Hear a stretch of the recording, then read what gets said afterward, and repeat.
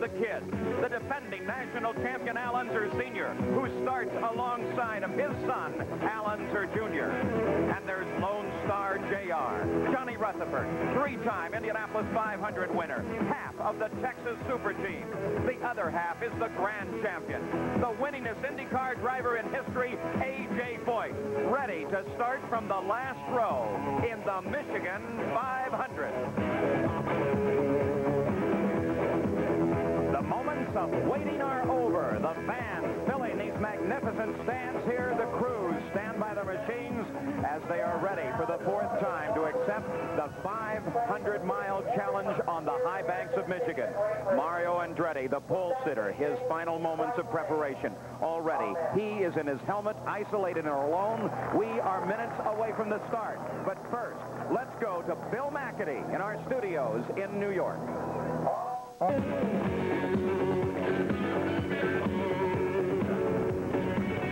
It's a bright, beautiful, sunshiny afternoon in the state of Michigan, and the fans are pouring into the grandstands here. They will be filled to capacity for what should be an exciting Michigan 500. Hello, I'm Paul Page, and welcome to Michigan with three-time Indianapolis 500 champion Bobby Unser. Now, here are a few facts for this 500 qualifying field. Look at these names. Over 22 drivers of the 33 have qualified at better than 200 miles an hour, and the field average is 200.596 miles an hour. Bobby Unser, a very fast field. Impressive, no kidding. But I'll tell you, we also have a good, classy field of drivers. Not only the cars, Paul, but we have, I think you and I sat down and figured we've got 13 or 14 strong possibilities for winning this race out of the drivers. The crowd's favorite, the pole sitter, Mario Andretti. Now, he's been winning races, but all of his recent victories have come on road courses. The last time he won on an oval was 4 years ago here at Michigan in the 150. That's right. We were on the same team together driving for Roger Penske. I finished second that day. And I'll tell you another thing that's very interesting. Mario has only won one 500-mile Indianapolis car race in his career, but he's led a bunch of them. There's another man that should definitely be a factor in this race, A.J. Foyt. Now, because his wing was slightly out of measurement, his qualification run was disqualified. He'll be starting in the last position in the field. Yesterday, Gary Gerald asked him his strategy for the start of the race. A.J., what's the strategy going to be for the start of this race tomorrow? Have you decided yet? I'm going to have to hurry like hell. Are you going to make a rocket run from the back? Well, we're going to try to, yeah, because it's not the leader to be lapping me before I get through the traffic, so we're going to have to try to get up through there as quick as we can. Race car responding the way you'd want it to be at this point? We ran a while ago a little over 204, 203.9, pretty easy, pretty comfortable, full load of fuel, so kind of happy with it. Nice to see you back in action in Michigan, A.J. Thank you. Thank you. So A.J. Foyt is ready. He will start from the 33rd starting position. The time for anticipation is over. It's time for that famous command. Here's John Brettenberger, General Manager of Cadillac Motor Car Division and Vice President of General Motors Corporation. Gentlemen, start your engine!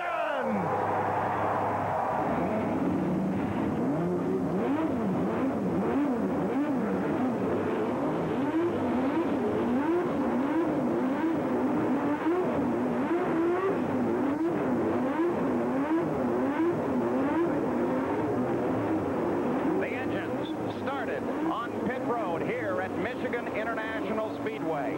33 drivers ready to go. The crews all indicating that they are ready to run. Mario Andretti is ready. The field is ready to go at Michigan. And we'll be back for the start of the Michigan 500 right after this.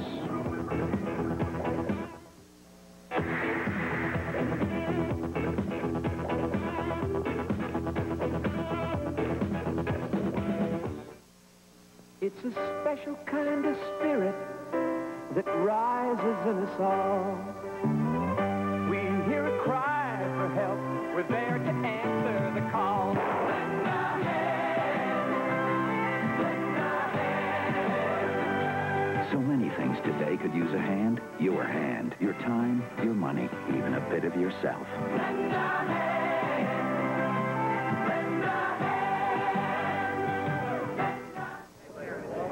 start. On your mark. Get set. If you have asthma, you might have felt left out.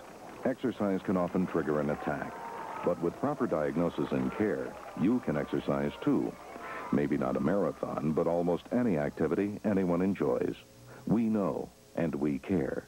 We're the National Jewish Hospital National Asthma Center at Denver. Call 800-222-LUNG for more information, because asthma is something you can live with. August sizzles on NBC Sports with a pennant race that's red hot. And the ring heats up for the return of the beast. IndyCar shimmer in the summer heat of the Cart Pocono 500. And the air crackles with excitement as thoroughbreds take the home stretch of the Arlington Million. A sizzling summer is waiting for you in August.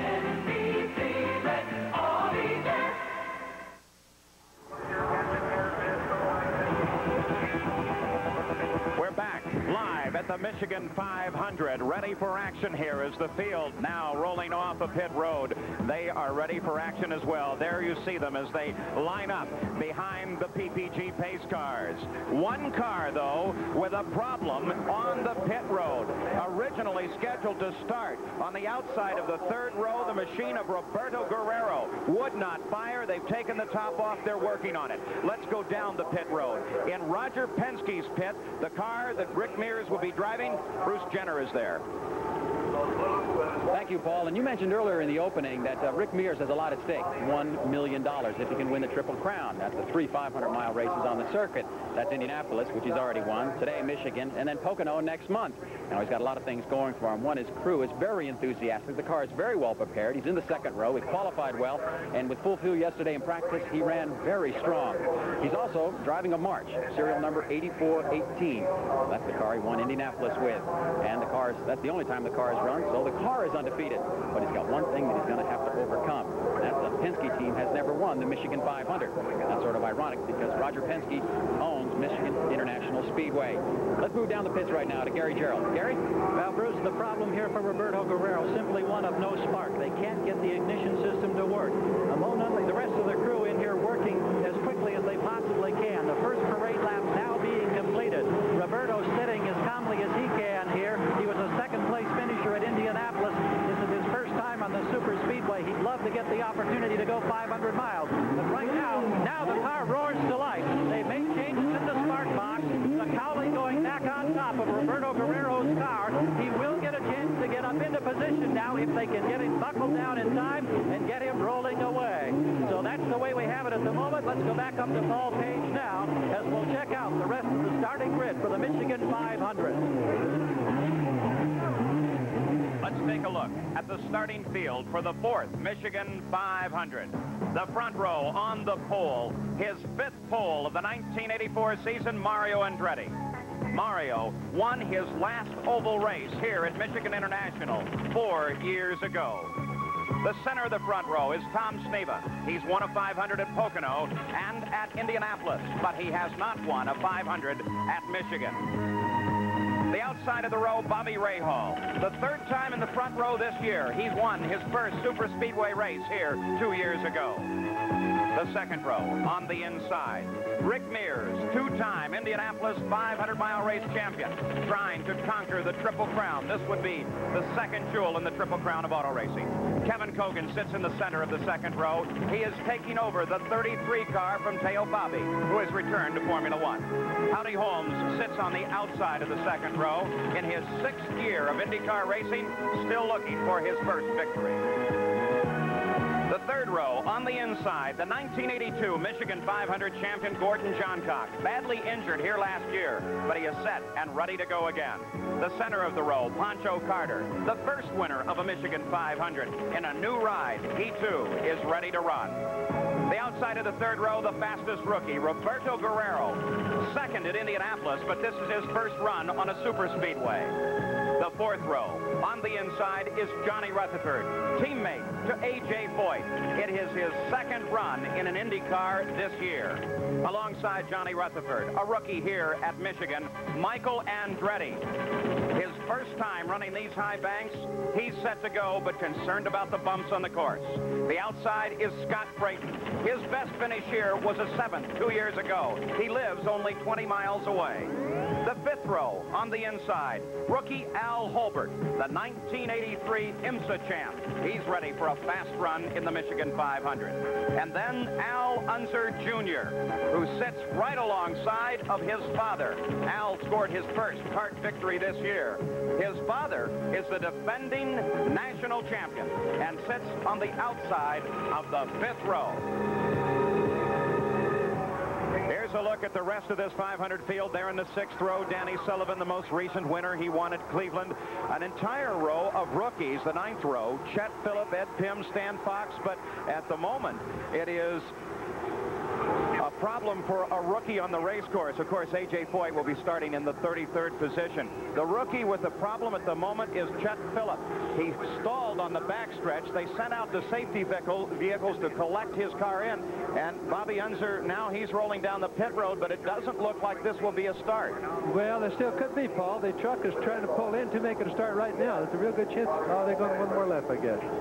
There goes Phillip into his pits. The pace car keeps their revolving yellow lights on. That indicates that they will keep the field out for one more lap because of safety vehicle on the course.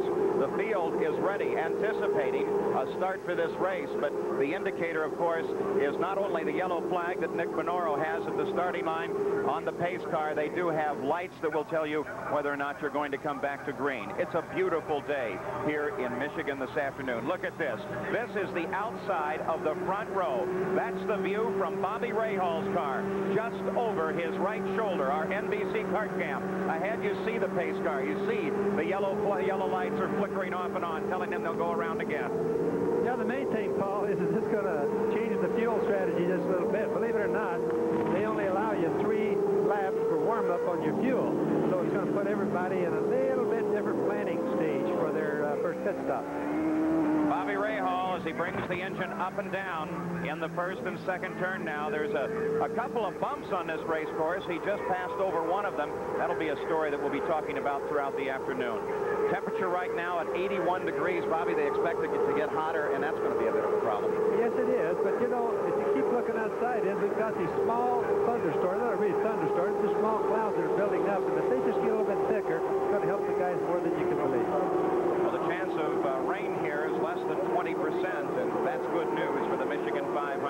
The field on the backstretch now. They weave the cars back and forth, bringing temperature into those tires to make sure they'll operate well. The pace car picks up speed in the 3rd turn as the 11 rows of 3, the traditional start for a 500-mile race. Now less the machine of Chet Phillip. It still sits in the pits. Mario Andretti, the pole sitter. Tom Sneva, the center of the front row. Bobby Rahal on the outside, watching the early lap for moves from Rick Mears from the 2nd row outside, a position that he likes to start in. He likes to make the approach from the outside. Now they're aligned. They come down toward the tri-oval, and the green flag in the hands of the starter. Let's see if we go green this time as Andretti begins to accelerate. The green flag is out, and we are racing in the 4th Michigan 500. Andretti pulls out in front, and Andretti starts the lead, but the challenge comes instantly from Sneva. Well, he's trying him underneath, but I think right now Tom's just going to play with him a little bit. He might try to overtake him on the back straightaway, Paul, but I think right now it's just a feel-out thing. Battle at the front of the field.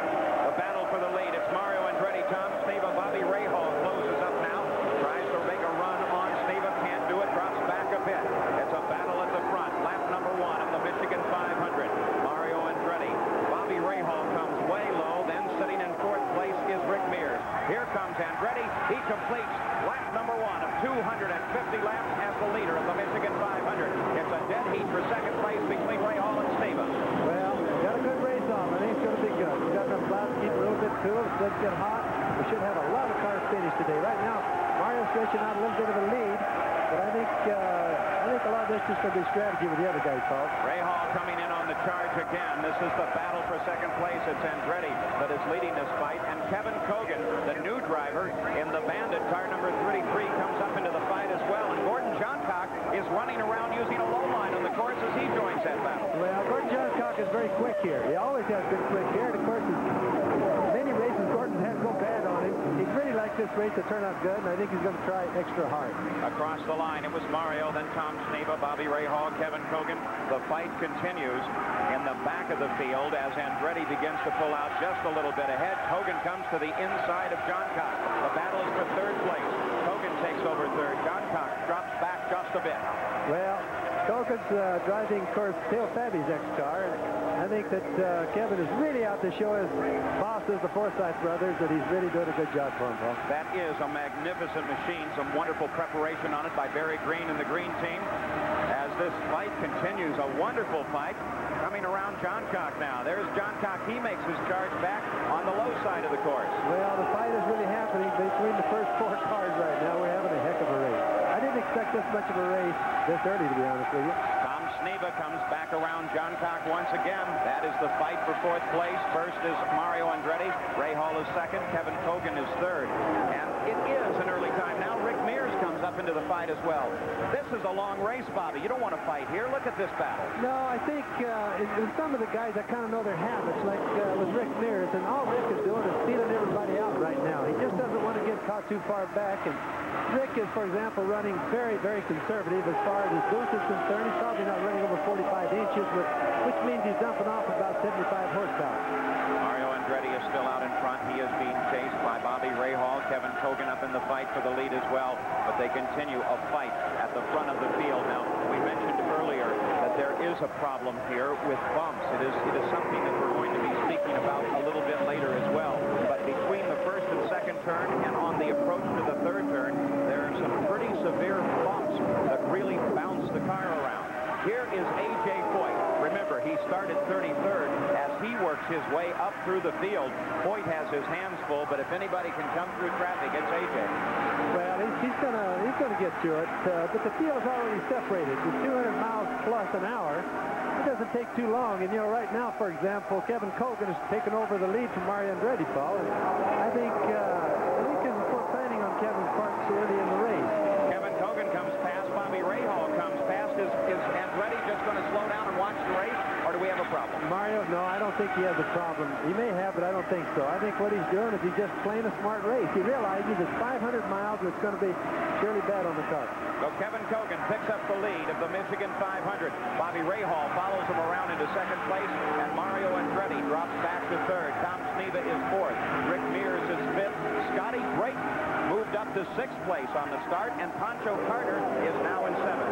There's the third place machine. It's Mario Andretti. The leader is Kevin Kogan.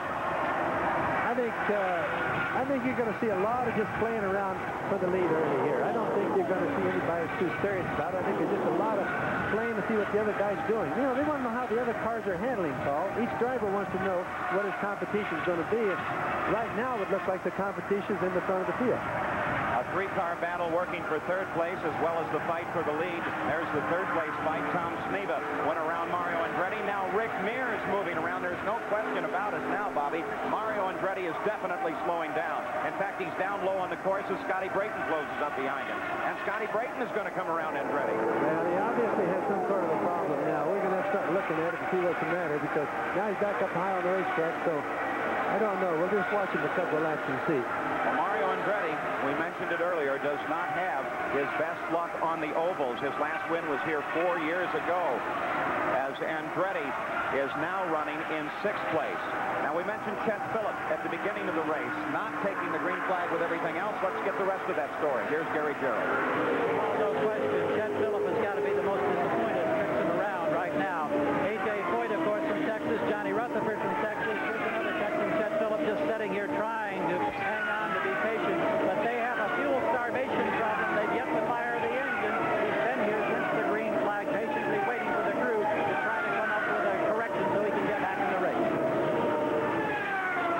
Chet Phillips sits and waits while the fight continues on the race course. Mario Andretti being passed once again, this time by his son, Michael Andretti. So Mario has either decided that he's going to slow down, take it easy, and watch the front, or right now they're communicating on the radios for some real serious trouble. Well, there's something definitely wrong, because it's not Mario's way to slow down this far. You know, right away now you have Houdini Garza passing him, and that's a long ways Roselli's running quite well right now, but I'm surprised that Mario's fallen this far back. Jose Garza with some good moves on the start started 18th and has moved up now to 9th as the leaders now engaging traffic, and that gives you an idea of how fast the front of this field has been.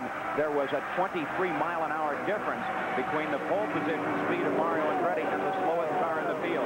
Already Kevin Kogan, our leader, comes through traffic, but he is only the leader by inches as he comes to the line.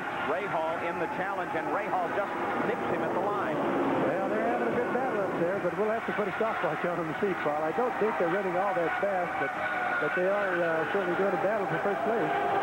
Now it's Bobby Ray Hall that continues to stay in front. The race started with Andretti out in front, then the lead taken away by Kevin Kogan, and now Bobby Ray Hall takes the lead at the Michigan 500. Kevin's right on his rear end, though, and I think it's going to stay that way for a little while. They've really got quite a bit of... They've broken the draft. They could quite a ways ahead of the third-place car. The number 3 machine of Mario Andretti yesterday in the final practice session had some problems in their suspension. Last night, Tony Sicali said that they corrected those problems, but apparently they are now discussing on the two-way radio that there is a problem with that car, and they are contemplating a pit stop. Kevin Kogan closing down on the leader, who is Bobby Ray Hall. We'll be back with more from the Michigan 500 right after this. Bobby Ray Hall leads. Introducing RCA's new 900, the first remote programmable video cassette recorder. It asks you what you want to record and when, in simple language, right on the screen of your TV. So what you select on screen with this unique remote control, you'll get on videotape. This VCR is not just easy to use, it's downright helpful. The first remote programmable VCR, exclusively from RCA. We built Chrysler Laser XE to outperform the competition. Even Nissan's awesome 300ZX. In the slalom, Laser wins. 0 to 50 turbocharged Laser is faster than ZX. In braking, Laser stops quicker. And Laser has a 5-year, 50,000-mile protection plan. The ZX doesn't. Chrysler Laser XE. The competition is good. We had to be better. Chrysler, the best built, best backed American cars. You wake up 2 hours earlier to do what's best for your body. Give your body the best. You work up a big sweat doing it. Give your body the best. You need the best deodorant soap you can buy. Give your body the best with Safeguard. It's better than all the rest. It's Safeguard. Only fresh-smelling Safeguard has an unbeatable combination of rich, thick lather and deodorant protection. That makes it the best deodorant soap you can buy. Give your body the best. Give it Safeguard. After 2 hours in traffic, the Caseys will stop for lunch. They'll gulp down chili dogs and fries. But soon, Mom and Dad won't be feeling too well. Whether it's Mom's upset stomach or Dad's heartburn, the one that coats is the only one they need. Pepto-Bismol. As it coats your stomach, it relieves heartburn. Upset stomach even relieves diarrhea. Pepto-Bismol. For most common stomach discomforts, the one that coats is the only one you need. The American tradition continues. In July 1969, Cubs center fielder Jim Qualls ended Tom Seaver's dream of a perfect game with a single to left. Now Bob Dernier leads the Cubs against the Mets in a battle of the National League East. Or the Cardinals take on Pittsburgh. The memories are waiting next Saturday. This is Paul Page. We're back live at the Michigan 500. A car just as we come to the air, spinning in the center of the backstretch. Still under power and now beginning to pull back on the course. But the yellow flag flies at Michigan for the first time. And the leaders head for the pits. We ran the first 10 laps of the race at 197.8 miles an hour. This is the first yellow of the day. Bobby Ray Hall, the leader of the race. Kevin Kogan in second place. Tom Sneva in third. Rick Mears fourth. Michael Andretti fifth. Scotty Brayton is sixth. Jose Garza seventh. Pancho Carter is eighth. Al Unser is ninth. And 10th place is Al Unser Jr. There is the live shot from over Bobby Ray Hall's right shoulder, the leader of the race, as he is following the PPG pace car. You might notice Bobby Unser a little sparkle on the item out there. It's normally just a luminescent glove to tell the drivers whether or not to come by the pace car, whether or not to stay. A special thing this race, the PPG pace car girls have put together a Michael Jackson kind of glove to put on the club. So we are under yellow at the Michigan 500. That's good. We're having an awfully fast race so far. Now, as the leaders come into the race, there is first place Bobby Rahal. Second place is Kevin Kogan, and waiting for Kogan is Bruce Jenner. Right now, Kevin Kogan comes into the pits, and as his crew goes over there, Barry Green, the crew chief, holding out the Skull Bandit sign to stop Kevin Kogan on the marks. He's just looking for fuel right now. He's right rear, but it's a very quick speed for Kevin Kogan. He's driving very well in his new ride. Bobby Rahal back to the action. Kevin Kogan back to the action. Result of the yellow. Now, they'll do a quick check of the circuit. In the meantime, let's go down to Gary Gerald. Well, Larry, in the pits, you can see Roberto Guerrero burning out now. Here comes Howdy Holmes also in the area. The concern for Andretti, we're told, is a motor problem. If it was a handling problem, they thought they could correct it. Now they don't know. A lot of concern here. Andretti was in only quickly. We'll try to update the story. But it is an engine-related problem for Mario. So Bobby Unser, a most interesting situation there with Mario Andretti, possibly something wrong with the engine. Now, let's go back to the start of this event. We mentioned to you A.J. Foyt starting in 33rd place. Bobby Unser, here comes A.J. Let's look at him in the replay of the beginning of the race.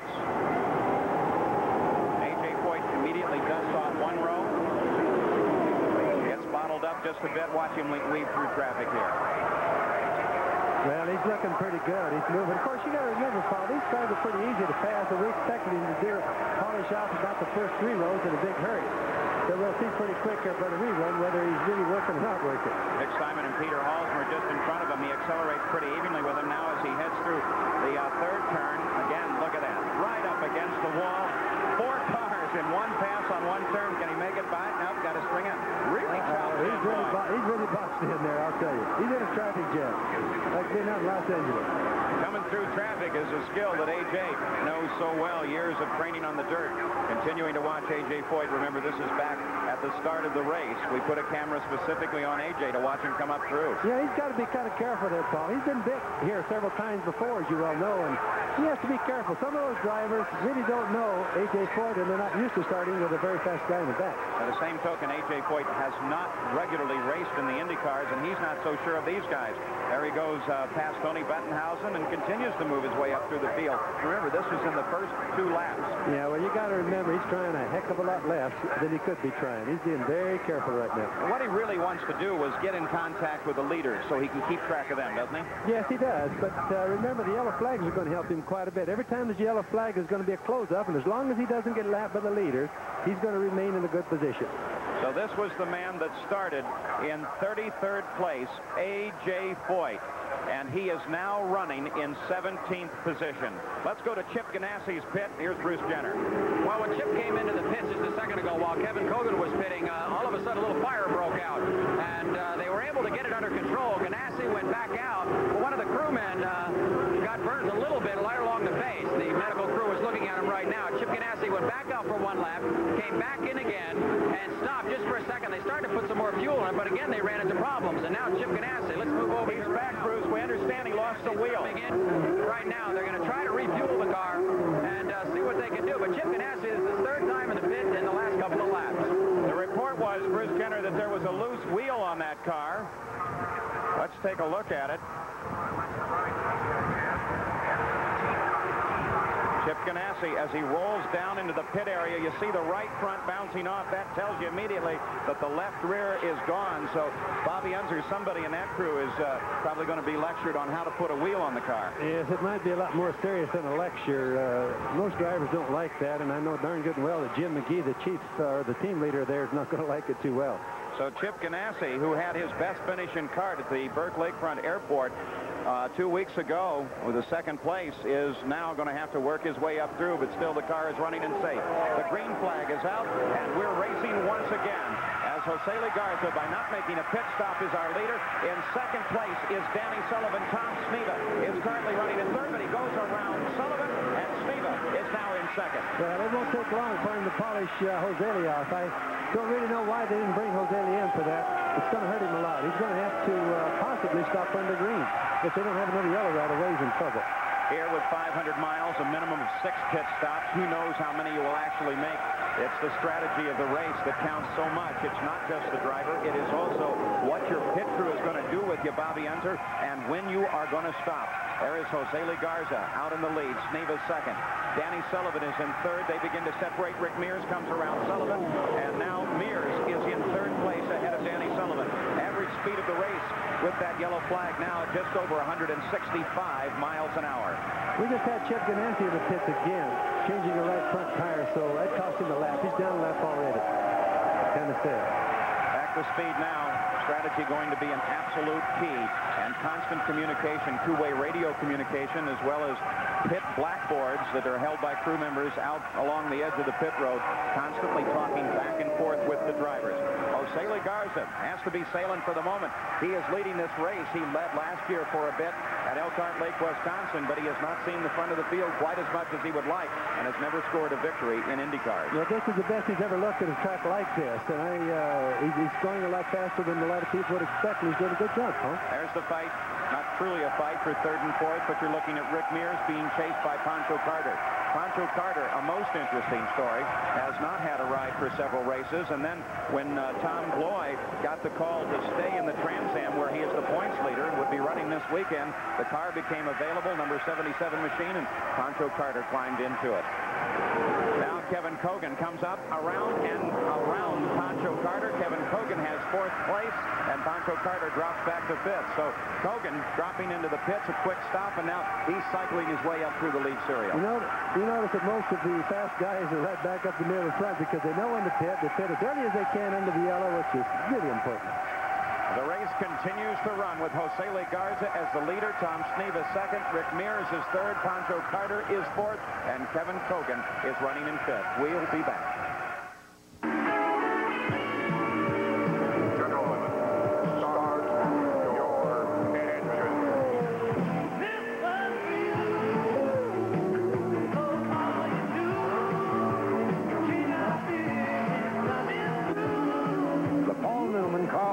Budweiser racing team is pouring it on in the championship racing series, and they're playing to win. This Bud's for you. When you buy a new car, you want to keep it looking new. And that's easy with Armor All Protectant. A scientific formula that took a polymer chemist 10 years to develop. It helps keep rubber, vinyl, leather, and plastic looking new. So even though you can't keep your car from getting old, you can keep it from looking old. Armor All. It's science, but it works like magic. The last thing I heard was the siren.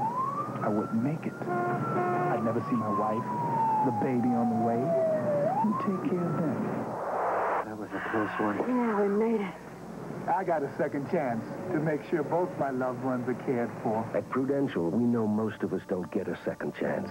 Talk to a Prudential agent and get the peace of mind that comes with a piece of the rock. I'm here.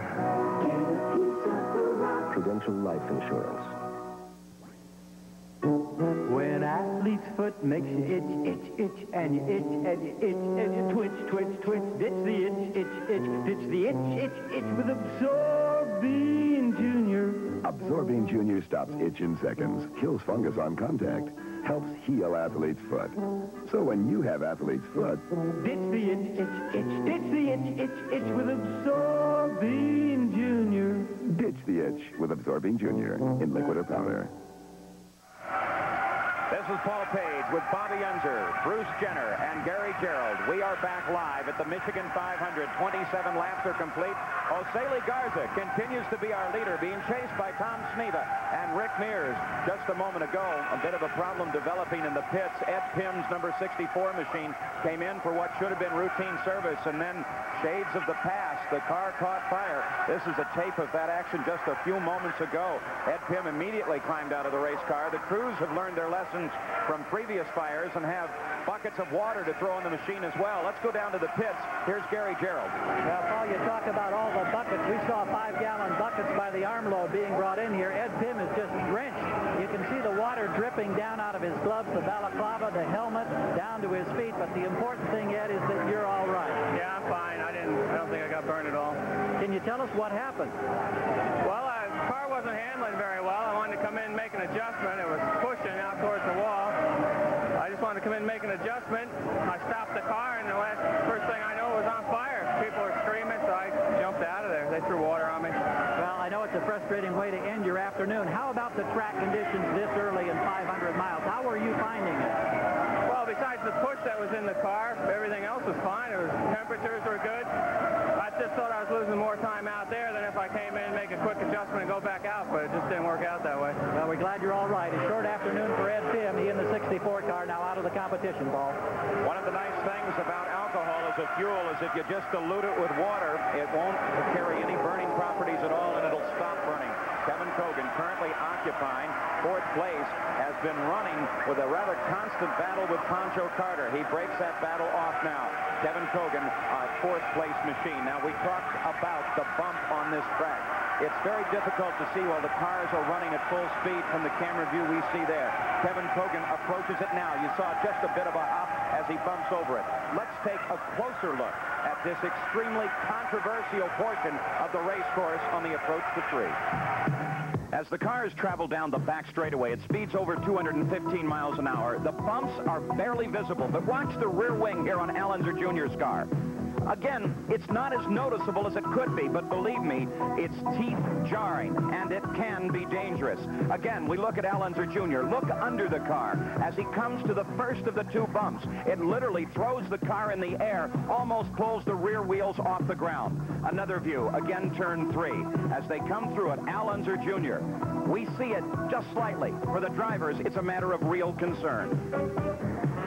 Well, I think during the race, I'm just going to have to be careful about turning the wheel a little early as I go over it. You know, I got to keep it straight as you go over the bump and then turn after the bump.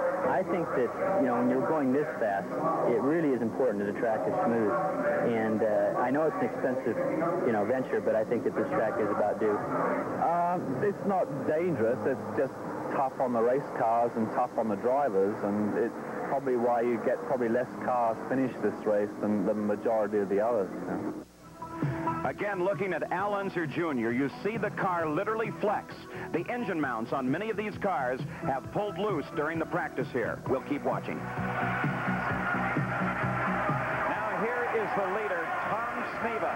Sneva took over first place just a second ago as Jose Garza peeled off and into the pits. But remember, Garza had not made a pit stop, and it was right on schedule. Garza now back running at speed. He was running, Bobby, laps at better than 200 miles an hour in the last few laps of his lead. Yes, he was running 199, 200 miles an hour laps, but it was a very bad decision, in my opinion, because they should have brought him in on the first yellow to get fuel with everybody else, because now he stopped into the green, which means he obviously has lost the last play. 20-second stop for Garza, fuel only on that machine. The leader is Tom Sneva. Second place is now Rick Mears, and here is the third place driver, Kevin Cogan, car number 33. He's got to be having a great time, Bobby, because he is finally in a machine this year that's really going to run to the front. He took over Teo Fabi's machine. Fabi has gone back to Formula One. Well, you got to admit the boy found a nice race car to drive. The Forsythe brothers do a good job, and the mechanics on the car do a good job, and I think it's, since the Penske ride, it's by far the best that Kevin has ever had. 35 laps the distance now of 250 laps scheduled. The average speed about 164 miles an hour. We are hoping that the speed picks up substantially. There is the possibility of some very fast running here today, and also the possibility of some records. Now watching Tom Sneva out in front, near second, Cogan third, Pancho Carter fourth, and Bobby Rahal is fifth. There's Cogan. We're seeing some good racing on in the back. There's good racing all over the track right now. Strangely enough, Paul, they're racing a little bit harder early in the race than you and I both expected. Why do you think they've done that, Bobby? I don't really know. I think a lot of it has to do with there's a few clouds around the air, and it's not nearly as hot today as it was predicted. It was supposed to be 94 degrees. Staley Garza right there, Bobby, as you see him coming up back through the field now, trying to move his way up through position. Garza was our leader for a bit, and he is now in direct contest with, looks like Tony Bettenhausen, as they've broken off now, but they were head-to-head there for him. He's losing ground right now, Paul. You know, that yellow car, I think the Simon car, Poncho Carter's, he just passed him, little Alice just passed Jose Lee, and I think with a full load of fuel, Jose Lee just not handling as good as he was earlier. So Poncho Carter, the 77 machine, currently running in 6th place. Again, our leader is Tom Sneva. 2nd place is Rick Mears. And of course, we've got Kevin Cogan back up in 3rd, and Bobby Rahal still running good in 4th place. There's Tom Sneva as he runs out in front. Excellent on the ovals, especially good on the short tracks, but the track record holder here at Michigan for the qualifying, the 1-lap average. He's good on any oval. Doesn't make any difference where the racetrack is, and he's also starting to become fairly good on the road circuits, believe it or not. So Tom Sneva now out in front, 4 seconds over the 2nd place car of Rick Mears. Watch for that yellow machine to come through. You see through the red car belongs to Mario Andretti as he comes through the view as well. Rick Mears. We've got a problem on the course. The 4th turn, a car spinning, coming down, Phil Kruger. Spinning in the 4th turn, apparently kept it away from everything, and now rolls on the course, and looks like he's going to be able to bring it on in. Bill Kruger. Well, that shows how fast the kart officials are. They already had the yellow flag out before he got that car straightened out. Now you're going to see a lot of the cars coming into the pit for their pit stop. Pit strategy, the question at this point in the race. The question, too, is what happens with Mario Andretti as Tom Sneva, the leader, comes in, because the indications are that if Andretti can take the opportunity of a yellow pit stop, then they're going to do some serious work on the electrical system on his engine. Tom Sneva, the leader. There's the 2nd place, actually now the 3rd place machine of Kevin Cogan as they do a right side tire change. There's the leader. He heads out into the action. Tom Sneva moves back. In the meantime, Bobby Rahal comes around, but Rahal should pit as well. I'm sure they will. In fact, you'll see Mario probably pit the next time by. He was trying to pick up some lost ground to the leaders by kind of hurt you, because last in is last out. That's the rule of the thumb into the pit, Paul. And Mario had to stay back out. Well, he's still back out on the track. I don't know what in the world he's playing. Here's Bobby Rahal. He's the leader of the race at the moment. You're watching live, but he comes down into the pits. He assumed the lead, stayed out a lap longer than Sneva. Now let's watch as Rahal comes to a stop. They've got it precisely marked for him. There the car lifts up. Bobby Rahal makes an adjustment or two. The cup with a little water comes over, and it's available for him. Now we have Mario coming in.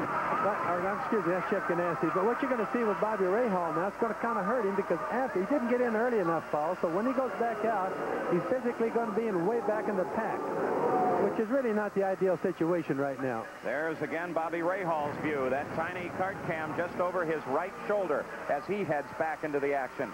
Scotty Brayton, who has had a good ride, is on the circuit. Here's Bobby Rahal coming down around Peter Halsmer as he blends back into the field. Remember, we are under yellow. And as a result of the scrambling, here is Mario Andretti. Al Unser's picked up the lead. But let's look and see what they're going to do. Just 1 second on this car. They're going to take the back off, so they're going to do some work on the engine on Mario Andretti's car. Al Unser leads. We'll be back. A little loss of control here could ruin your whole day. Test pilot Chuck Yeager for AC Delco. Even on the highway, I stay on top of my car with the new Delco Performer shock absorber. Its sealed gas cell eliminates air bubbles and provides a constant cushion in lab tests and on the highway.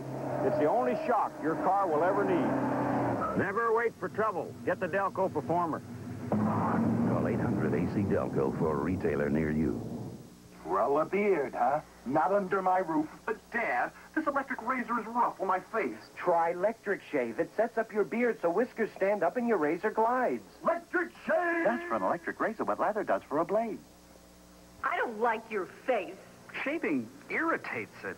I need Ice Blue Aqua Velva. It turns red-hot razor burn to cool comfort, smooths your face. Smells great, too. There's something about an ice blue Aqua Velva Man. To race fans everywhere, Old Milwaukee means something great. It means the Old Milwaukee race team, racing at its best. And Old Milwaukee means a great beer. Cold, crisp Old Milwaukee beer and smooth, golden Old Milwaukee Light. And Old Milwaukee Light. Tastes as great as their name. Yeah, it doesn't get any better than this. Play ball. You've got such style, such flair. Do you really believe you've got a prayer? You'll catch it all on Kodak Color VR 400, one of Kodak's fastest color print films ever. You can't miss, almost. Oh, you're having so much fun, but you never scored a run. That's why the other guys just won. Kodak, because time goes by. The American tradition continues, and the pennant race has begun. For Tommy Lasorda and Joe Torre, every game counts in this new rivalry of the 80s. The Braves battle the Dodgers, or Ron Kidder leads the White Sox against hard-hitting Boston. The tradition is here. The memories are waiting. Wednesday night on NBC. We are back live at the Michigan 500. We are still under yellow. When we left you, Mario Andretti was making a pit stop to see what they could do about that ailing engine. Let's get the report from Gary Gerald. Paul, it's simply amazing what they can do in such a short space of time. During that yellow, during the commercial break, they changed all spark plugs in that Cosworth motor. He lost a cylinder, the crew tells us, running on 7 cylinders. But they also say, despite the fact that he's gone down laps to the leader, that in 1977 at Pocono, Mario had the same problem. They came in, changed plugs. He made up enough ground that he eventually finished second, a close second to Tom Sneva at Pocono back in 1977. So they still are clinging to some optimism and some hope after some very fast pit work down here for Mario. Now the question becomes, will it pay off? We'll find out when they go green. Paul? Well, Mario Andretti currently running 19th. He is 1 lap down from this man, the leader. Car number 4, Tom Sneva. Second place at 43 laps is Rick Mears. Kevin Cogan sits in 3rd. Al Unser Jr. is in 4th. Pancho Carter 5th. Bobby Rahal 6th. Michael Andretti 7th. Al Unser Sr. is now 8th. Let's go back into the garage area. Here's Bruce Jenner. You were mentioning earlier in this piece on the bumps that there were some bolts that were actually shearing up because of the vibrations built up in the car. Now, there are 4 bolts that actually hold the engine onto the cockpit area. This is one of them right here. Now, these are the ones that the cars have been actually having trouble with. They've been vibrating so bad that the bolt has been actually starting to pull out and break the housing that is holding it to the cockpit. The cars, it's not something that is that dangerous because probably something like this will give you a lot of warning. The car is really going to start to feel loose. It's not going to just shear off all of a sudden and the car breaks apart. But it is something that's going to be a major factor on this bumpy course for our IndyCar drivers here today. Paul? Thank you, Bruce Jenner. Clearly a factor here. When you break those 4 bolts, then you got a 2-piece race car, and you can't go very fast with that. Rick Mears currently in 2nd place, still under the yellow, though. The pace car begins to pick up the pace right now as we are ready to come back to the green flag in the Michigan 500 with 44 laps complete. This yellow when Phil Kruger spun and then got it back under control, didn't touch anything, and headed down into the pit area. So now, Nick Bonoro with the green flag. We come back to racing, and there is the leader, Tom Sneva. He is back down on the serial behind several cars. That's Garza and Scotty Brayton just in front of him, but he takes care of them with quick work. At least Karen Brayton now sets his sight on Garza, but remember, that white car, number 4, is currently the leader. Yes, it is, and you must also remember... Look at this fight. Rick Mears for 3rd place as little Al Unser comes around him. That's part of the family there, Bobby. Yes, it is. And little Al's been slowly getting faster. He's up there running those like with Kevin Cogan right now. He's up and challenging Cogan for 2nd place. That's a battle actually for 3rd, but look at there. There's Kevin Cogan setting up high on the circuit. So now we have a 3-way fight for 2nd place. The leader is Tom Sneva. Yep. We've also got little Al's teammate, Pancho Carter, that's not too far back either. Well, the Gallus team, Rick Gallus, who owns those cars, has to be a little apprehensive. You never like to see both of your cars running right together. Now, Cogan still runs in 2nd. Then Al Unser Jr. and then Rick Mears. But we'll continue to watch this battle. It is a battle for second place. Here comes Little Al. He's going to make the charge. He comes down the inside. Kevin Kogan slaps the door shut on him. Boy, didn't leave him any room there to get by, did they?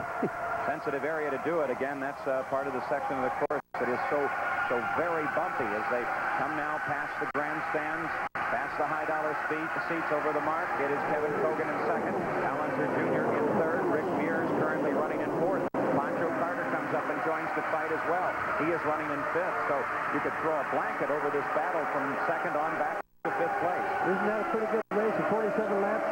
I'd say it is. Here they see the try once again. That's Kevin that comes inside, and because of the slower traffic, Scotty Brayton Company, Little Al has to drop back just a bit.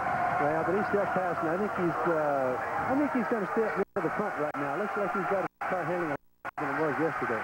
Again, it is very early. 48 laps complete in a race that is scheduled to go 250 laps or 500 miles, 250 times around this 2-mile high bank super speedway in the Irish Hills of Michigan. That's a lot further than people think. Well, this is a very, very fast racetrack. It's got a very steep turns, very high banking here, and it really puts a lot of strain on the drivers. Okay, there is Rick Mears, and Pancho Carter. Here is A.J. Foyt around, running alongside Phil Kruger, the fellow that spun just moments ago. So Kruger is down off the pace. That's Jeff Bradlam that closes in behind him. A.J. Foyt currently running in 12th place. Remember, he started 33rd. Well, he's come up a long ways, but he should do that. He's a lot faster than a lot of those guys back there. Now sitting behind Danny Sullivan and Mario Andretti, who has made the change. And let's keep an eye on Andretti, too, as he takes the high line. It is possible that they've made the change that's going to matter when they change those spark plugs. Andretti is currently just in front of A.J. Foyt. A.J. Foyt, we know, is capable of running at least 202 miles an hour. So if Andretti continues to stay out of the picture, then we know that Andretti is apparently at least back on the pace to a degree. Well, it looks like he must have his 8 cylinders back. But by the same token, Paul, he did lose a lap. And he may not. A.J. Foyt sets up. Let's see if Foyt can get past and continue his charge toward the front. That's Mario Andretti, the red number 3, and of course the all too familiar number 14 of A.J. Foyt. A lot of guys have seen that number 14 in the rearview mirrors, and when they see it, Scotty Brayton slowed down there as both Foyt and Andretti come past. Yeah, Foyt went right by Mario, which shows that Mario's engine probably still is not well. Apparently a problem. There's A.J. Foyt alongside Dick Simon. Simon pulls high. Foyt cruises on through. So Foyt continuing to work his way up toward the front of the field. Currently being scored officially in 11th place. He started way back in 33rd. I think we have to agree that Mario's engine's just still not running. Foyt wouldn't drive by Mario that easy if he still had 8 cylinders or a running engine. That's why you want Pennzoil protection in your car. Pennzoil, high technology and quality. Ask for it. A few simple changes make a big difference. Now for the finishing touch. Changing this old phone for a trim line beauty like this. I can do it because I lease my phones from AT&T. Leasing gives me the chance to upgrade my phones. Just call AT&T toll-free or stop by one of their phone centers. How about that? Brand new look, still got an old reliable.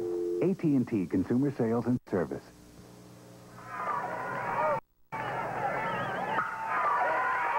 When I work out, I love to sweat. It's how I get the edge. But afterwards, I want to feel dry and odor-free all day. So Speed Stick Antiperspirant gives me an edge, too. Speed Stick's the wide stick. Goes on dry for man-sized protection in just a few strokes. Whatever game you're in, get the edge. Let the wide stick give you the edge. Speed Stick Super Dry Antiperspirant. By Megan. This is today's Chevrolet. Camaro Z28. A Camaro that did a test track 0 to 55 in 6 seconds. A Camaro with remarkable new handling.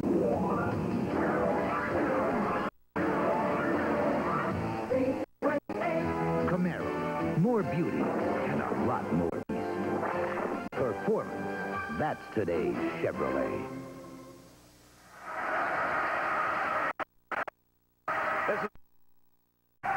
You know, they're still really racing hard right there, and I'm sure that neither one of them have the boost up, but they... Watch this fight while we tell you that the lead maintains itself in a stable situation right now. The leader is Rick Mears. Kevin Kogan is in third place. Is Al Unser Sr. at the moment. And Pancho, our fifth place is Pancho Carter. Let's take a look now. There is the leader, Tom Sneva, car number 4. It's the Texaco Star, and he has a substantial lead out in front as he came across the line over the second place car. Almost a full straightaway on second place Rick Mears, who is the only man to have won a 500 this year. And Mears has extra incentive.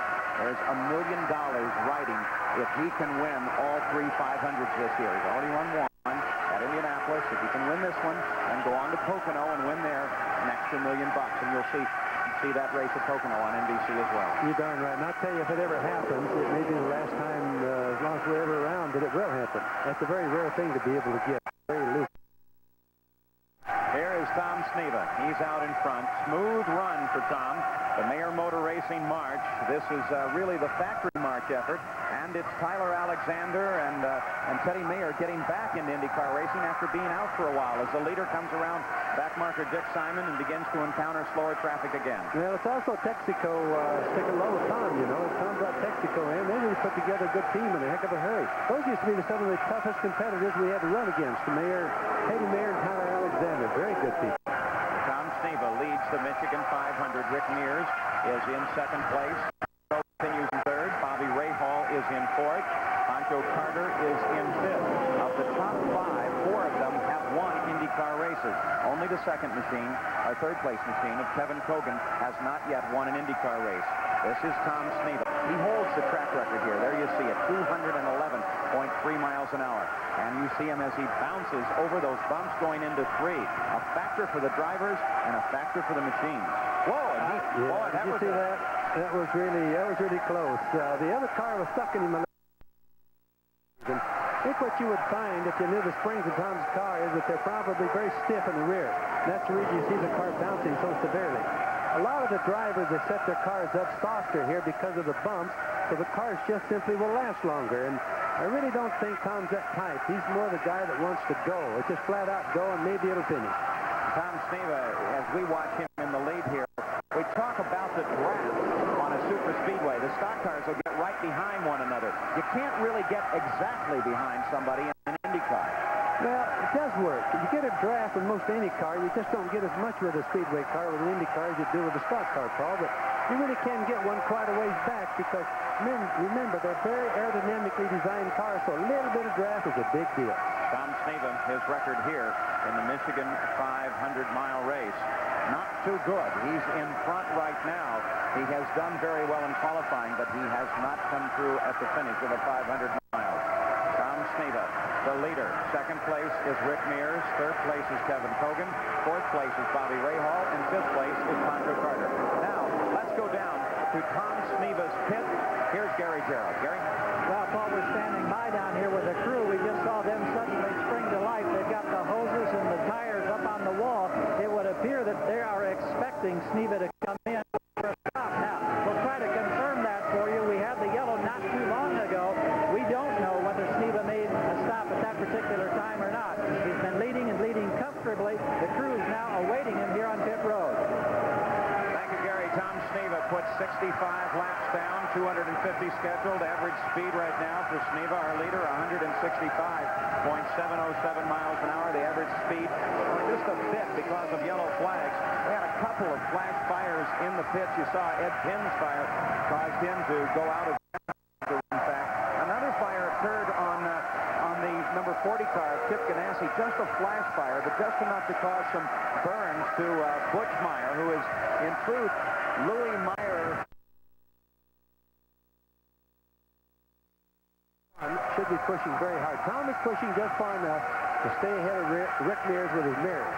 And he probably dials the boost back just as much as he can. There goes Sneva past Sullivan. That's a lap, you know. It puts another lap on Sullivan, whatever he was before. There gives you a comparison, too, of the leader. Second place is Rick Mears. Third place is Kevin Kogan. Fourth place is Bobby Rahal. And fifth place is Pancho Carter. Now, let's go down to Tom Sneva's pit. Here's Gary Gerald. Gary? Well, Paul, we're standing by down here with the crew. We just saw them suddenly spring to life. They've got the come in for a stop. Now, we'll try to confirm that for you. We have the yellow. We don't know whether Sneva made a stop at that particular time or not. He's been leading and leading comfortably. The crew is now awaiting him here on pit road. Thank you, Gary. Tom Sneva puts 65 laps down, 250 scheduled. Average speed right now for Sneva, our leader, 165.707 miles an hour. The average speed, just a bit because of yellow flags. We had a couple of flash fires in the pits. You saw Ed Pinn's fire caused him to go out of contention, out of the race, in fact. Another fire occurred on the number 40 car, Chip Ganassi, just a flash fire, but just enough to cause some burns to Butch Meyer, who is, in truth, Louis Meyer III. He is the grandson of the three-time Indianapolis 500-mile race winner, Louis Meyer, and they have taken him to the hospital with second-degree burns. We'll give you an update on that if we find out any more information. Still in third. Well, it's still a good race. Back a little bit, but Tom is easily leading the race and easily controlling it right now, and I think it's mostly because Rick is allowing it to happen. The one should be pushing very hard. Tom is pushing just far enough to stay ahead of Rick Mears with his mirrors. And he probably dials the boost back just as much as he can just to stay past Sullivan. That's a lap, you know. It puts another lap on Sullivan, whatever he was before. There gives you a comparison, too, of the performance quotient in this sport. The last race was won by Sullivan, and he won with a big lead. And now he is well down in the field as Tom Sneva does what he does so very well. He works his way through traffic. Derek Daly, the next man to have been passed by Sneva. Now he sits back, and Daly will have to contend with Kevin Cogan. So Tom Sneva out in front of the Michigan 500 in his car number 4. If Tom doesn't have any breakage problems, he's really handling quite well now. Tom Sneva leads. Second place is Rick Mears. Kevin Cogan continues his ride in third place. Fourth is Bobby Ray Hall. Carter is in fifth. We'll be back right after this. MasterCard, find me a bargain.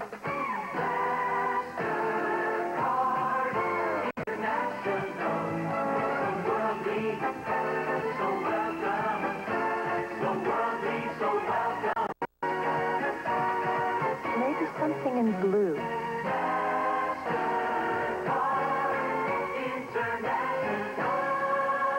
MasterCard, you're so chic. Time.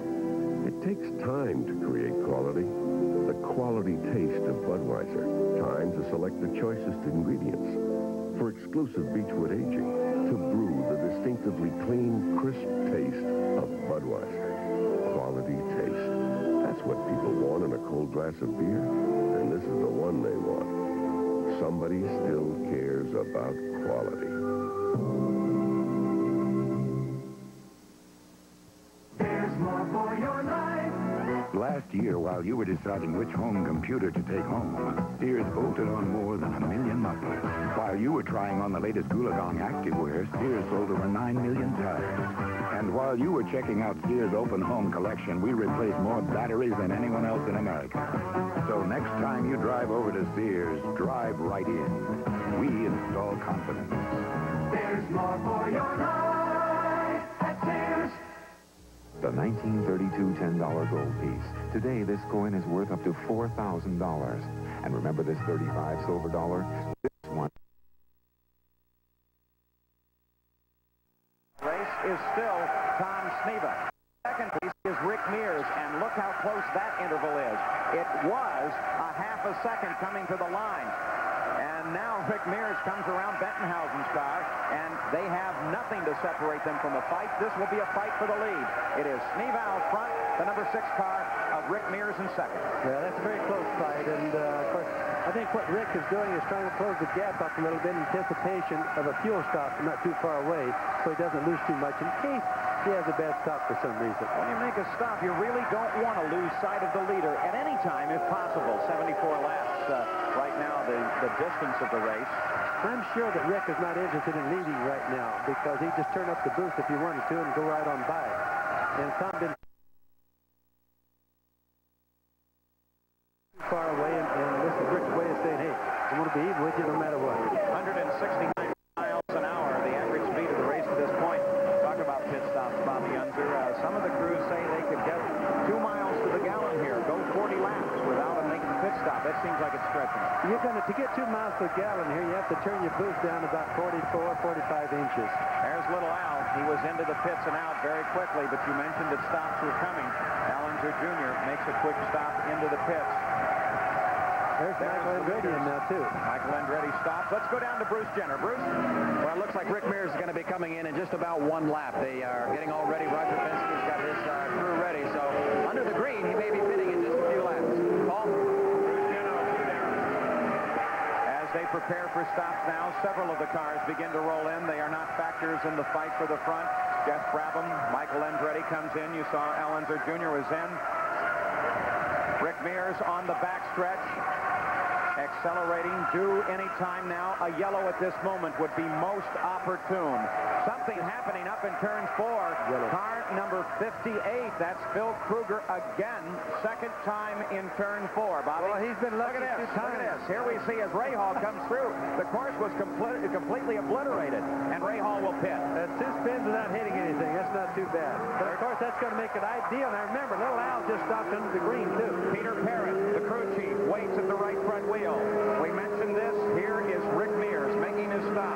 Roberto Guerrero comes down off the jacks, making his stop. Remember, his engine didn't start right at the first call at this race. The leader, Tom Sneva, makes his stop. They all appear routine, Bobby. Well, Rick's out first, it would appear like, so he may take the lead over in the pit. There is Kevin Kogan as that car stalls. They're trying to get Kevin going.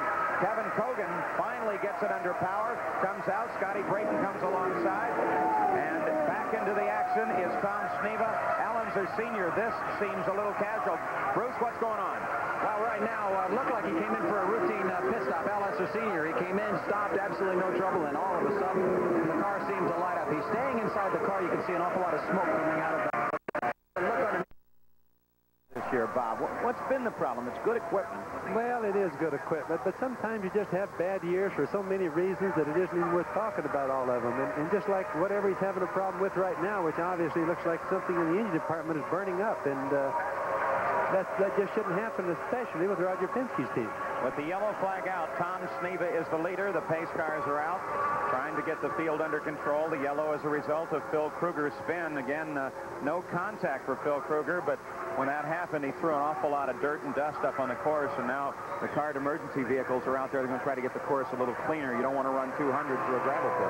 No, you sure don't. And I don't know how Phil Kruger can spin 2 times without hitting anything, but boy, better start fixing the car just a little bit. Well, Bobby Rahal currently runs in 3rd place. Let's go back. We mentioned Phil Kruger's spin. We have an unmanned camera on position down there in that end of the course. We look at it now as we see Kruger is the black car down on the inside, way low, Bobby, loses it down onto the grass. And fortunately, because this course is so wide, 73 feet of asphalt, including the apron, and then all that grass, had plenty of opportunity to get away. I'll tell you, without a good racetrack, it would have been a heck of a crash there.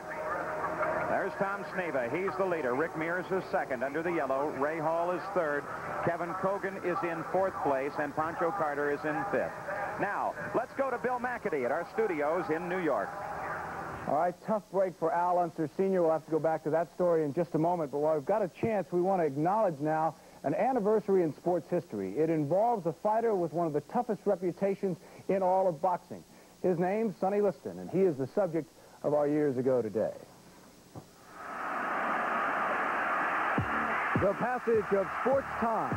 The moments are brief, but the memories are lasting. We remember one of those moments 21 years ago today. And it's brought to you by Prudential. For life, health, auto, home. Get a piece of the rock. Prudential Insurance.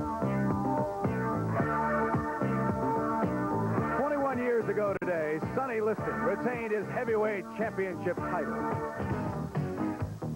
Considered one of the most fierce fighters of all time, Charles Sonny Liston became the heavyweight champion on September 26, 1960.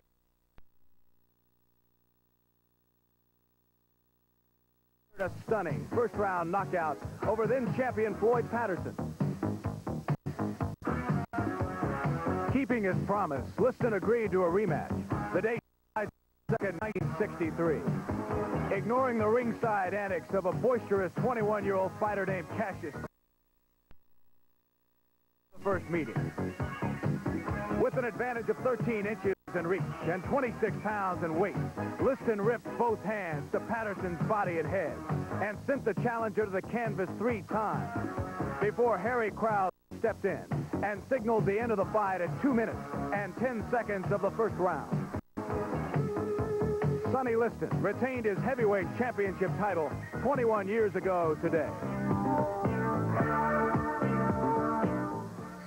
I remember hearing somebody say I was dead. I thought about Janice and Bobby.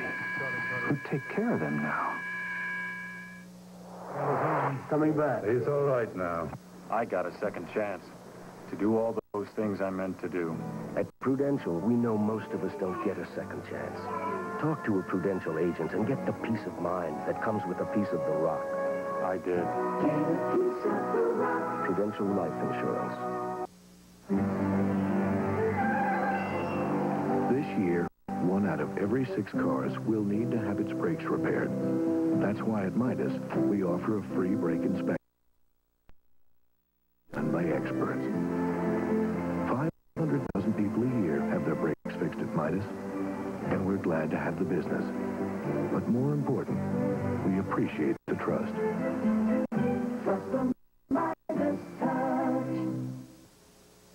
Want to build a super day? Then start with the one great taste that makes a super bowl of cereal. Kellogg's Corn Flakes. Just think of crispy golden flakes. Delicious, crunchy flakes of corn. So pure and simple, just can't wait. Low in sugar, loaded with vitamins.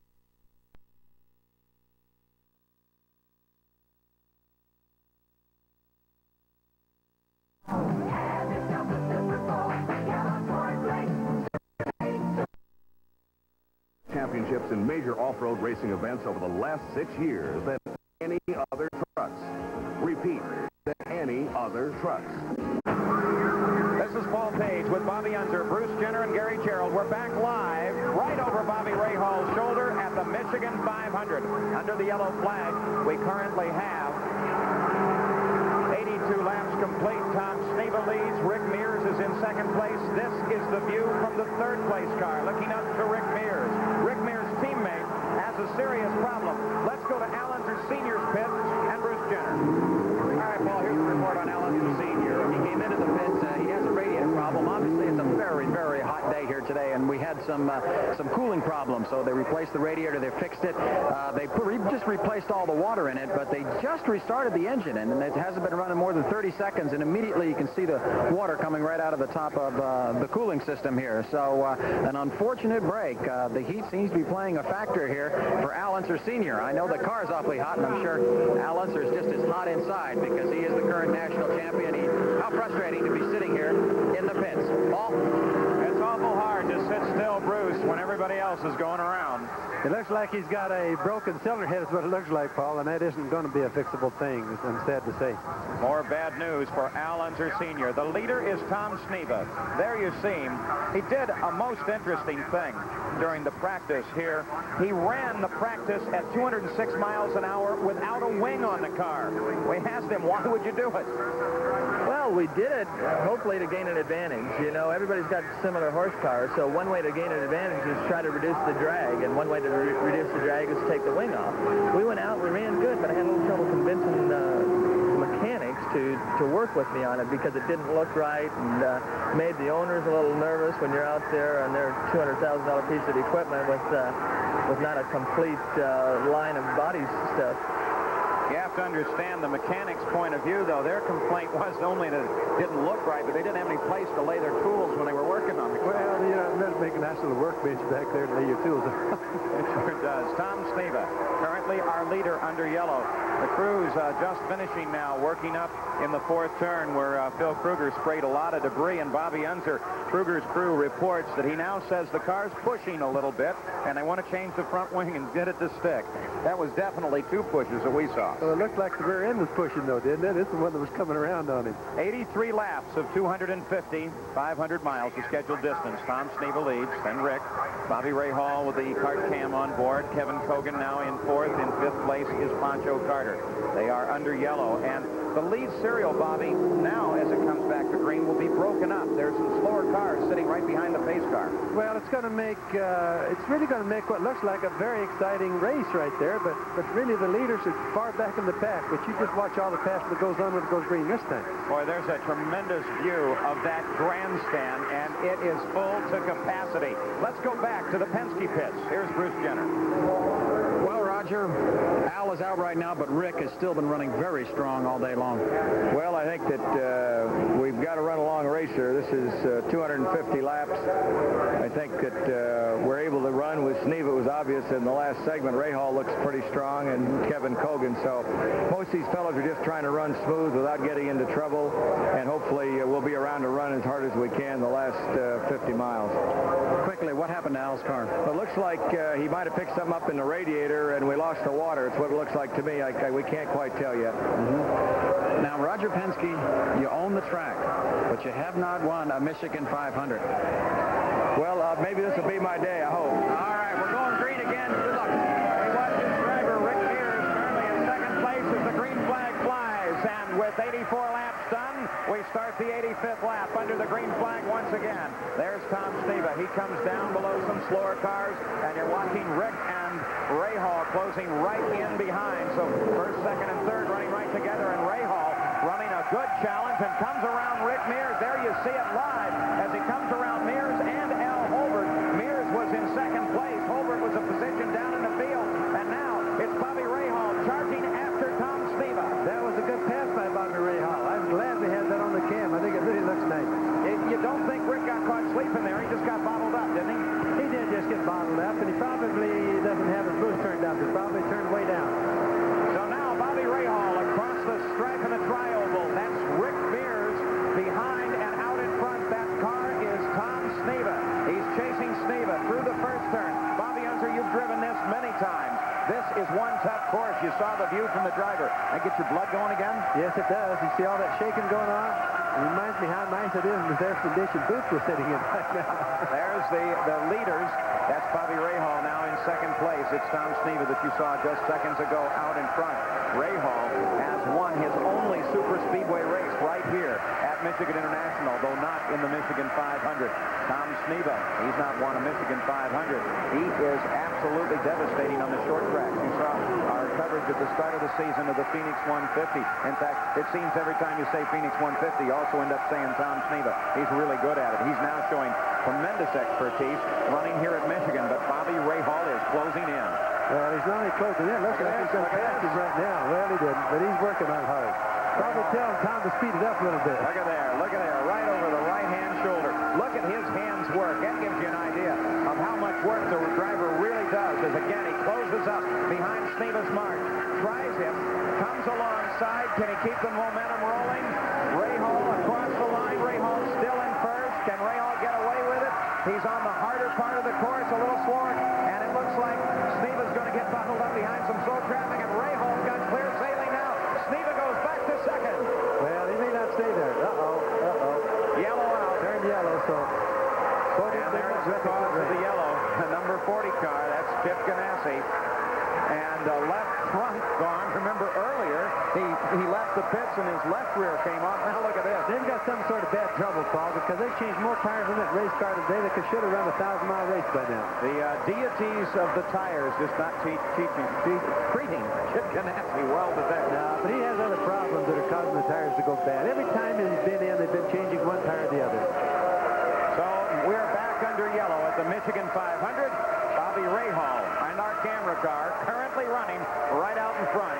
Tom Sneva is in second. We'll be back.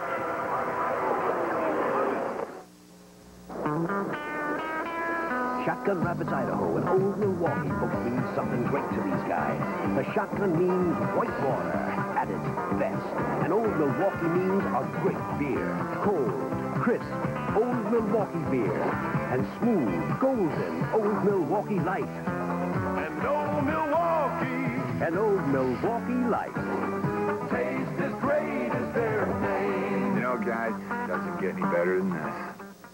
For the price of a Commodore 64, here's what you get from Apple, from IBM. For what it costs to add a Commodore disk drive, Apple, IBM.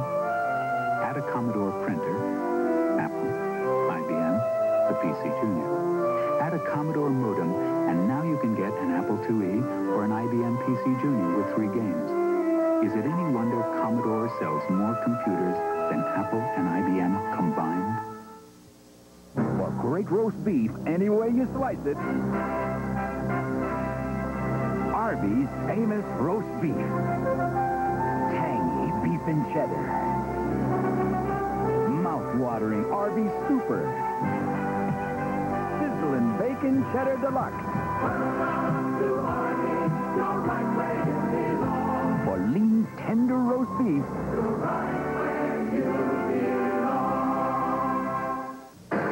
450 degrees.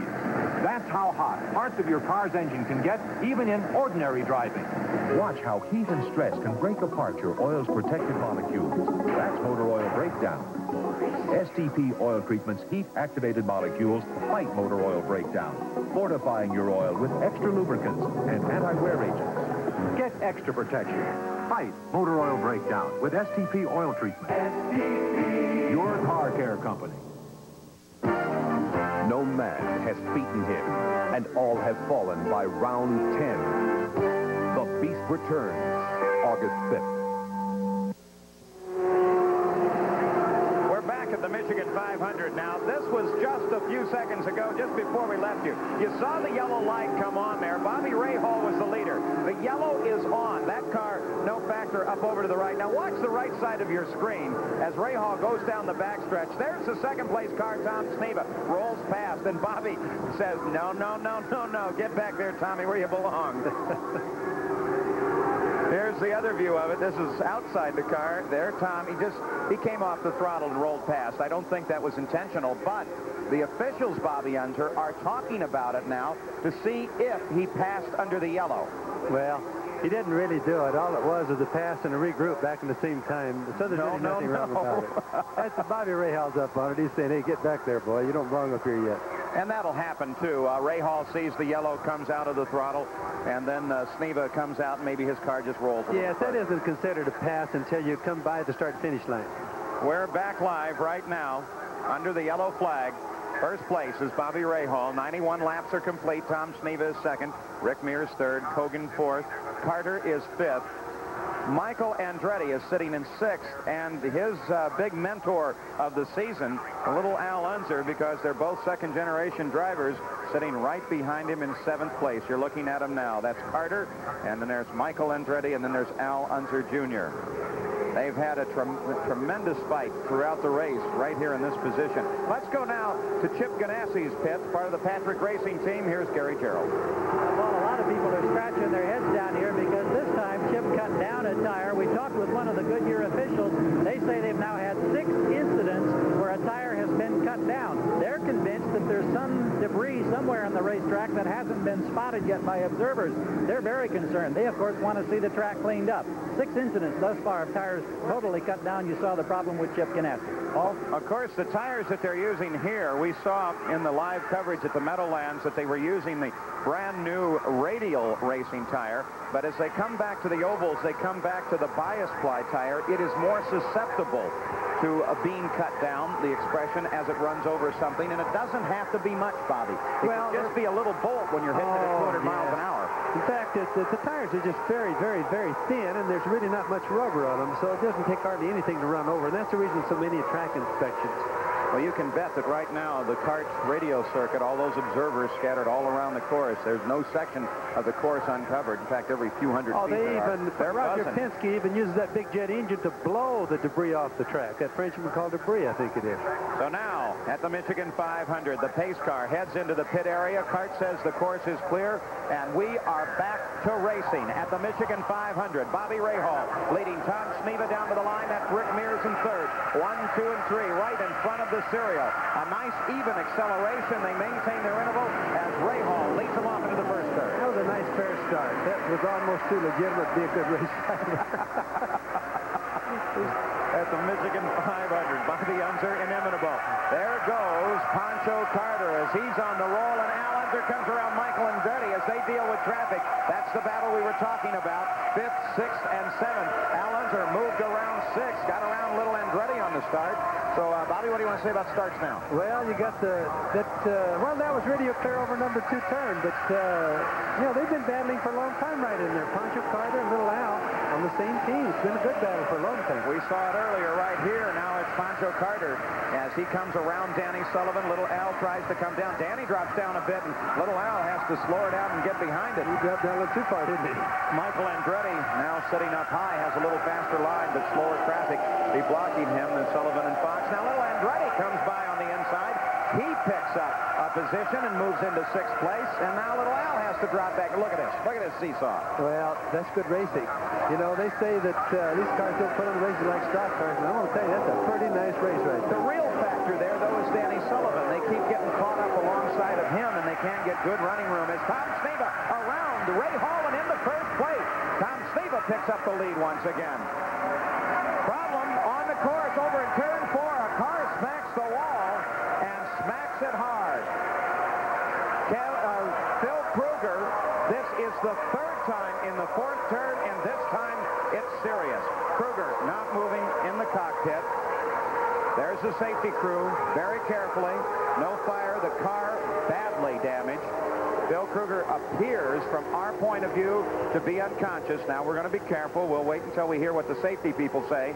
You see the teamwork. The first official, his job is simply to make sure that driver is okay and protect him. He gets his head upright. They're concerned about anything, cervical spine, possible breaks in the neck or anywhere down in the spinal column. The yellow flag, of course, out as the field comes down. The car, you see, has actually come to a stop on the entrance to the pit road, so they'll have to be extraordinarily careful as they come in to stop. There's Cart 1, that vehicle. There's the doctor. That's Dr. Dave Crippen, already on the scene now. Obviously a very bad wreck, Paul. Look how bad the car's torn up. Car heavily damaged. We saw Kruger twice before spin here in the 4th turn.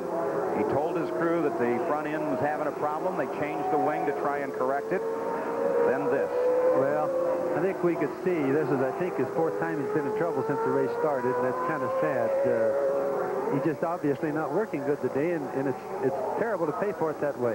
The car heavily damaged. The yellow flag is out. We are 96 laps into the Michigan 500. Tom Sneva, there he is. Car number 4 is the leader. Bobby Rahal in 2nd place. We just had a yellow. This shouldn't be a time when any of the leaders would come into the pits, but again, the matter of strategy comes into play. The biggest problem right now is going to be, and you're not seeing it right now, now you're starting to see where Tom is. See, look at all the stuff on the racetrack. That's all race car pieces. Now, those drivers have to miss every one of those pieces, or it's potentially a flat tire. There's Tom coming into the pits right now. Our leader, Tom Sneva, comes down under the yellow. The strategy beginning to play. And so Bobby Rahal will assume the lead, and it looks like it's going to be a very long cleanup time. Now, we should also point out, Bobby's called your attention as we watch Tom Sneva making his stop. Rahal assumes the lead. This is under the yellow, of course. But there's a tremendous number of pieces laying out on the race course. And because of that, though, they're going to have to clean it. Those pieces are there, though, because they're designed to come off the car. It helps release energy when the car gets into the wall. There comes Tony Bettenhausen through the accident scene. You see how very careful they pick their way through. And now the jaws of life are out as they begin to cut Phil Kruger out of his car. Dr. Crippen is there. Steve Alvey, one of the other kart doctors, the kart rescue team. Edwards, the safety director, they're all right there. He's got the best possible help he can get. Well, he does. And, you know, I still have a lot of hope for him not being too bad, because he was moving a little bit before the car came to a stop, and then he kind of, just like he kind of lost it for a while within himself, Paul. But the car just wrecks so bad, it's a little hard to tell. The compartment where the driver sits doesn't look all that bad from... The other point, too, is that when you have this, you take your time. There's no... You want to get him out just as easy as you can. If he's injured, hurt him anymore. That's from your days. It used to guy'd get hurt more by the way they yanked him out of the car than by what actually happened in the accident. A lot of times they just grab hold of him and pull you out, and if your legs were stuck down, your legs just got all crumpled up getting out of there. There's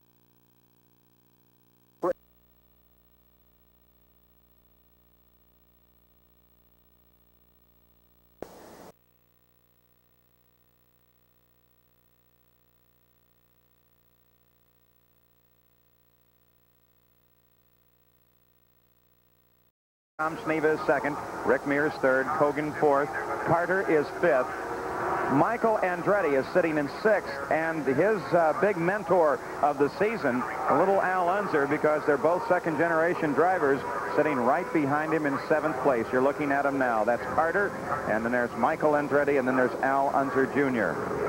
They've had a tremendous fight throughout the race right here in this position. Let's go now to Chip Ganassi's pit, part of the Patrick Racing team. Here's Gary Gerald. Well, a lot of people are scratching their heads down here because this time Chip cut down a tire. We talked with one of the Goodyear officials. They say they've now had 6 incidents where a tire has been cut down. They're convinced that there's some debris somewhere on the racetrack that hasn't been spotted yet by observers. They're very concerned. They, of course, want to see the track cleaned up. 6 incidents thus far of tires totally cut down. You saw the problem with Chip Ganassi. Well, of course, the tires that they're using here, we saw in the live coverage at the Meadowlands that they were using the brand new radial racing tire, but as they come back to the ovals, they come back to the bias ply tire. It is more susceptible to being cut down, the expression, as it runs over something, and it doesn't have to be much, Bobby. It can just be a little bolt when you're hitting it at 200 miles an hour. In fact, the tires are just very, very, very thin, and there's really not much rubber on them, so it doesn't take hardly anything to run over, and that's the reason so many track inspections. Well, you can bet that right now, the kart radio circuit, all those observers scattered all around the course, there's no section of the course uncovered. In fact, every few hundred feet Roger Penske even uses that big jet engine to blow the debris off the track. That Frenchman called debris, I think it is. So now, at the Michigan 500, the pace car heads into the pit area. Kart says the course is clear, and we are back to racing at the Michigan 500. Bobby Rahal leading Tom Sneva down to the line. That's Rick Mears in 3rd. 1, 2, and 3 right in front of the serial. A nice even acceleration. They maintain their interval as Rahal leads them off into the first third. That was a nice fair start. That was almost too legitimate to be a good race driver. At the Michigan 500, Bobby Unser inimitable. There goes Pancho Carter as he's on the roll, and Al Unser comes around Michael Andretti as they deal with traffic. That's the battle we were talking about. 5th, 6th, and 7th. Al Unser moved around 6th, got around little Andretti on the start. So, Bobby, what do you want to say about starts now? Well, you got well, that was radio clear over number 2 turn, but, you know, they've been battling for a long time right in there. Pancho Carter and little Al on the same team. It's been a good battle for a long time. We saw it earlier right here. Now it's Pancho Carter as he comes around Danny Sullivan. Little Al tries to come down. Danny drops down a bit, and little Al has to slow it down and get behind it. He dropped down a little too far, didn't he? Michael Andretti now sitting up high, has a little faster line, but slower traffic be blocking him than Sullivan and Fox. Now little Andretti comes by on the inside. He picks up a position and moves into 6th place, and now little Al has to drop back. Look at this. Look at this seesaw. Well, that's good racing. You know, they say that these cars don't put on races like stock cars, and I'm going to tell you, that's a pretty nice race right there. The real factor there, though, is Danny Sullivan. They keep getting caught up alongside of him, and they can't get good running room. As Tom Sneva around Ray Hall and into 1st place. Tom Sneva picks up the lead once again. Problem on the course over in turn 4. A car smacks the wall and smacks it hard. Phil Kruger, this is the 3rd time in the 4th turn, and this time it's serious. Kruger not moving in the cockpit. There's the safety crew, very carefully. No fire. The car badly damaged. Phil Kruger appears, from our point of view, to be unconscious. Now, we're going to be careful. We'll wait until we hear what the safety people say. You see the teamwork. The first official, his job is simply to make sure that driver is okay and protect him. He gets his head up right. They're concerned about anything, cervical spine, possible breaks in the neck or anywhere down in the spinal column. The yellow flag, of course, out as the field comes down. The car, you see, has actually come to a stop on the entrance to the pit road, so they'll have to be extraordinarily careful as they come in to stop. There's Kart 1, that vehicle. There's the doctor. That's Dr. Dave Crippen, already on the scene now.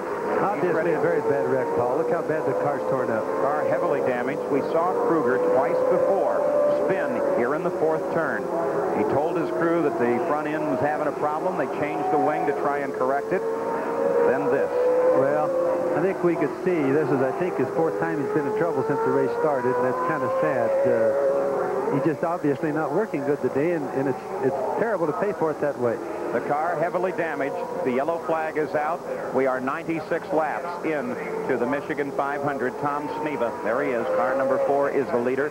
Bobby Rahal in second place. We've just had a yellow. This shouldn't be a time when any of the leaders would come into the pits, but again, the matter of strategy comes into play. The biggest problem right now is going to be, and you're not seeing it right now, now you're starting to see where Tom is. See, look at all the stuff on the racetrack. That's all race car pieces. Now, those drivers have to miss every one of those pieces, or it's potentially a flat tire. There's Tom coming into the pits right now. Our leader, Tom Sneva, comes down under the yellow, the strategy beginning to play, and so Bobby Rahal will assume the lead, and it looks like it's going to be a very long cleanup time. Now, we should also point out, Bobby's called your attention as we watch Tom Sneva making his stop. Rahal assumes the lead. This is under the yellow, of course, but there's a tremendous number of pieces laying out on the race course, and because of that, though, they're going to have to clean it. Those pieces are there, though, because they're designed to come off the car. It helps release energy when the car gets into the wall. There comes Tony Bettenhausen through the accident scene. You see how very careful they pick their way through, and now the jaws of life are out as they begin to cut Phil Kruger out of his car. Dr. Crippen is there. Steve Alvey, one of the other kart doctors, the kart rescue team. Steve Edwards, the safety director, they're all right there. He's got the best possible help he can get. Well, he does. And, you know, I still have a lot of hope for him not being too bad, because he was moving a little bit before the car came to a stop, and then he kind of, just like he kind of lost it for a while within himself, Paul. But the car just wrecks so bad, it's a little hard to tell. The compartment where the driver sits doesn't look all that bad from here, though. The other point, too, is that when you have this, you take your time. There's no hurry. You want to get him out just as easy as you can. If he's injured, you don't want to hurt him anymore. That's from your days. It used to be that a guy'd get hurt more by the way they yanked him out of the car than by what actually happened in the accident. A lot of times you get hurt, they just grab a hold of him and pull you out. And if your legs were stuck down below, his legs just got all crumpled up getting out of there. There's Phil Kruger. You're looking at it in replay as the car slid off the wall. It obviously got heavy into the wall with the left side. The engine almost completely broken away, and Kruger slumps down in the cockpit, appears to be unconscious. The good news is that the front end looks like it's in pretty good shape. It may not be serious injuries to his feet, at least. That's always a concern. So Phil Kruger causes a yellow. They're working to rescue him from his car. We'll be back with more of the Michigan 500.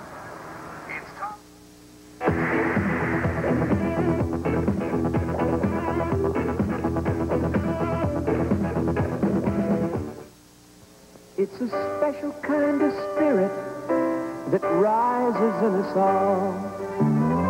We hear a cry for help. We're there to answer the call. Strike, layoff, plant closing, termination. This is a special announcement from White Dodge, Paul White Chevrolet, and White Chrysler Plymouth Dodge. Now, you can drive away worry-free by adding unemployment protection to your next purchase. With this protection, you can have up to 1 year of your payments made for you, should you lose your job for any involuntary reason. So add unemployment protection to that new car or truck purchase today. From White Dodge, Paul White Chevrolet, and White Chrysler Plymouth Dodge.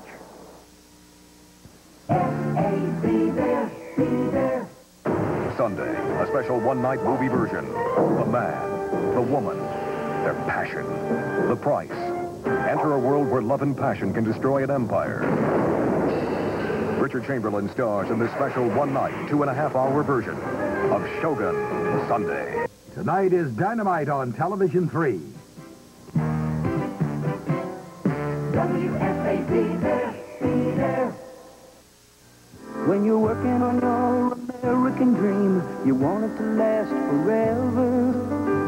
Anderson Windows have helped build American dreams for over 75 years with innovation, energy efficiency, and pride. It takes the time to build the best. That's what we've always been.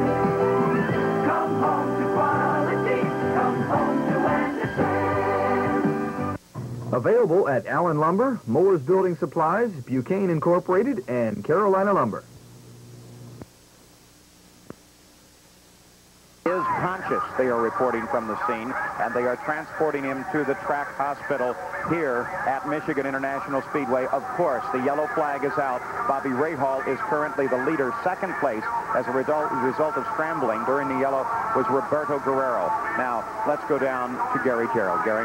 Well, Paul, we're back behind the grandstand in the garage area. We've tracked down Al Unser, who is on his motorbike here, moving around. We had a report a few moments ago, Al, that possibly you had been requested as a relief driver, that A.J. Foyt was experiencing cramps or some discomfort. Is that correct? And will you take a spot in his car? No, it is correct. He did come and ask me, but there was too many conflicts, I guess, with the sponsors, and everybody kind of asked me not to. So, but it really makes me proud that Foy would ask me, because it's something that you just don't give your car to anybody. Well, obviously, you've been out of the race for a short period of time. Now we've got the problem with Phil Kruger up on the wall. We've had several drivers who've cut down tires today. What about the racing conditions that you experienced this afternoon? Well, everything seemed to be okay with me. I made a couple of mistakes in the pits, and my radios were not working, and they couldn't talk to me. But other than that, everything, you know, I don't think things are that bad out there, but you can always run over something and cut a tire and then experience the trouble. Okay, well, we appreciate your time and the report there, and possibly driving for Foyt. We understand now that the ambulance has brought Phil Kruger back into the hospital directly behind us. We'll be trying to update information on his condition as soon as it's available, Paul. Ambulance now in, Phil Kruger being unloaded. Report again was that he was conscious. There is an oxygen bottle there on the gurney between his legs. You can see he's moving, so he's conscious. They're administering oxygen. And Phil Kruger goes into the track hospital here. Extremely efficient hospital where they will begin to evaluate and then decide whether or not transportation onto the next hospital should be done to the foot hospital in Jackson, nearby the racetrack here. Now, about the safety, the emergency equipment that is used in CART. This year, CART has added even more of a safety margin by acquiring two brand new vehicles, two very, very special ambulances. Here's Gary Gerald. The dramatic advances in the sophistication of the IndyCar equipment that we see on the racetrack has been matched behind the scenes as well, relating to the safety equipment that's now available to deal with potential emergency situations. The man largely responsible is CART's medical director, Dr. Stephen Olvey. Dr. Olvey, it would seem that with this facility now, you have virtually all the facilities that you would utilize in a hospital emergency room. Well, it's almost true, Gary, not quite. We don't have laboratory and x-ray, but essentially we can begin treatment of the patient and get several things done before we ever reach the emergency room. For example, with this equipment here, we can do invasive blood pressure monitoring. This is a more accurate way than the conventional cuff on the arm system, and is much more accurate in trauma patients. This is a conventional monitor and defibrillator in case of cardiac arrest and to follow the heart rhythm of the patient. And behind here is a very small ventilator that can actually be carried to the car in the event that we have a prolonged extrication of a driver. This is a much more efficient way to breathe for the patient than the bag and mask business that people have often seen on TV doctor shows. Now, it would seem that you have at your disposal the most sophisticated medical equipment of any type of motorsports competition anywhere in the world. Well, as far as we know, that's true. There are some cities in Europe with similar equipment that they use in their trauma systems, but to our knowledge, nothing quite like this exists in the United States. And in addition to this most impressive facility itself, I understand now that you have added another unit, which we find coming up outside at this time. Well, Gary, we're real happy also to have for our use from the Horton Company this little MR10 unit. And what this is for is in difficult-to-get-to places, such as the pit area where you can't get a large ambulance, we can station this and get this into places that we otherwise are not able to. And on this, we have advanced life support equipment as well as the little stretcher or gurney to take a patient or victim to the larger Horton unit. So we feel that with the addition of this to our fleet, we've made it much safer for those in the pit area. And, of course, it goes without saying that Steve Edwards, Dr. Olvey, all of the staff certainly hope that they never have to push any of this equipment into use. But it is comforting for drivers and crews to know that it's now available at every venue where the IndyCars race. Well, unfortunately, some of that equipment brought into play today. As you see them continuing to work now, they've moved Phil Kruger's wrecked machine off of the racetrack. He is in the track hospital. We'll give you an update just as fast as it comes, but the first indication was that he was conscious. A tremendous cleanup to be done here. Here is the last of Kruger's 3 incidents on the course as he ricocheted off the wall. There's the safety crew rapidly to him. The second man comes in to protect against fire, and the rescue effort finally accomplished. good, efficient, quick work by the kart safety crews here, despite the fact that they really prefer to spend their day sitting by the side watching just like you and I. A.J. Foyt. Al Unser will not drive for him. He is suffering from cramps. He is currently in 7th place. And whether or not somebody will come in and take over for A.J. is a question right now. He's had some tremendously bad luck at the Michigan 500. You've seen it here on NBC. This was the first bad accident, the first Michigan 500. Against the wall, his right arm badly shattered. His doctor said he wouldn't drive again. He came right back next year. And then Hector Rabake, trying to avoid a slower car, turned right into A.J. Foyt on a restart. And Foyt, once again at Michigan, was pinned in a race car. But the tenacity of this guy, he is back and running once again. He started in 33rd place. He is currently in 7th. We are under the yellow at the Michigan 500.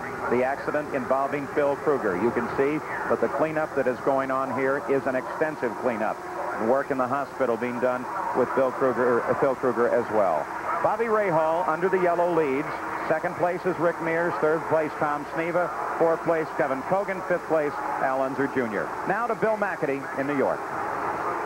All right, Paul Page. Phil Kruger crashing at the 4th turn, a turn he's had trouble with a couple of times this afternoon, and we will update you on his condition as soon as possible. You know, about 90 miles away from the Michigan International Speedway in Rochester, Michigan, the Detroit Lions have opened up training camp for the veterans. So that means now that all 28 NFL teams have started training camp. At Mankato State, probably the most interesting reception, it came for 89 players of the Minnesota Vikings. And Randy Shaver of our NBC affiliate WTCN has the story. One more. It's being called boot camp, and the lieutenant colonel in charge is former Marine and new Vikings coach Les Steckel. This Ironman contest is his idea. 8 events in all, stressing conditioning and strength with no rest between stations. To the winner, a new car. But the real incentive was a cooling soak down in the 90-degree heat. Players pushed themselves, testing their limits. It was grueling, it was painful, most survived, some barely. 300-yard agility. It's about as tired as you can get in 13 minutes doing anything legal. So it was tough. Some didn't make it. Running back Darren Nelson, who's in great shape and was leading the competition, collapsed from heat exhaustion, but returned to practice today. The eventual winner was tight end Steve Jordan, who scored 5,809 points out of a possible 8,000. But the real winners were the 89 Vikings taking part. Everybody talks about how Bud Graham had such an easy camp. That's a bunch of bull. We came out here and worked hard, and that's what you have to do in training camp. The difference between this training camp is guys are going to be in tremendous shape early, and when they're in tremendous shape early, that may bring some better results. Greg Coleman, the punter, dressed up in the fatigues there in that 90-degree heat. It is about that at the Michigan International Speedway. We'll be sending you back there in just a moment. This is a stress test. Rick Mears, 1984 Indy 500 winner, and the Pennzoil Penske IndyCar had to run at speeds of over 200 miles per hour, with the engine hitting over 10,000 RPM. This is a stress test, and this is no picnic for a motor oil. This is where Rick Mears, IndyCar champ, tests Pennzoil's quality and high technology to the limit. That's why you want Pennzoil protection in your car. Pennzoil, high technology and quality. Ask for it. What she got and got a lot of hair from Prell. Lots of fullness, lots of thickness, lots of hair from Prell. Goodbye limp, goodbye flat, got lots of this and lots of that. Got lots of hair from Prell. A little Prell leaves you looking like you got lots of rich, lots of thick, lots of full. Thanks a lot, sir. Get the hair that's got a lot of, get lots of hair from Prell. Fresh ground cinnamon. It makes a delicious difference in my cinnamon rolls. I'm Mrs. Olson. You know, the right ingredients are so important in good cooking. That's why Folgers is good cooking. It has that just right, delicious ingredient, mountain-grown coffee. The richest kind. Delicious. Now that's mountain-grown coffee. Folgers is good cooking. The great cars of Europe priced far out of reach. until now. Renault presents The Road to Affordability.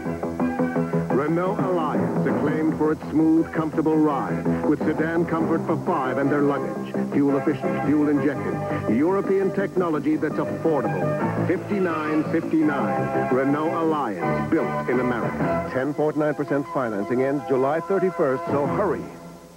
The American tradition continues, and the pennant race has begun. For Tommy Lasorda and Joe Torre, every game counts in this new rivalry of the 80s. The Braves battle the Dodgers, or Ron Kittle leads the White Sox against hard-hitting Boston. The tradition is here. The memories are waiting. Wednesday night on NBC.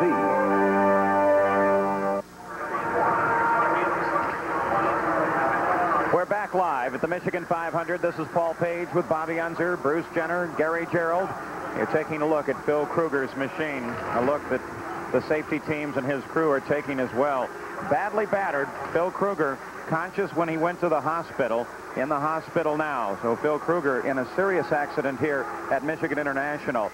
Let's get the update word now and go to the pits and Gary Gerald. Well, Paul, here's Dr. Olvey, who's just come out of the emergency hospital compound here now. What can you tell us about Phil's condition? Yeah, Gary, Phil is awake and talking. He's alert. He knows he's at Michigan. He was unconscious at the scene, so we'll be sending him into the hospital for observation. He'll also have to have some x-rays of his legs because he took a pretty good bump on the leg.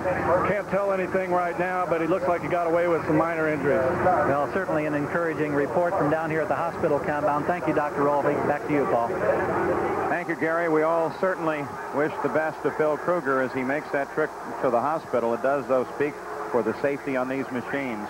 Rick Mears, the second-place car. Bobby Rahal is the leader of the race at the moment. Phil Kruger's car, without question, is out of the race, and we'll try to update you on the rest of them momentarily. Now, this car, Rick Mears, the second-place machine, belongs to Roger Penske. There he is. He's talking right now to Rick Mears. He takes over the control of Rick's car, while Derek Walker takes over the control of Al's car. This is a remarkable man, one of the key people in kart racing.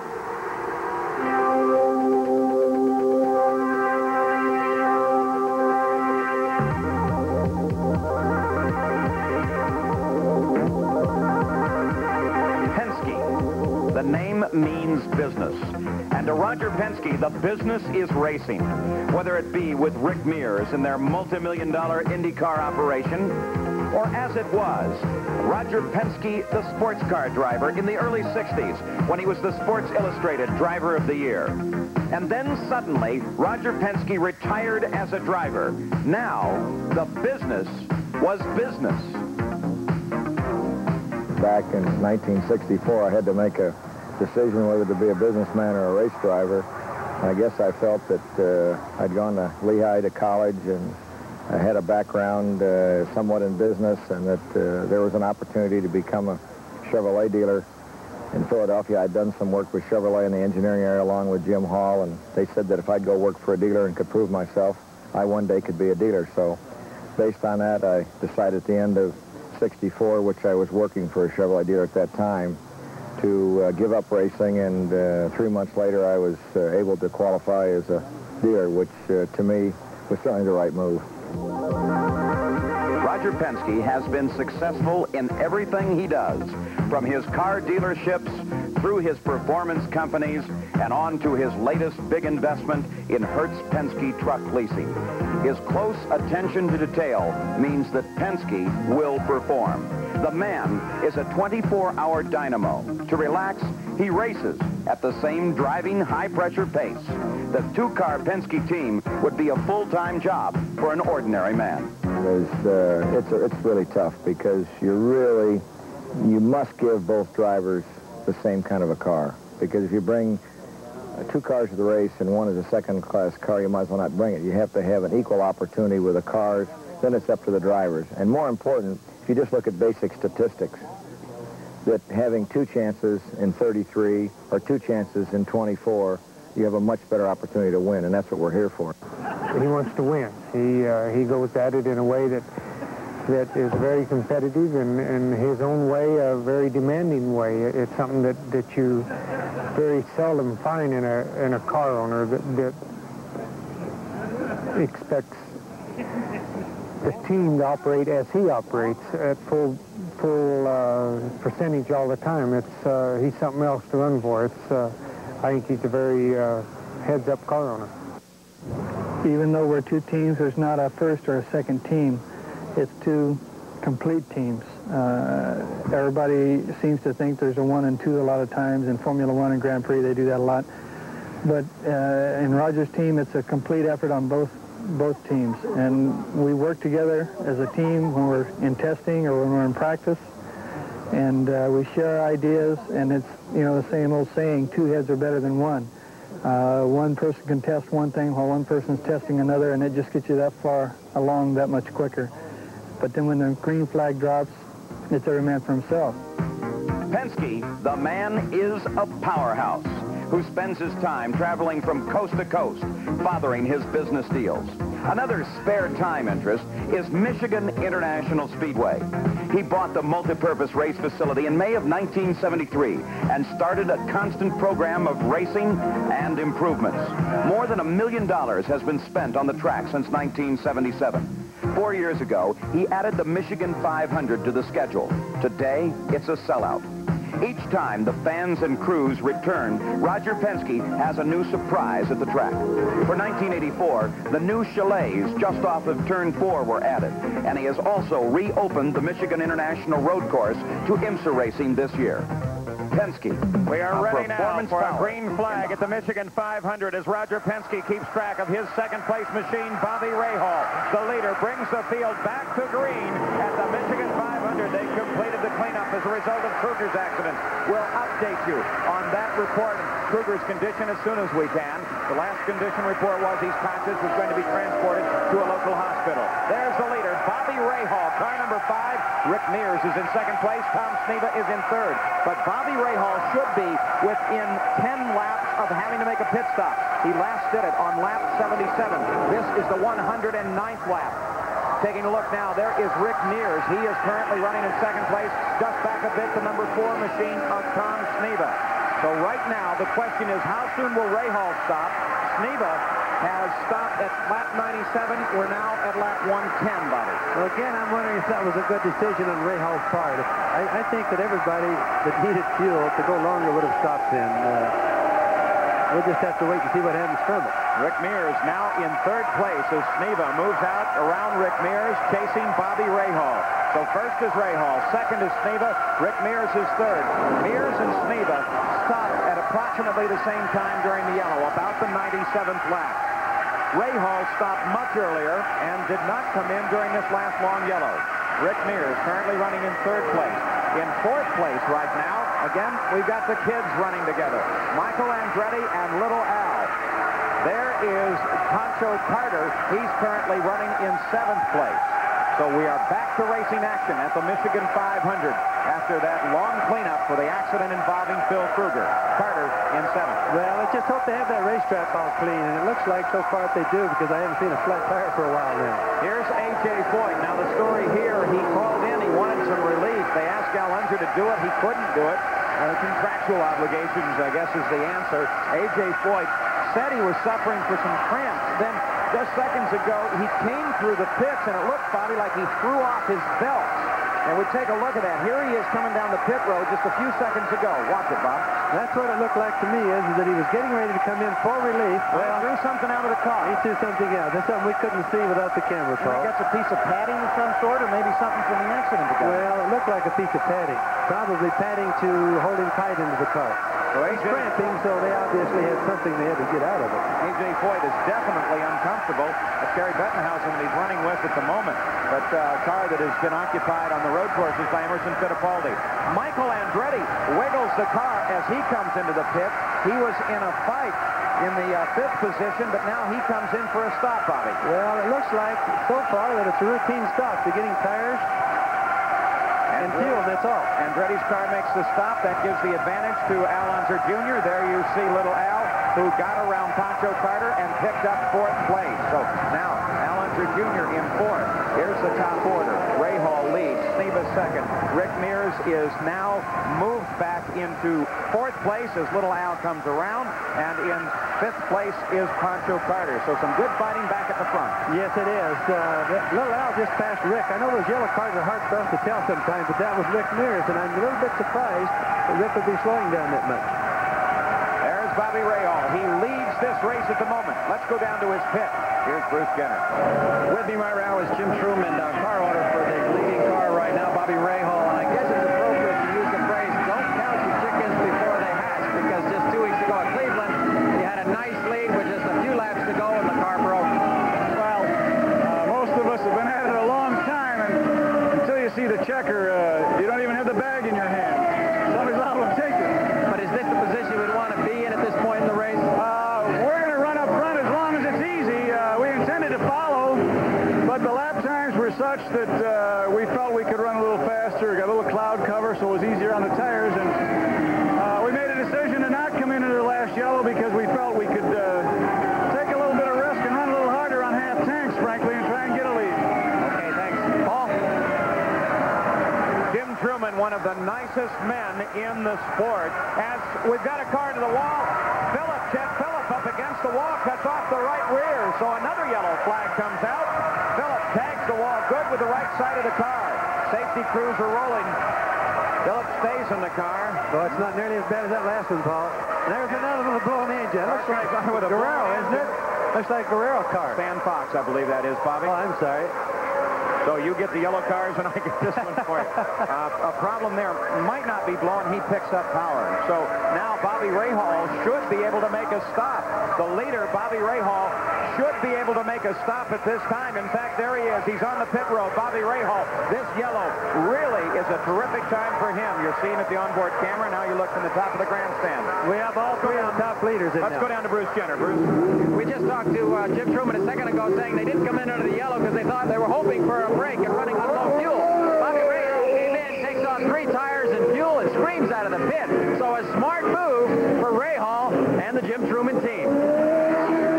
Well, if Jim Truman was planning strategy, it certainly worked for him. He went very long in this fuel stop, really took a chance, not going for fuel during the Kruger yellow, and here comes another yellow and that gets into the wall. That's too much of a gamble. It really isn't worth it sometimes. There's Chet Phillip out of the car. He's walking around. He's okay. Those deals work out, Paul. You always look like a hero, but too many times they don't, and then you drop a lap, and that really hurts. So the good report now that Chet Phillip walks over to the safety truck. The car sits there on the course. Let's go back and see if we can see what happened now that got Chet Phillip into the position he's in. That was Gary Bentonhausen low. Looks like he just pushed up into the wall. Well, it looked like he had some smoke coming out first. And I don't know if that was from the tire or the engine, but nonetheless, didn't hit the wall nearly as hard as we thought he might have had, you know. At least he didn't get the front end now. That's the danger zone. That's right. That's a hard spot. But he hit it with a right shot. And you see, it looks almost like he's got a lot of oil smoke there, but it's a little hard to tell. There were 2 cars running with him. The right rear comes off right away. That's good, though. Again, that's energy being released, so it doesn't ripple through to the driver. And looks like a pretty close call for somebody, a red car down there. And now get this. With all of this scrambling, with all that, he missed it. With all the scrambling, Bobby, here is your leader, the man who started in last place, A.J. Foyt Jr. of Houston, Texas. Well, that was good. That's a very strange thing, but it's very good. I'm glad to see the Texas that far up in front, and I hope he has a chance to stay there now. Here's Stan Fox. Take a look at that. What do you think that is? Well, that's definitely a blown engine. Doesn't make any difference. It's coming right out the turbocharger, probably blown piston. So Stan Fox would have been black flag had he not come in. So now with A.J. Foyt in the lead, let's go to the pits. Here's Gary. Well, we're in A.J. Foyt's pit, Paul. This is what A.J. threw out of the car a short time ago. It's a piece of padding, and as you know, he had some surgery on his back recently, and he's had this padding in here to try to make him more comfortable in the cockpit, but apparently, Jim Gilmore, he wasn't comfortable. No, A.J. has more in there. It's kind of surrounding his back and his sides, and it's so warm in there, A.J. said he just couldn't stand it. So, as you men noticed when he came in the pits and threw that out, that was the reason for it. It was supporting one side of it. And you have your helmet placed to the side of the car because the G's, so that also caused the problem. He threw that out. Now, it's kind of ironic. We heard the report that you wanted to get Al Munson Sr. to drive the car. Now you're in the lead. Now we're in the lead. But I guess guess what bothered me the most, Al Sr. would have driven for us to replace A.J., and Roger wouldn't allow it because he's concerned about Miller High Life objecting. From our point of view, I think we would have benefited Miller, Al Sr., Roger, and A.J. and the whole team, because this is sportsmanship. And I think when you deny something like this, lack of sportsmanship, that's really the way I see it. If it was reversed, we would have done just the opposite. Interesting observation from Gil Gilmore, who's considered one of the true sportsmen of the sport, Paul. His observation on the requested change to get Al Unser Sr. in the cockpit. Well, just the other day, we were clowning around with A.J. Foyt, and he stood up and dropped off his driver's suit and showed the scars from some surgery he's had on that back, so it's apparently causing a problem for A.J. Foyt right now. Well, as we're under the yellow again with A.J. Foyt as our leader, let's go back and take a look at what's happened in the kart season to this date. The first stop of the IndyCar season was also the first time for the IndyCars at Long Beach, California. By the ocean side, through the streets of the city of Long Beach, Mario Andretti in his Lola T800 declared that he was ready to take all comers, a field full of Marches and Penske cars. But Mario Andretti sat on the pole and jumped to an early lead in the race, followed by the great names of IndyCar racing. The Lola was not to be denied under the California sunshine. Andretti led, and then the Penske cars developed trouble. First, Al Unser Sr., the national champion. Seconds later, his teammate, Rick Mears, both by the side of the course with mechanical difficulty.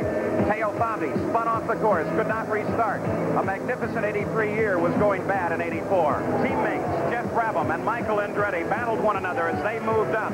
Brabham challenged Andretti, but Andretti with a wire-to-wire win. Jeff Brabham across the line in second place. It was an exciting day for car owners Carl Haas and Paul Newman, and a special day for Mario Andretti. The PPG Series then moves on to the desert at Phoenix, Arizona. Tom Sneva put his new Mayer Motor Racing machine on the pole, but Teo Fabi jumped off the start into the early lead. Sneva didn't want Fabi in front, wanted to lead himself on the main stretch. Howard passed the little Italian and moved out in front. Later, Andretti picked up the lead, but ran out of fuel on the circuit. When he came in for the refuel, he accelerated too hard off the pits, broke the constant velocity joints, and Andretti was quickly out of the running. As Tom Sneva assumed the lead once again, Andretti could only stand by and watch as Sneva moved on to win at Phoenix, his first race of the season.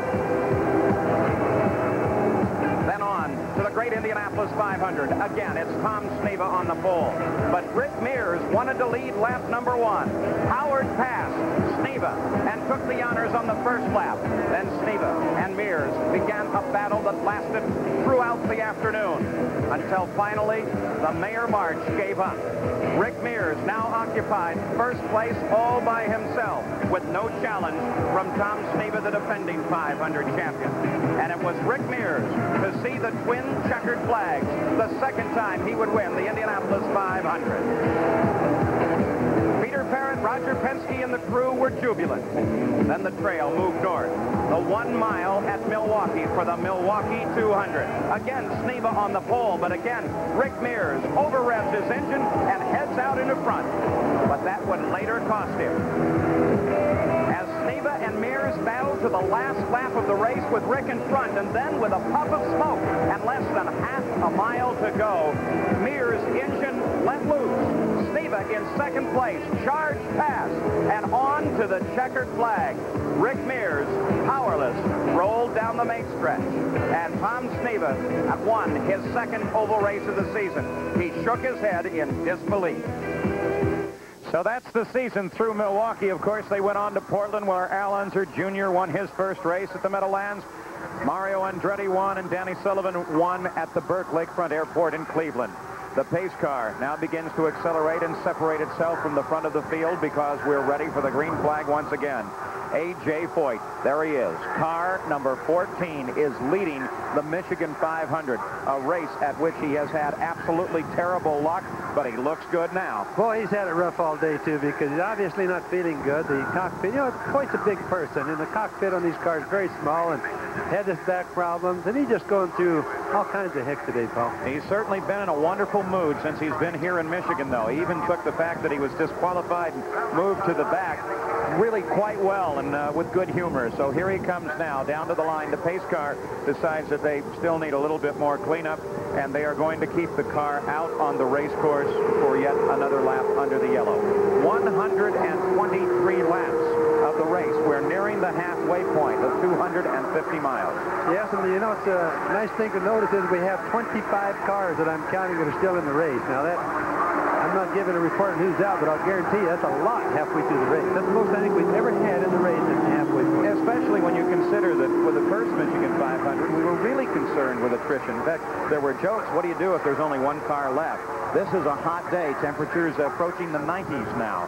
And attrition we thought would be a factor. Again, the crews are doing it terrific. They are. Every year it's getting better, and every year the race has been getting better here. This is going to become one of the finest races in the United States in just a short amount of time, I think. There's the view from Bobby Rahall's car. Our average speed, just 135.5 miles an hour. Voigt leads. Tom Sneva is second. Al Unser Jr. is in third. Bobby, you were talking about him heating the tires. Well, they're cleaning them off. The tires pick up like a sponge. They pick up the other rubber on the track. And so what they're doing is they circle or move back and forth like this, and they just scrubbing off the extra rubber. There's what's going to be a fight for second. It's Sneva, Little Al, and Rahal. They are all right together. And the fight will be for second place. The bright Texas orange car, of course, is A.J. Voigt, that famous number 14. The pace picks up. The pace car is off. Voigt comes back to speed, and once again, we're racing at Michigan International. There's Voigt as he ducks low. Tom Sneva closes right in behind him. Little Al comes in there as well. Bobby Rahal stays down low. The fight now is for the lead as it's Sneva high and A.J. Voigt down as they come to the backstretch. They have to go single file through here. It's a very rough backstretch. Over that bump, Sneva closes right in. Little Al is sitting there watching in third place. That's a good race right now. At the halfway point, I'd say you don't see racing much better than that. Sneva drops back just a bit. Little Al takes the opportunity to close in. As Voigt pulls away, Little Al drops in right behind Sneva. There's the battle across the line again. It's the fight for second. A.J. begins to pull away just a bit now. Bobby Rahal is sitting back there as well. Pancho Carter is also in that fight. So all of those cars running behind are sitting right there on the lead. Here is Little Al. Comes by Sneva and into second. You know, he's working the lower end of the track awfully good. These cars were sticking down there all day, Paul, and that's good for the end of the race. Sneva tries to run on him on the backstretch, but Little Al has more momentum to carry him in through the high banks of the third and fourth turn, and he has to drop back. Pancho Carter, now in fourth, closes up to do battle with Tom Sneva. Carter definitely in this fight. What a wonderful story that is. Look at them side by side. A drag race, Sneva and Carter. Carter didn't have a ride. Tom Goy, we have a problem. Car reported up high in turn two. No indication of it. Michael Andretti off the pace. That's the report. Andretti off the pace, slows down substantially. So Michael Andretti slowing down. The yellow flag is out. Apparently, he got a little sideways up in turn two. Michael Andretti, they brought the yellow flag out for him. Got it back under control, though. Yeah, it would appear like maybe he has some engine problems or maybe a transmission problem. Almost like an engine problem because he's just barely looks like a flat left front there, Bobby. Left front tire looks definitely flat. Yes, it is. Well, maybe there's some of that debris on the track that we thought they might have. Look at that rear wing shake as he goes around there. It gives you an idea of how much vibration in that car. So A.J. Voigt can hold on to the lead. Little Al comes up to second place. Tom Sneva third. Pancho Carter fourth. So a very short run of green flag time, and then we have another yellow flag at the Michigan 500. We'll be back with more from Michigan right after this. Down through the ages, mankind has had to endure many a rough road on the way to the Olympic Games and overcome many a hurdle, not the least of which was athlete's foot. Today, Micotin makes that road easier because Micotin cures athlete's foot. It's the only athlete's foot medicine you can buy with miconazole, a patented ingredient recommended by specialists to cure athlete's foot. Micotin, the end of the road for athlete's foot. Since 1911, there's always been someone trying to outshine Simon Eyes. And trying, and trying. And today, Simon Eyes is as tough to beat as ever. Because today, there's Bodyguard from Simon Eyes. Its silicone formula makes it go on easy, yet it still leaves a brilliant, long-lasting finish. Can anything outshine Bodyguard car wax from Simon Eyes? We don't know, but we suppose someone will always keep trying.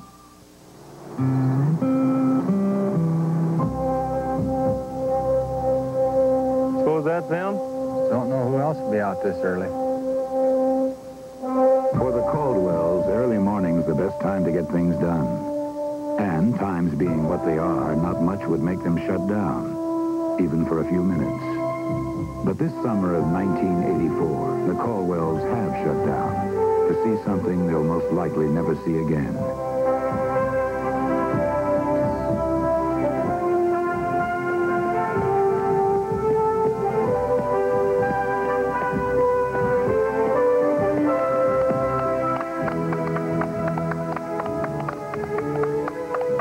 Host the games this summer, let's hope we all learn that the true measure of the Olympics is not in the winning, but discovering the best in all of us.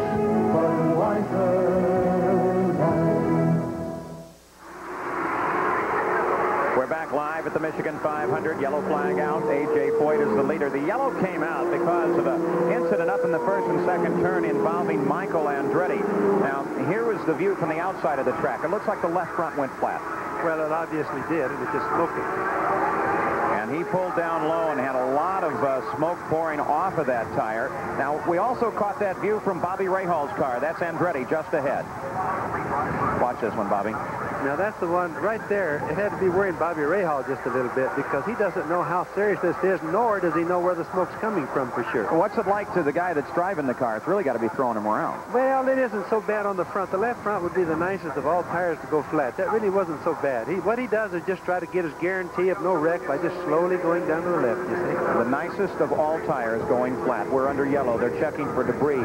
Let's go to the Penske pits now. Gary? Well, Paul, we're down here with Roger Penske, and Roger, a bit earlier, Jim Gilmore was talking about A.J. Foyt's discomfort and problems, the request for Al Unser Sr. to get in the car. He was a little bit disappointed because he thought from a sportsmanship standpoint it might have been great if Al had been able to drive the car. Do you have a response to that? Well, evidently, Jim might have talked to Al. I don't know that. I was down here during the running of the race, and someone came down here and said, can Al drive A.J.'s car? He's got a cramp.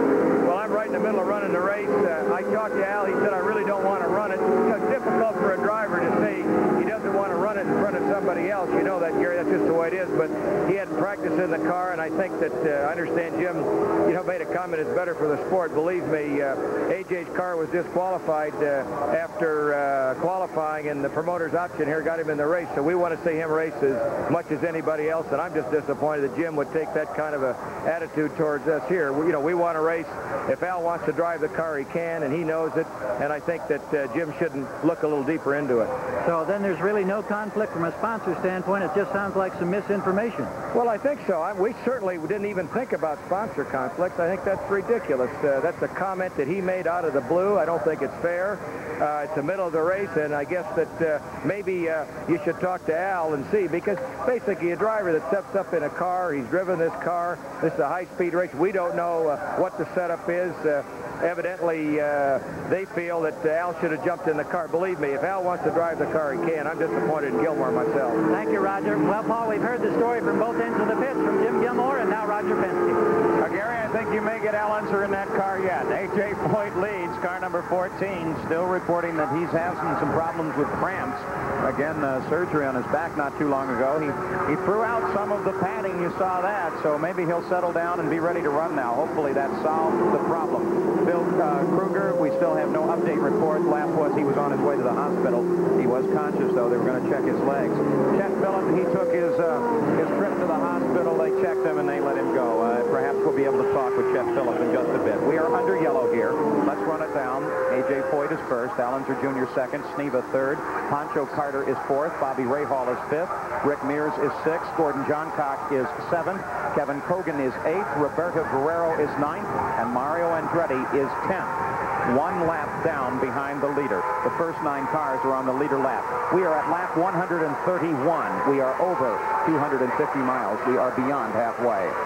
Look at the good field of cars on the screen, Paul. That's beautiful. Over halfway in the race, and you've got a full field. All lined up and ready to go as A.J. Foyt picks up the pace. Al Unser Jr., all the experience in the world, and a new guy will be coming to the green flag as we're ready to go racing once again. There they are. The green flag is out. Sneeva's in third. He's going to try low. It's going to be 3 abreast into the first turn, and it looks like Sneeva got the jump as he just sails on past both of them. Foyt, formerly first, drops back to third. Little Al second, and Sneeva leads. That Sneeva got a good draft off the 2 cars and got by both of them. That was a real good start for Sneeva. That's almost short track stuff. We mentioned how good he is there. Here comes Foyt again. Let's see if he can do it down on the inside. Nope, not enough momentum. Has to just brush onto the brakes. Little Al starts to challenge Sneeva now. There's the battle for the lead. Now, that's going to be a pretty good race here. Looks like we've got a little bit of determination between the 2 of them now. Boy, it's always a pretty good race, you say, whenever an Unser's involved. And it is indeed, Pat. Here comes Little Al. Can he hold on, running the low line into the first turn? Can he keep it down there and hold Sneeva off there? Awful close. Sneeva has to drop back just a bit, and Little Al comes into the lead. Now, there's Sneeva. Look at him use the draft off the back of Little Al's car. Foyt sitting back just a bit, and Sneeva makes the run now. In the third turn, can Al hold him off? He does. Little Al holds him off and maintains the lead. Good move. That's a good race. Foyt's doing a good job today. A.J. Foyt sits back, watches the action. He was the leader until the flag came out. He is still in the fight. Pancho Carter is in fourth, fighting Bobby Rahal for fourth place right now, just behind this battle. Tom Sneeva now comes around Little Al, and Sneeva picks up the lead. A tremendous fight. The top 5 positions are kicking each other constantly here. Never seen that halfway through this race, have we, Paul? Absolutely phenomenal. A real tribute. Look at Foyt standing there. Look at Foyt. He's Here just comes right Little on. Al again. This is like the last lap of the race. Little Al drives him low. Sneeva holds him off. Foyt is the interested spectator, a dedicated interest. He's staying right in there, though. As A.J. rides in third. If there's a cramp there, it isn't affecting him. And look right behind that. There is the battle for fourth place, Pancho Carter and Bobby Rahal. You are looking at better than 250 miles, first through fifth, and they are all running right together. Looks like you could throw a blanket over them, Paul. Most extraordinary for the IndyCars. It's the battle for fourth. There's the battle for first. Tom Sneeva. Little Al makes his run again, drops out of the draft, comes alongside, tries to keep Tommy high. The higher you are, the slower you have to go. Little Al's working good on the bottom. If you remember, we've been watching him most of the day. Sneeva really had the fast line on that entry, and Little Al held him off. Well, Little Al's working better on the bottom, and of course, it really should be, towards the end of the race, should be the best place. Bobby Rahal moves around A.J. Foyt, picks up third place now. Foyt drops back to fourth. They've been averaging about 1 lead change every lap. That doesn't happen in IndyCar racing that often. Rick Mears comes up to join this battle, first through sixth now.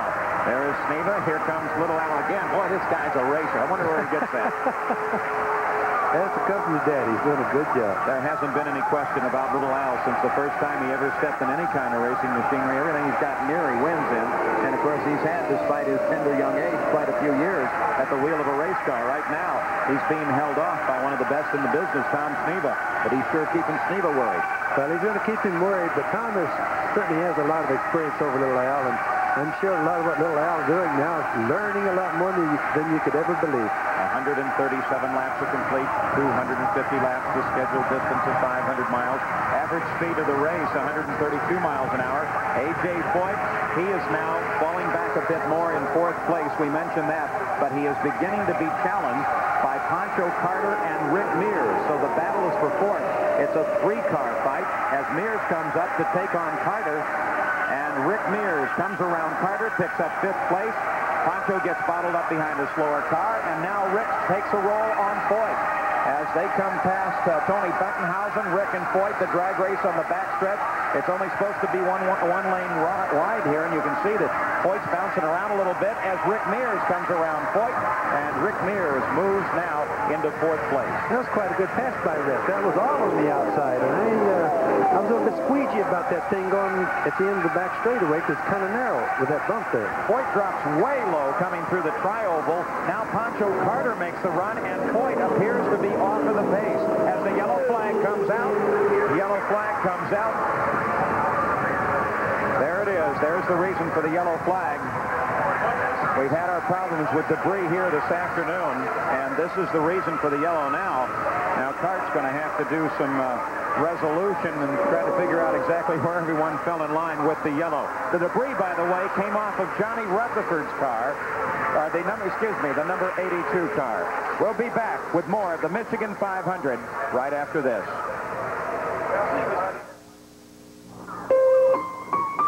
East Point, Maine and Old Milwaukee both mean something great to these guys.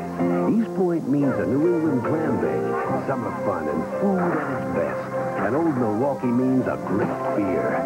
Cold, crisp Old Milwaukee beer and smooth, golden Old Milwaukee Light. Old Milwaukee. And Old Milwaukee Light. Taste as great as their name. No, guys, doesn't get any better than this. This is Chevrolet Corvette. You've never seen anything like this before. A Corvette superb in its engineering and defiant in its performance. Never seen more. Corvette performance you won't believe.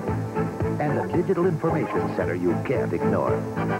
This is your Corvette, America. Technology. That's today's Chevrolet. From Newport News to Newport Beach, from the Australian outback to Abilene, more men face the day with Gillette Good News than any other disposable razor. Because Gillette twin blades shave better than one. And for men all over the world, the name Gillette stands for shaving. And Good News stands alone as the world's #1 disposable razor. Now more good news for a better shave. Good News Pivot, only from Gillette. Tonight. I'm really gonna do it right. Want a great big taste? Now you know I know how. Fire up your appetite. I'm gonna Kingsford tonight. You want to trust that steak to any ordinary charcoal? Kingsford cooks better. No other charcoal burns so hot night after night. Hot enough to seal that juicy flavor in tight. I can't wait for that first bite. Kingsford tonight. I'm gonna Kingsford tonight. Did you know that every 10 minutes someone dies in an automobile accident? I'm Howdy Holmes, IndyCar driver. Now, I might like high speed, but when I'm off the track, I stick to the speed limit for my safety and yours. The preceding message was furnished by Championship Auto Racing Teams.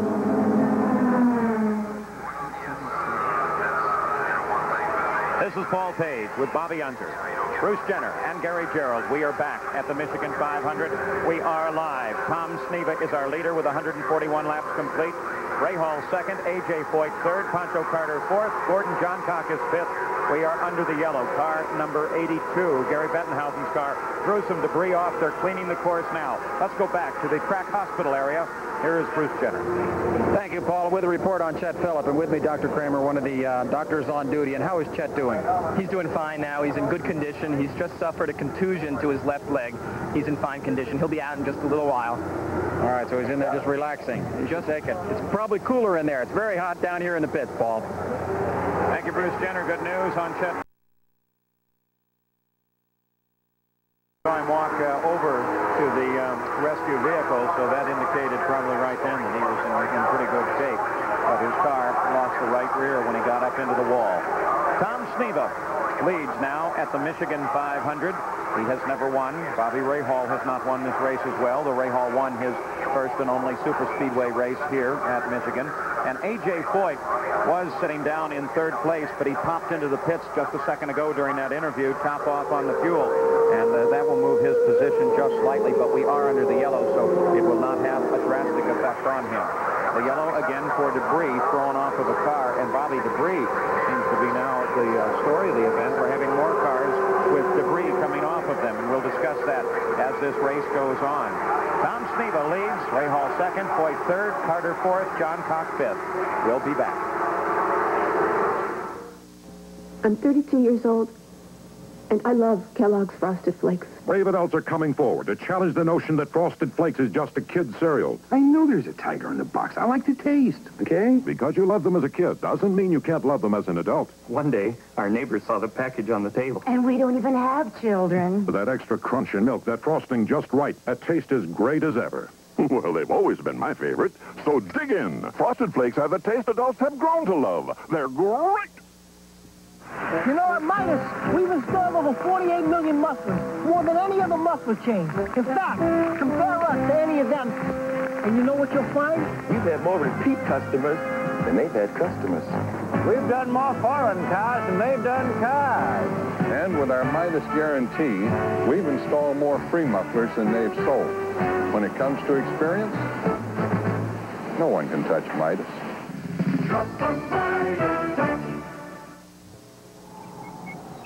Most guys spend Sunday taking it easy. Not me. When I'm racing a bandit, there's no taking it easy. So I'm out here early before a race trying to relax. Just me and my scope. Just a pinch gives me real tobacco pleasure without lighting up. And that wintergreen flavor's a real winner. Go smokeless with Skoal or Copenhagen. A pinch is all it takes. We looked at a lot of sports trucks, but we bought the lowest price one in America, Mazda's new B2000 Sport LE. And while it's nice to know it comes standard with 42-tone paint, radials with spoker wheels, chrome bumpers, bucket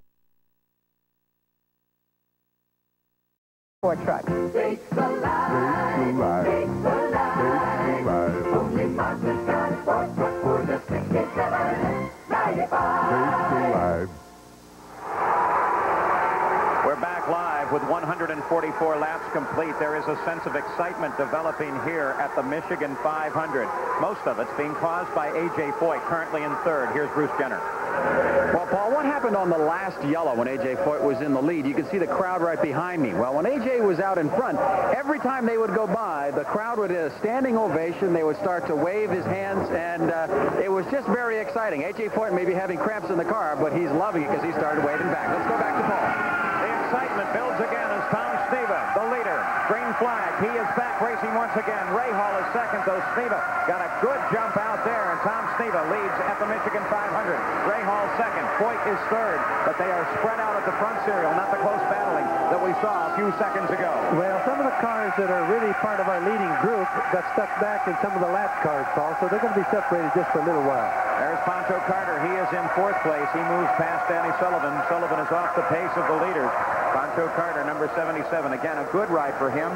He picks up the ride from Tom Gloy, who is running in the Trans Am, doing well. Look at him dart and dive as Johncock comes under Sullivan. And look way down there as Rick is down below. Little Al and Foyt's in there. What a fight. That was a heck of a part.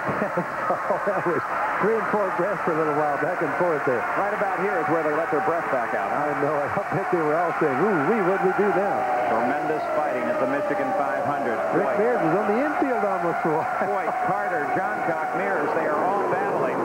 4 cars. The battle is for third place. Sneva leads. Rahal is second. The fight's for third. And right now it looks like Gordy is the guy with it. Well, if this race continues like this will have to go down as one of the best ones we've seen in an awful long time. Nice thing about it is we've seen an awful lot of names up at the front of the field. That's always nice in racing. Johncock, Mears, Little Al, Foyt, they are all in there fighting, and the fight is for third, though they begin to spring out a bit now. Well, that was a... Little Al gets into the side, and Al, an incredible accident, both cars flipping, another serious accident at the Michigan 500. 2 cars together. Al Unser Jr. and Chip Ganassi is what it appeared to be. I'll hesitate because there is no visibility now in the backstretch. Bobby. That looked awfully bad. I hope that wasn't as serious as it looked like. Going to the help of one of the drivers. You saw it happen live right there. No movement at that car. I believe that is Chip Ganassi. There is the first crew there on the scene. Second crew there. Still trouble with visibility. We'll hesitate. We don't want to indicate anything until we see it and know it. You're looking at it as we are.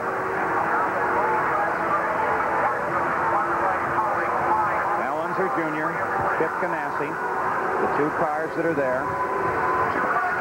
Visibility is terrible. The report is that Al Unser Jr. looks okay. Bobby, let's look at it again. They come onto the backstretch. Ganassi looks like he gets off the wall and collects Little Al. Yes, he definitely broke something, and just take Little Al right down with him, but he obviously Chip broke something on his car because the car just made an immediate turn. And they hit the road. I think, really, you've just seen the top of the car coming off. That's indicating the car flipped, but that's the nasty one, as Ganassi catches the barrier. The car was in the air, looked like the top of the car slammed into the barrier. For Chip's car, it was a very bad wreck. It looks like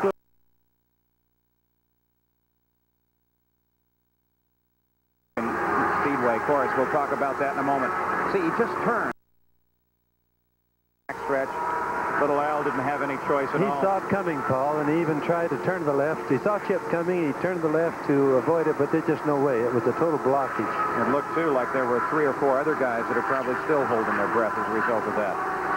There is Derek Daly from Dublin, Ireland. His car stalled on the circuit. It looks to be ready to go. He just simply wants to get a tow and get that engine restarted.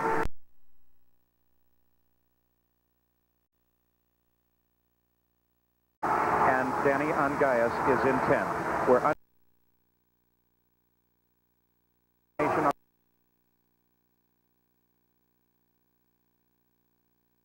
an accident on the backstretch. A tremendous accident. The car's Chips at least way up. Al Unser Jr. in IndyCar racing. And here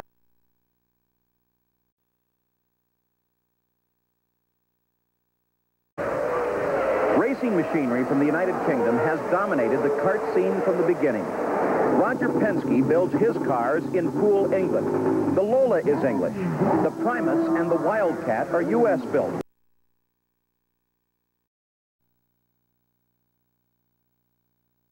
They are all right together, and the fight will be for second place. The bright Texas orange car, of course, is A.J. Foyt, that famous number 14. The pace picks up. The pace car is off. Foyt comes back to speed, and once again, we're racing at Michigan International. There's Foyt as he ducks low. Tom Sneva closes right in behind him. Little Al comes in there as well. Bobby Rahal stays down low. The fight now is for the lead as it's Sneva high and A.J. Foyt down as they come to the backstretch. They have to go single file through here. It's a very rough backstretch. Over that bump, Sneva closes right in. Little Al is sitting there watching in third place. That's a good race right now. At the halfway point, I'd say you don't see racing much better than that. Sneva drops back just a bit. Little Al takes the opportunity to close in. As Foyt pulls away, Little Al drops in right behind Sneva. There's the battle across the line again. It's the fight for second. A.J. begins to pull away just a bit now. Bobby Rahal is sitting back there as well. Pancho Carter is also in that fight. So all of those guys running behind are sitting right there on the lead. Here is Little Al. Comes by Sneva and into second. You know, he's working the lower end of the track awfully good. His car's been sticking down there all day, Paul, and that's good for the end of the race. Sneva tries to run on him on the backstretch, but Little Al has more momentum to carry him in through the high banks of the third and fourth turn, and he has to drop back. Pancho Carter, now in fourth, closes up to do battle with Tom Sneva. Carter definitely in this fight. What a wonderful story that is. Look at them side by side. A drag race, Sneva and Carter. Carter didn't have a ride. Tom Coy, we have a problem. Car reported up high in turn 2. No indication of it. Michael Andretti off the pace. That's the report. Andretti off the pace, slows down substantially. So Michael Andretti slowing down. The yellow flag is out. Apparently, he got a little sideways up in turn 2. Michael Andretti, they brought the yellow flag out for him. Got it back under control, though. Well, it would appear like maybe he has some engine problems or maybe a transmission problem, Paul. Most like an engine problem because he's just barely looks like a flat left front there, Bobby. Left front tire looks definitely flat. Yes, it is. Well, maybe there's some of that debris on the track that we thought they might have. Look at that rear wing shake as he goes around there. It gives you an idea of how much vibration in that car. So A.J. Foyt can hold on to the lead. Little Al comes up to second place. Tom Sneva third. Pancho Carter fourth. So a very short run of green flag time, and then we have another yellow flag at the Michigan 500. We'll be back with more from Michigan right after this. Down through the ages, mankind has had to endure many a rough road on the way to the Olympic Games and overcome many a hurdle, not the least of which was athlete's foot. Today, Micotin makes that road easier. because Mycotin cures athlete's foot. It's the only athlete's foot medicine you can buy with Myconazole, a patented ingredient recommended by specialists to cure athlete's foot. Mycotin, the end of the road for athlete's foot. Since 1911, there's always been someone trying to outshine Simonize. And trying, and trying. And today, Simonize is as tough to beat as ever. Because today, there's Bodyguard from Simonize. Its silicone formula makes it go on easy, yet it still leaves a brilliant, long-lasting finish. Can anything outshine Bodyguard car wax from Simonize? We don't know, but we suppose someone will always keep trying.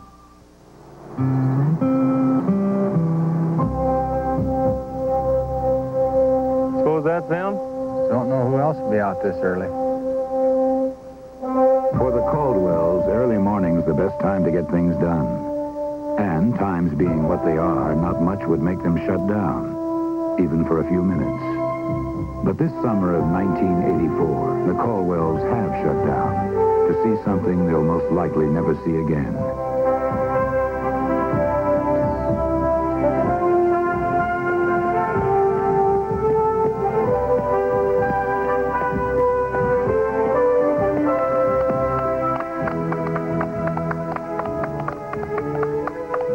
Host the games this summer, let's hope we all learn that the true measure of the Olympics is not in the winning, but discovering the best in all of us.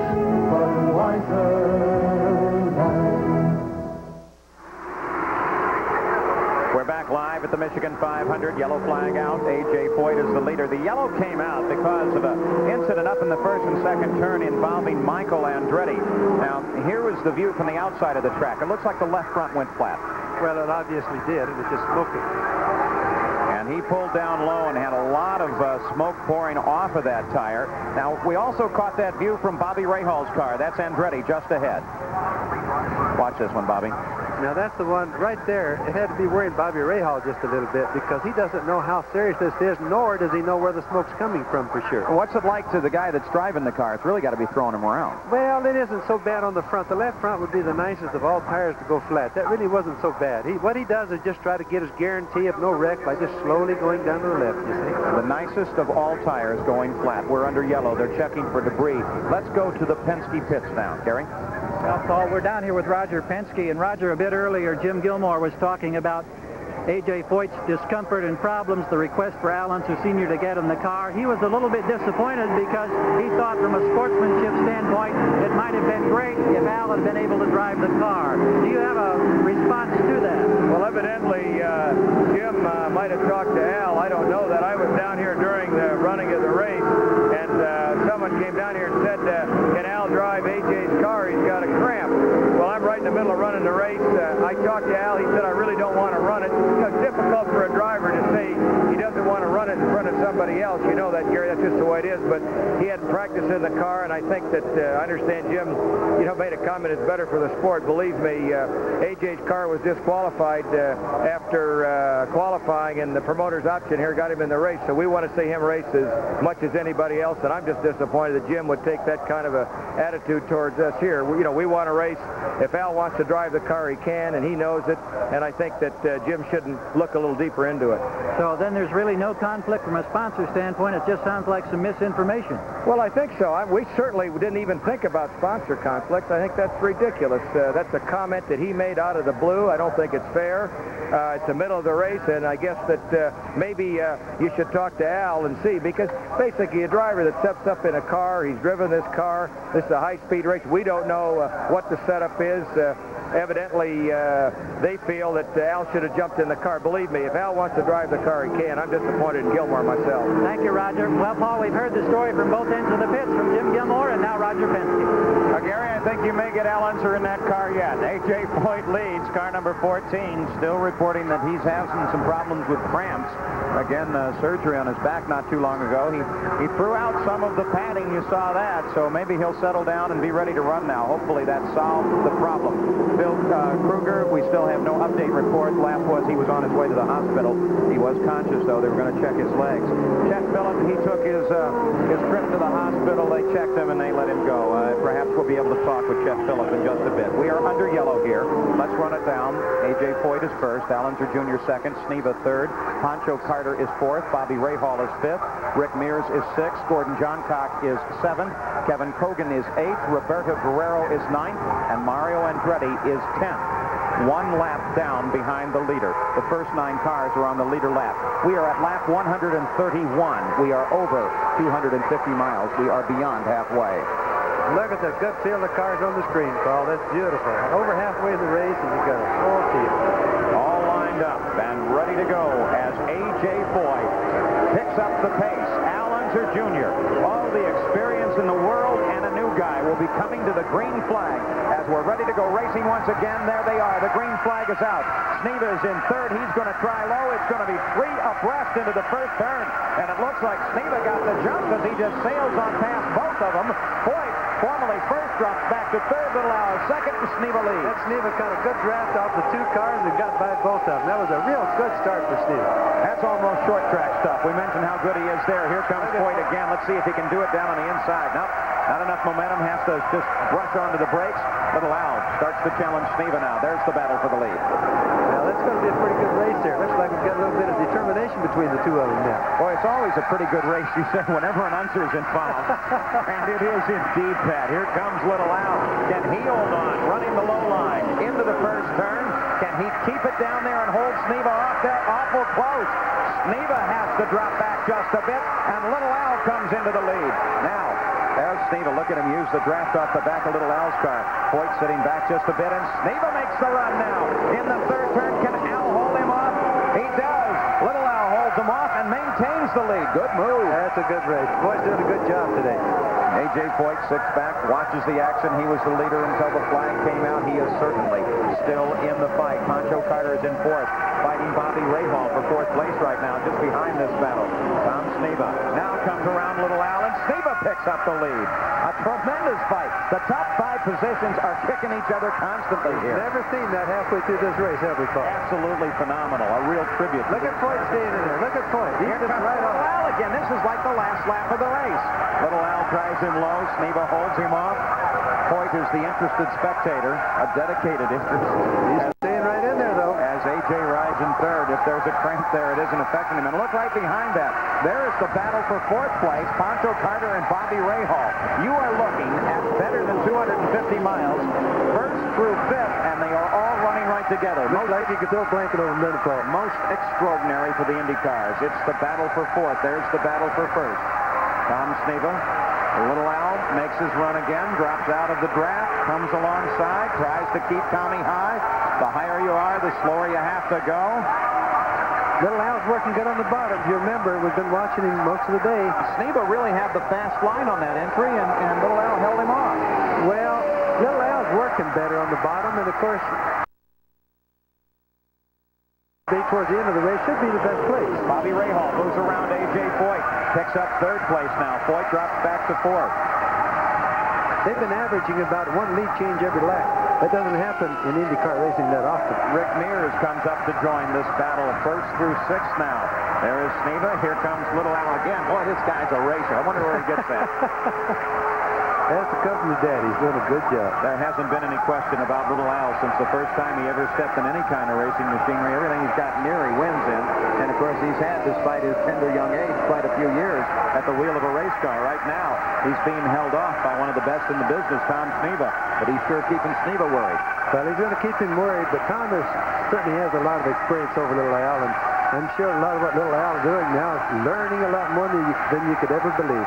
137 laps to complete, 250 laps to scheduled distance of 500 miles. Average speed of the race, 132 miles an hour. A.J. Foyt, he is now falling back a bit more in 4th place. We mentioned that, but he is beginning to be challenged by Pancho Carter and Rick Mears. So the battle is for 4th. It's a 3-car fight as Mears comes up to take on Carter. And Rick Mears comes around Carter, picks up 5th place. Pancho gets bottled up behind a slower car, and now Rick takes a roll on Foyt. as they come past Tony Bettenhausen, Rick and Foyt, the drag race on the backstretch.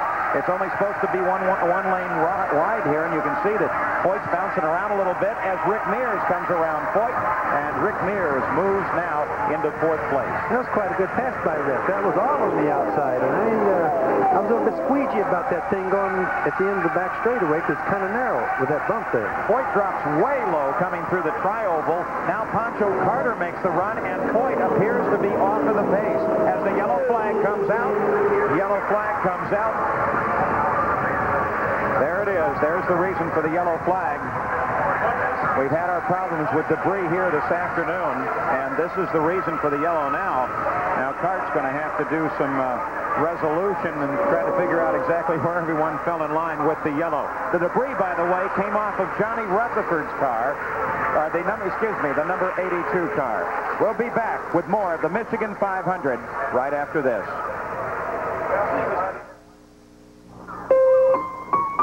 East Point, Maine and Old Milwaukee both mean something great to these guys. East Point means a New England clam bake, summer fun, and food at its best. And Old Milwaukee means a great beer.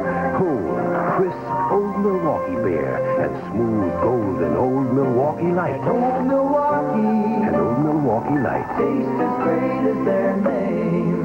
No, guys, it doesn't get any better than this.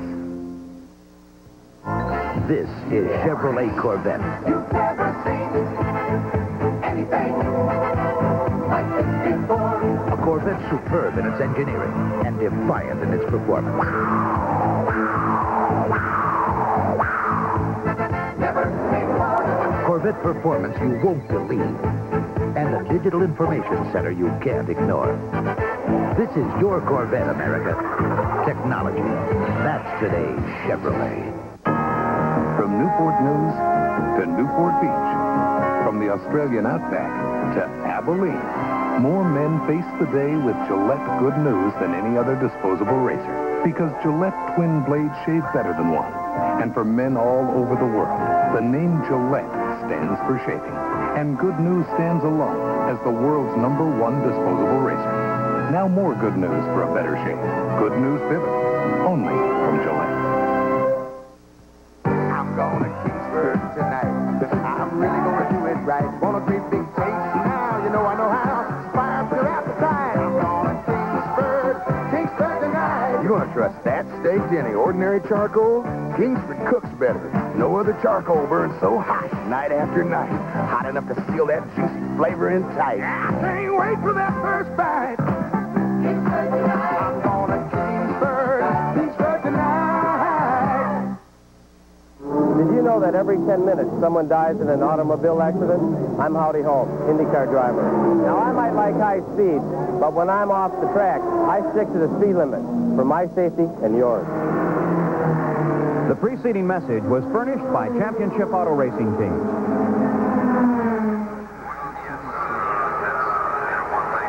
This is Paul Page with Bobby Unser, Bruce Jenner, and Gary Gerald. We are back at the Michigan 500. We are live. Tom Sneva is our leader with 141 laps complete.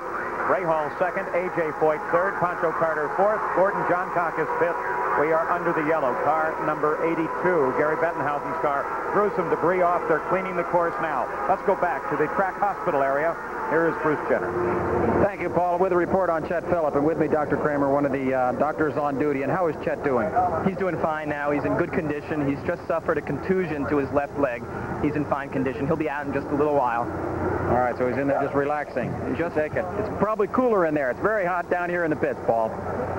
Thank you, Bruce Jenner. Good news on Chet Phillip. Of course, we saw him walk over to the rescue vehicle, so that indicated probably right then that he was in pretty good shape.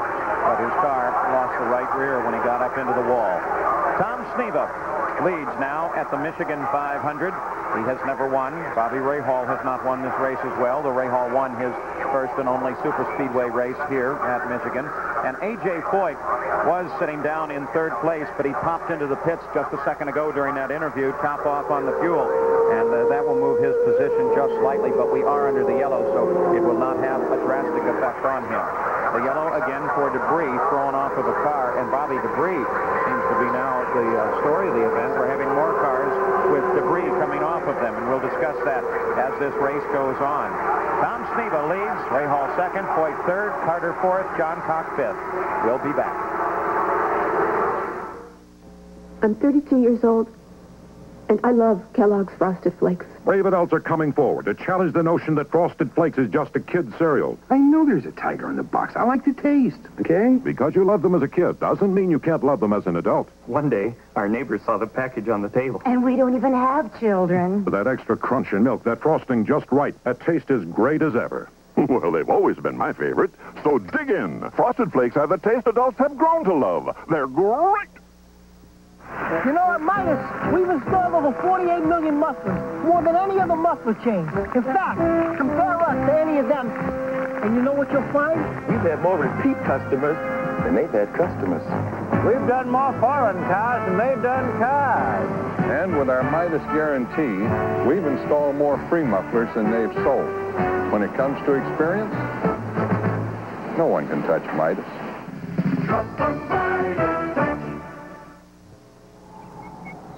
Most guys spend Sunday taking it easy. Not me. When I'm racing a bandit, there's no taking it easy. So I'm out here early before a race trying to relax. Just me and my scope. Just a pinch gives me real tobacco pleasure without lighting up. And that wintergreen flavor's a real winner. Go smokeless with Skoal or Copenhagen. A pinch is all it takes. We looked at a lot of sport trucks, but we bought the lowest price one in America, Mazda's new B2000 Sport LE. And while it's nice to know it comes standard with 42-tone paint, radials with spoker wheels, chrome bumpers, bucket seats, and a 5-speed, it's even nicer to know it's priced over $1,300 less than Nissan's or Toyota's sport trucks. Takes a life, takes a life. Only Mazda's got a sport truck for just $67.95. We're back live with 144 laps complete. There is a sense of excitement developing here at the Michigan 500. Most of it's being caused by A.J. Foyt, currently in third. Here's Bruce Jenner. Well, Paul, what happened on the last yellow when A.J. Foyt was in the lead? You can see the crowd right behind me. Well, when A.J. was out in front, every time they would go by, the crowd would get a standing ovation. They would start to wave his hands, and it was just very exciting. A.J. Foyt may be having cramps in the car, but he's loving it because he started waving back. Let's go back to Paul. Excitement builds again as Tom Sneva, the leader. Green flag. He is back racing once again. Ray Hall is second, though Sneva got a good jump out there, and Tom Sneva leads at the Michigan 500. Ray Hall second. Foyt is third, but they are spread out at the front serial, not the close battling that we saw a few seconds ago. Well, some of the cars that are really part of our leading group got stuck back in some of the lap cars, Paul, so they're going to be separated just for a little while. There's Pancho Carter. He is in fourth place. He moves past Danny Sullivan. Sullivan is off the pace of the leaders. Pancho Carter, number 77. Again, a good ride for him. He picks up the ride from Tom Gloy, who is running in the Trans Am, doing well. Look at him dart and dive as John Cock comes under Sullivan. And look way down there as Rick is down below. Little Al and Foyt's in there. What a fight. That was a heck of a part. That was 3 and 4 breaths for a little while, back and forth there. Right about here is where they let their breath back out. I know. I bet they were all saying, ooh, what'd we do now? Tremendous fighting at the Michigan 500. Rick Mears was on the infield almost for a while. Foyt, Carter, John Cock, Mears, they are all battling. 4 cars. The battle is for third place. Sneva leads. Ray Hall is second. The fight's for third. And right now it looks like Gordy is the guy with it. Well, if this race continues like this will have to go down as one of the best ones we've seen in an awful long time. Nice thing about it is we've seen an awful lot of names up at the front of the field. That's always nice in racing. John Cock, Mears, Little Al, Foyt, they are all in there fighting, and the fight is for third, though they begin to spring out of it now. Well, that was a... Little Al gets into the side, and Al, an incredible accident, both cars flipping, another serious accident at the Michigan 500. 2 cars together. Al Unser Jr. and Chip Ganassi is what it appeared to be. I'll hesitate because there is no visibility now in the backstretch. Bobby. That looked awfully bad. I hope that wasn't as serious as it looked like. Going to the help of one of the drivers. You saw it happen live right there. No movement at that car. I believe that is Chip Ganassi. There is the first crew there on the scene. Second crew there. Still trouble with visibility. We'll hesitate. We don't want to indicate anything until we see it and know it. You're looking at it as we are.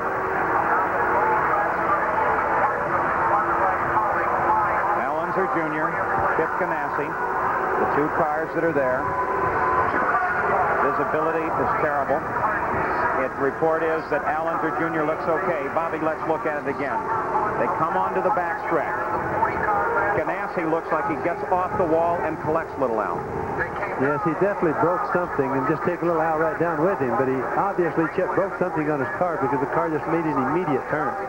And they hit the road. I think, really, you've just seen the top of the car coming off. That's indicating the car flipped, but that's the nasty one. As Ganassi hits the fence, catches the barrier, car was in the air, looked like the top of the car slammed into the barrier. For Chip's car, it was a very bad wreck. It looks like little Al's car stayed right side up through the whole thing, as near as I can tell, Paul. This has been a nasty section of the Michigan Speedway course. We'll talk about that in a moment. See, he just turns. Apparently something breaks. Al collects it. Yes, it did. There was no place for Al to go, and see, Chip is just continually going down and just holding little Al there, and there's nothing either driver can do anything about. Watch this. This will give us an idea, too, of that's just the top coming off the car, but as they get across that ditch, Chip gets high into the air and slams into the barrier, oscillates in the air. Tremendous accident. The car badly damaged, literally cut in half there. That's a bad accident, Paul. This is the same place Mike Kiss and Merle Bettenhausen, I believe, got together, back in the same area of the track. Look at the debris screwing all over the race course. There's Chip Ganassi. Saw him last night. He said, hey, mention my name a bit more. I just got a second place. Let's hope that Chip is okay. We certainly didn't want to mention his name in this way, as involved in an accident here in what appears to be a serious one at the Michigan 500. Al Unser Jr., who is also running up there in that wonderful battle at the top of the serial. There he is. He's been in one other accident this year at the Phoenix race, but for the most part, he tends to avoid accidents, and this one didn't seem that he had any choice at all. We'll look at it again. This is in regular speed. They come on the backstretch. Little Al didn't have any choice at all. He saw it coming, Paul, and he even tried to turn to the left. He saw Chip coming, and he turned to the left to avoid it, but there's just no way. It was a total blockage. It looked, too, like there were 3 or 4 other guys that are probably still holding their breath as a result of that. There is Derek Daly from Dublin, Ireland. His car stalled on the circuit. It looks to be ready to go. He just simply wants to get a tow and get that engine restarted. We are, of course, under the yellow. We have 150 laps complete under the yellow. Tom Steva is our leader. Our second place car is Bobby Rahal. Pancho Carter is now third. Gordon Johncock is fourth. Rick Mears in sixth place, and seventh is A.J. Foyt. Roberto Guerrero behind him. Eighth is Kevin Kogan. Ninth, Mario Andretti. And Danny Angayas is in 10th. We're under yellow. We'll be back with more and hopefully an update on the information on this accident at the Michigan 500. This is Paul Page with Bobby Unser, Gary Gerald, Bruce Jenner. We are back under yellow, the Michigan 500. In that ambulance, Chip Ganassi, one of the two involved in an accident on the backstretch. A tremendous accident. The car's, Chip's at least, way up in the air. But the indications were, here's Al Unser Jr. Now, he's been talking with his rescuers. He's been spending plenty of time with them, and he appears to be all right. Certainly not life-threatened. There you see, he's even slightly argumentative. He's directing his own rescue operation.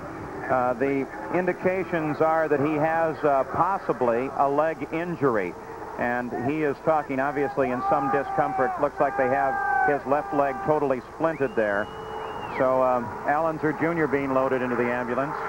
There's one of the machines, Al Unser Jr.'s. You can see again the tremendous forces that these cars take, and yet that carbon fiber cockpit tends to protect them. This was Chip Ganassi's ambulance just a few moments ago as they loaded him on board. He appeared to be the more serious of the two cars involved because it got in the air, but you can see he's moving as well. And so hopefully very shortly we will be able to give you a good report on both of these drivers. We'll wait, of course, for the facts and a report from the doctors. Now, we're back live once again, and you're looking over at the track hospital This is Chip Ganassi's ambulance. All the care in the world, and there is plenty of expert care here available to him. Dr. David Crippen is the man, or that looks like Steve Alvey, the man in the blue fireproof uniform. He is the regular cart physician. He's right there with him. They use 2 or 3 regular doctors today at Steve Alvey and David Crippen. They use them in part because they know the drivers so well, and the drivers trust them. So into the hospital goes Chip Ganassi. There is his car, the number 40 machine. They now have it on the other side of the barrier. That's not where it came to originally. It stayed out on the outside of the barrier. They've moved it over there. The engine is completely torn away, Bobby. Not much left of that car, Paul. I just think it's amazing that we saw Chip move, and we know the little Al's definitely moving, and it's just amazing that they can have wrecks. That's how far safety has gone. Have wrecks of such a magnitude, and yet the drivers come out as good as they do. I know some things go wrong sometimes, but that's more than amazing. Racing has come a long ways. This is certainly Chip Ganassi's most serious accident, his first big one. Also the first one for Al Unser Jr. in IndyCar racing. And here is Peter Halsmer. The car belongs to Dan Gurney. They have been constantly in the fight here today, though running off the leader's serial. There is Dan Gurney on the outside of the wall, and he seems happy with the performance of his young driver. Dan Gurney is a remarkable man in IndyCar racing, and his effort is one that he hopes does very well. Here's his story. Racing machinery from the United Kingdom has dominated the kart scene from the beginning. Roger Penske builds his cars in Poole, England. The Lola is English. The Primus and the Wildcat are U.S. built, but they use the English Cosworth engine. The only true American effort is guided by this man, Daniel Sexton Gurney. We've always felt that we don't want to just be a consumer, and part of this racing is the unknown as to whether or not you'll be able to come up with something new for the next race that would put you ahead of the field, so to speak. So actually the car that is dominant right now in the March is gets a lot of what it has as a result of money and time that's been spent in Grand Prix racing. And they borrowed that technology, applied it to Indianapolis cars. And so we find ourselves somewhat behind. It happens to be that they have built a very nice car and that the whole herd has stampeded in that direction. It doesn't mean that we can't still correct that difficulty. Gurney has always been a man with a vision. A former Formula One driver, he raced a Buick-powered rear-engine car at Indianapolis back when the rear engine was experimental. He talked Colin Chapman into bringing Jimmy Clark to Indianapolis to win the Great 500, and that started the move to English racing equipment. He helped start the trend to temporary circuits like the Meadowlands as a founder of the Long Beach Grand Prix in the mid-70s. He was a founder of CART, and he is the power behind all American racers. I've always felt that it was an advantage to have a team owner, manager that has been a driver in the past, because whenever I come in and I have anything to relate and I can't quite get my point across, when you're talking to someone who's driven and has been there and knows all about it, it really does make a difference.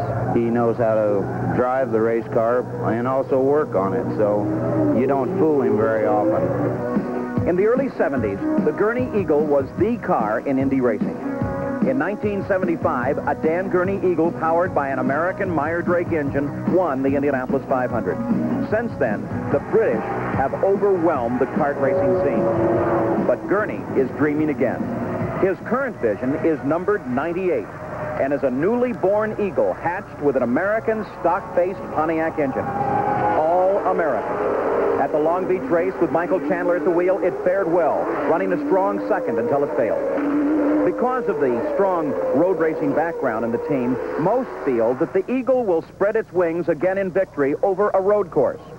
But the engine that helps the road course is also its Achilles heel. It has not been reliable. Well, I agree that that's been the general consensus, but in our case this year we have yet to have our first engine-related problem.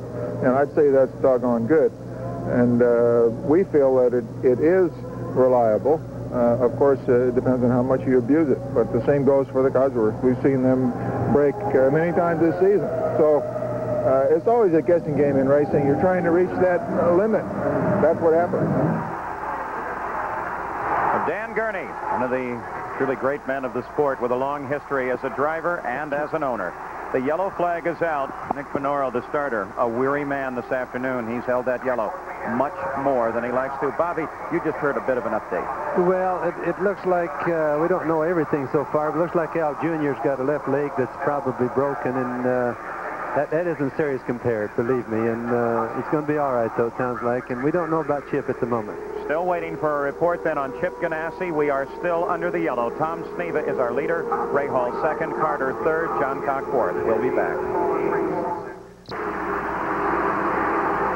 This is Paul Page. We are back live at the Michigan 500. 159 laps are complete. We are under yellow as a result of that accident that you saw involving Chip Ganassi and Al Unser Jr. The current order under the yellow: Sneva, Ray Hall, Carter, John Cock, then Rick Mears, Roberto Guerrero, Kevin Kogan, Mario Andretti, A.J. Foyt, and Danny Sullivan. There's a great deal more racing left to go on the IndyCar PPG Series this year.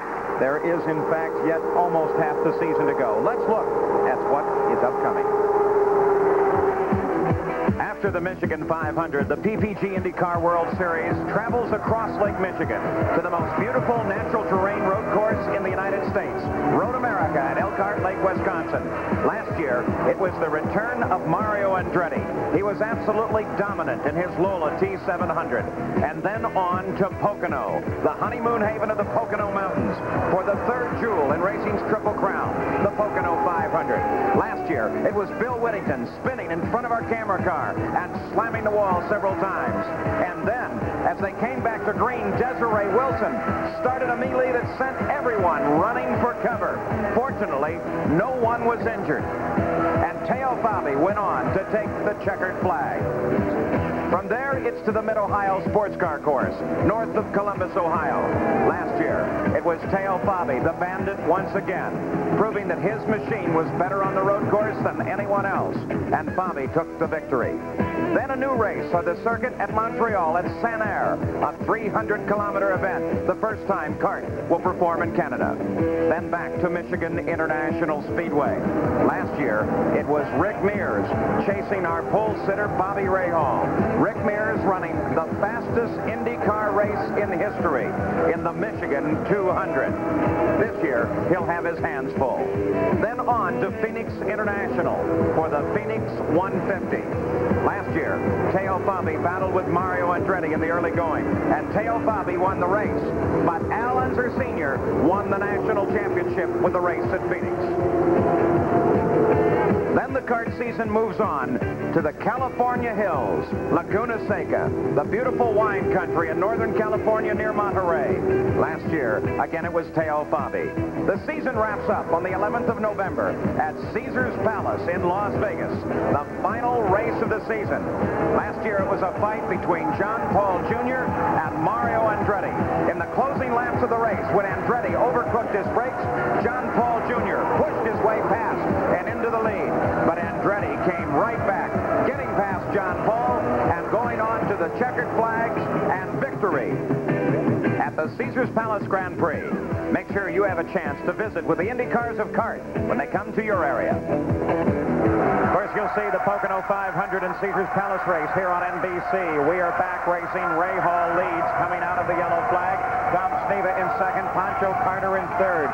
Gordon Johncock running now in fourth place as we are back green and running in the Michigan 500. They've just come back to green, completed the first lap under the green. Well, we've got another big crowd up there again, Paul, and really racing hard for the front again.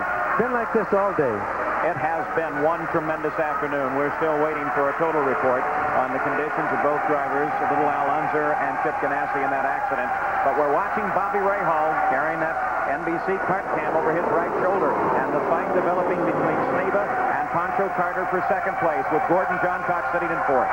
Yes, and Rick Mears is still back there. He'll be coming up. He made a pit stop just before they went green, so he's back in the pack, in the serial pack, but he'll be up there before too long, Paul. Here comes Carter down underneath Tom Sneva, and Carter moves into second place. I can't get over what a nice deal this is for Carter, who was without a ride, picks this car up as an opportunity when Tom Gloyd takes over the points lead in the Trans Am, and now look at him, second place. That's a pretty good ride for him. It is. Now here comes Gordon Johncock going to try Tom Sneva. Sneva's got the momentum going in. This is absolutely stupendous. And the thing is, we've watched it all day long. We have had nothing except for a few laps after the start. It's been a little bit boring. From then on, it's been the best racing we've ever seen. I know you and I were both surprised as Tom Sneva bounces across the circuit and moves back into second place that they were racing at the first lap. They haven't stopped ever since then. I think we smoked off some of that stock car racing, Paul, because there's been more passing today than I think I've seen. There goes John Cock past Carter. This is a battle for second place as John Cock moves into third.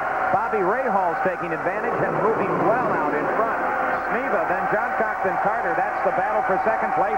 Carter gets it way high there. Looks like he was pushing into that corner. Well, when John Cox switched across in front of him, he ruined the air in the front wing, so Pancho probably just lost his front end for a little bit. Bobby Rahall runs away. Tom Sneva in second, trying to keep Gordon John Cock off. Pancho Carter is now running in third. Roberto Guerrero is back behind this little battle, running in fifth place. Now, let's get an update report on that accident. Go to the hospital. Let's watch John Cock. Just a second, Gary. We hold off. John Cock drives Tom Sneva low, but Sneva holds him on. Gary, can you give us an update? Well, Paul, a few minutes ago, just before they went green, we had an opportunity at the crash scene in the backstretch to get a few words with Dr. David Crippen. It was a favorable report. He told us that little Al Unser appeared to be in good condition. He was fully conscious, talking with the safety workers. Chip Ganassi was unconscious as they removed him from the car, but he said as they loaded him in the ambulance, he appeared to be regaining consciousness. He thought that was a most favorable sign. It's a preliminary, a sketchy report, but that's from Dr. David Crippen at the accident scene, Paul. Gary, there is a tribute to the strides and safety they've made on this car. Here comes a machine slowing down on the circuit, not one in contention at the front of the field. Car number 57, that's Spike Gelhausen, as he is off the power and pulls off the race course. He was not running on the front serial at this time. As Spike Gelhausen off the course, Bobby Rahall still out in front. Bobby Unser, you're here as a driver expert, but it got very personal for you just a few minutes ago. What's that about it? Well, it bothered me a lot, and I know that, Paul. And you know, my stomach, it was knots then, and they're still not at all up now. And I'm afraid that if I hadn't seen the little Al was moving, I'm afraid I'd probably had just left you guys up here. It really had me scared for a while. That's one of the worst accidents, at least on the television cameras, that I've seen. Yeah, it's the second time we've seen it this year, too, where a driver and his son, two drivers in the same race, and the son involved in an accident. Mario Andretti drove past the accident of his son Michael at the Meadowlands. Now, this man, Al Unser Jr., in a most serious accident on the backstretch, and this man, Al Unser Sr., is here to watch it. The only thing that might have been a benefit to Al Sr. is maybe he didn't see the accident. I don't know. Maybe it's worse that you don't see it. Well, I think it's better that you don't see it. He'll see pictures of it from us later on, but at the same token, I know what Al has to be feeling like. He's seen me getting wrecks like that, and I've, of course, seen him get in them. But you were indestructible. This is his son. Yeah, right. I guess you're partially right on that one, too. At least we have, right now, reports that are more than acceptable on both drivers. And, of course, Gary Gerold, ever present. Gary seems like he's all over the track. We'll keep track of that. Here is Bobby Rahall. He is the leader out in front. That's Dick Simon that he just came around. He's got clear sailing out in front. Tom Sneva's in second place. John Cock is in third. Pancho Carter in fourth. And the battle for the front, for the moment at least, is broken off. Well, it's a good race. There's right behind him, there's a heck of a lot of racing going on. But remember, the guys right behind him, if they want, they just run up and take a swing at him at any time. There's exactly what you were talking about. Gordon John Cock in third place. Racing right behind that is so good. Pancho Carter in fourth. And Carter has now dropped back just a bit. Let's keep track of a couple of other things here, too. A.J. Foyt, who was running in the lead, complained of the cramps, and now is running back in ninth place. There's Gordon John Cock. We haven't heard much about Gordon all day in our talking, Paul, but he's really been right there, but not in the leading pack. Well, now he's in the leading pack, but he's really been kind of fast. I think he got a little bit out of phasing in his pit stops for a while. Gordy, a former winner here at the Michigan 500. Of course, Chip Ganassi, his teammate, that's the other Patrick Carr that was involved in that accident. And last year, Gordy got into the wall and got into it hard, shattered his leg at this race just 1 year ago. That's right, Paul, but remember, he was going very fast when he did it. Now, this is one of Gordy's favorite tracks. He likes the track, and he always goes fast here. With the Michigan 500, Bobby Rahal leads. You're watching now as here comes Rick Mears.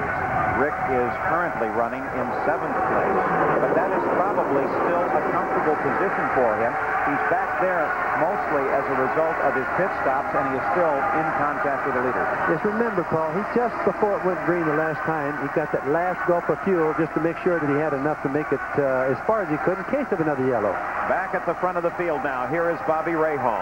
Rahal, nice smooth ride. Jim Truman's car, you saw it go over that bounce. And we still have a question about how long these cars will survive as they keep bouncing over that. Let's go now back down to the pit area. Here's Bruce Jenner. Bruce? Well, an update on the conditions of the drivers. Dr. Stephen Olney with me. First, Al Unser, how's he doing? Al Unser is basically okay. He does have possible fractures of the lower extremities. We're going to send him to Jackson, Michigan for x-rays. Otherwise, he's fine. And Chip Ganassi? Chip has suffered severe head injury and will be airlifted to the University of Michigan Hospital in Ann Arbor. Doesn't appear to have any other severe injuries, but he has had a head injury. All right, thank you very much for your report. That's it from down here in the pits. Al Unser seems to be okay. Chip Ganassi seems to be a lot more serious. Bruce, thank you for that report from Dr. Steve Albee. As we look at first and second, I think we suspected that maybe the car got up and the top of the car did get into the barrier on Ganassi's accident. We'll continue to report for you. Rahal now is under attack from Tom Sneva. Here is Mario Andretti.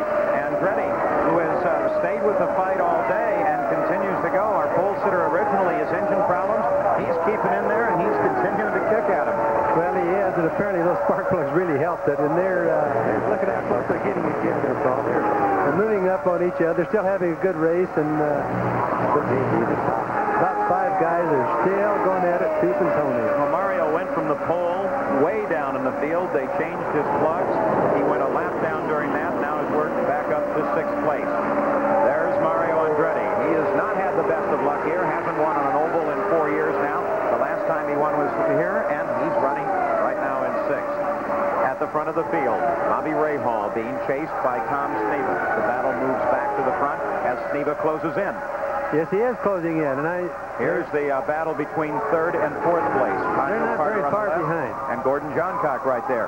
Everyone, for the time being, seems more than willing to just keep that separation. There, you see it quite clearly. Roberto Guerrero is right behind Johncock. Now, remember, his day has been confused as well. His engine didn't start when they gave the command, and they went to work on it, finally slid him into his starting position. So we've had one whale of an afternoon and 2 accidents that have taken our breath away. Well, we've had 2 of them that are actually rated among some of the worst that we've seen in a long time. Maybe not the worst, but some of the worst that we've seen.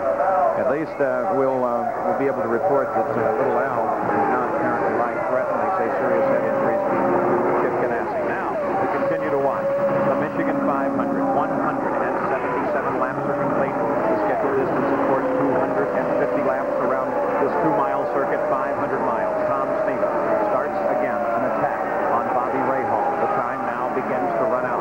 These drivers made stops at lap 140, so any time now they are due. Here is another fight developing out here. This is Roberto Guerrero as he comes around Johncock, and Guerrero picks up 4th place. Isn't that something that a guy like Guerrero has really not had any flat track or high bank track experience at all? And that kid has really been fast all day today. Roberto Guerrero started driving in Colombia. He drove go-karts, then moved to England into Formula Ford, Formula Super V, up to Formula One. He's now running in 4th place. Back to the front, Rahal, Sneva, as they work their way through traffic. Sneva seems content to keep the interval. Well, the interval is really not that much. If you go at that speed, it's just a little bit to be able to get there. And, of course, when you fall back that far, you're really running in clean air. In other words, 2nd-place car right now is getting good clean air to his wings. He's able to take care of his tires, maybe save a little bit of fuel, do the things that he feels are necessary to make a race at the end. Tom Sneva in a comfortable position, of course. He's won 500-mile races before, though never here. He just came around his teammate, Howdy Holmes, who is also running off the pace as well, out of the top 10. And Sneva does appear content just to sit there. You say content, there's Howdy Holmes, that 41 car. You say content, there is the possibility, too, that he just simply can't catch Rahal. I doubt that that's true right now. I really don't think so. I think Tom has a big reserve, but I also think that Rahal has a big reserve. And I think that about the lap 225, you're going to see who has the biggest reserve. Yeah, average speed of the race, owing to the several lengthy yellows here, 128.114 miles an hour. 180 laps are complete. Ray Hall leads, Sneva second. Pancho Carter is third. Roberto Guerrero is fourth. Gordon Johncock is fifth. Andretti Mario is sixth. Rick Mears is seventh. Kevin Kogan is eighth. Foyt is ninth. Michael Andretti is 10th. We'll be back. We're back live at the Michigan 500. We are running at lap 184, and the pit stops are due. It's been almost 40 laps for everybody in the leader serial. This man, Bobby Rahal, actually stopped 44 laps ago. He was able to pick up a bit of fuel economy as a result of running into the yellow. Tom Sneva stopped at the same time. He is currently in second place. The third place car, Roberto Guerrero, stopped at the same time. They all should be coming in. Sneva's crew is here, standing by. Look at them. They're ready for their guy to come in, and he is due in the pits. Rahal should be making a stop at the same time. Now, Bobby Unser, the strategy begins to become apparent. Mario Andretti is in fourth place, but he stopped 9 laps later than everybody in front of him. And in fifth place is Rick Mears, who stopped another 10 laps after that. A.J. Foyt is also in there. Here comes Tom Sneva off of the track, down into the pits. Let's watch as Sneva, the second place car, makes his stop. The clock is on Sneva. Wheel stop to wheel start. Right side tires being changed. Tom Sneva takes a drink of water. The fuel, you see it gush up into the vent. Sneva down off the jacks. And in just over 16 seconds, 2 tires changed, a full load of fuel, and Sneva is on his way. Rahal now due to stop. There is Jose Legarza, the side of the course, apparently stalled, could have run himself out of fuel. And here is Tom Sneva coming back to the action. Now Roberto Guerrero moves up to second place. He and Rahal are both due to stop, and when they do, we're waiting to see if they go yellow with that car. They do go yellow. They go yellow. Rahal picks up an advantage again. And Guerrero as well. They needed this yellow for a stop. They got it as a result of Jose Legarza on the backstretch. That's going to give a lot of guys advantage. You'll get Foyt, Mears, Mario, Guerrero, and Rahal a tremendous advantage over Sneva. Really got hurt. That's the front 5 that are coming in, and coming in too is Bobby Rahal. Bruce Jenner is there and waiting. Bruce? Bobby Rahal continues to luck out. Maybe 2 weeks ago at Cleveland when he broke with just a few laps to go. Well, his luck has changed. Here he is coming into the pits. He was going to come into the pits in 3 more laps, but with the yellow coming out, he decided to come in under the yellow. The smart move, comes in on the first lap. Bobby Rahal get a little refreshment. Looks over here to Jim Truman. Everything seems to be going very well for Bobby Rahal as they put some tire, refuel. The cap is off, and Rahal is gone. And another nice break for Bobby Rahal. A.J. Foyt is in as well. You saw Mario Andretti come in. Routine stops being made for those cars. No problems as Rahal goes back to the action. Here's Andretti's crew going to work. He sits patiently in the car. Tom Sneva out on the race course. You know, they think of Bruce Jenner as an Olympic gold medalist. I think of him as one of the finest pit reporters in the business. Good job, Bruiser, as the Mario Andretti comes out on the track. Here comes A.J. Foyt coming off the pit road as well. We are under the yellow, but we are seeing some terrific pit action here in the Michigan 500. Roberto Guerrero, who picked up the lead as a result of that stop by Rahal, now comes into the pit as well. So it is Tom Sneva that runs in front of the serial, and the yellow flag is out at the Michigan 500.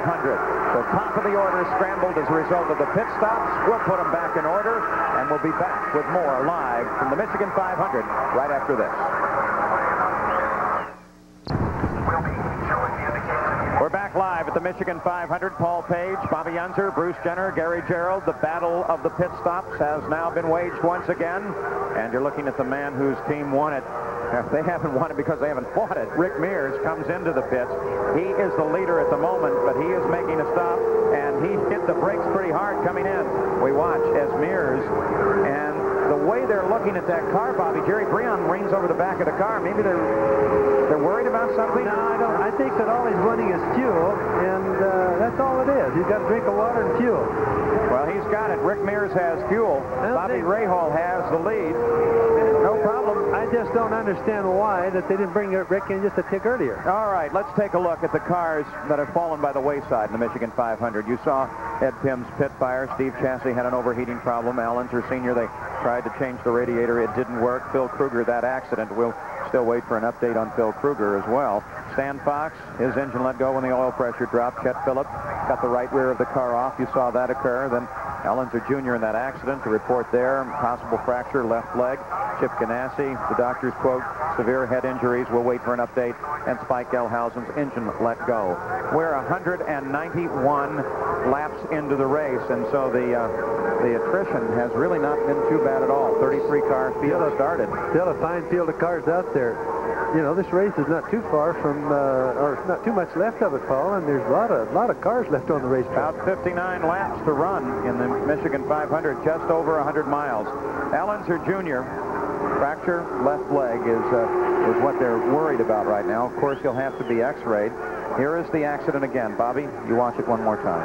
Something just looked like it broke on Chip's car, and of course Chip went right in front of little Al's car, and that was the bad thing with Chip's car. It really looked, I mean, he hit that wall awfully hard. The car broke in many pieces, and terribly worried about Chip. It sounds like little Al's going to be just generally all another angle. Okay. Now, watch Chip's car, the red car, as it comes through the air.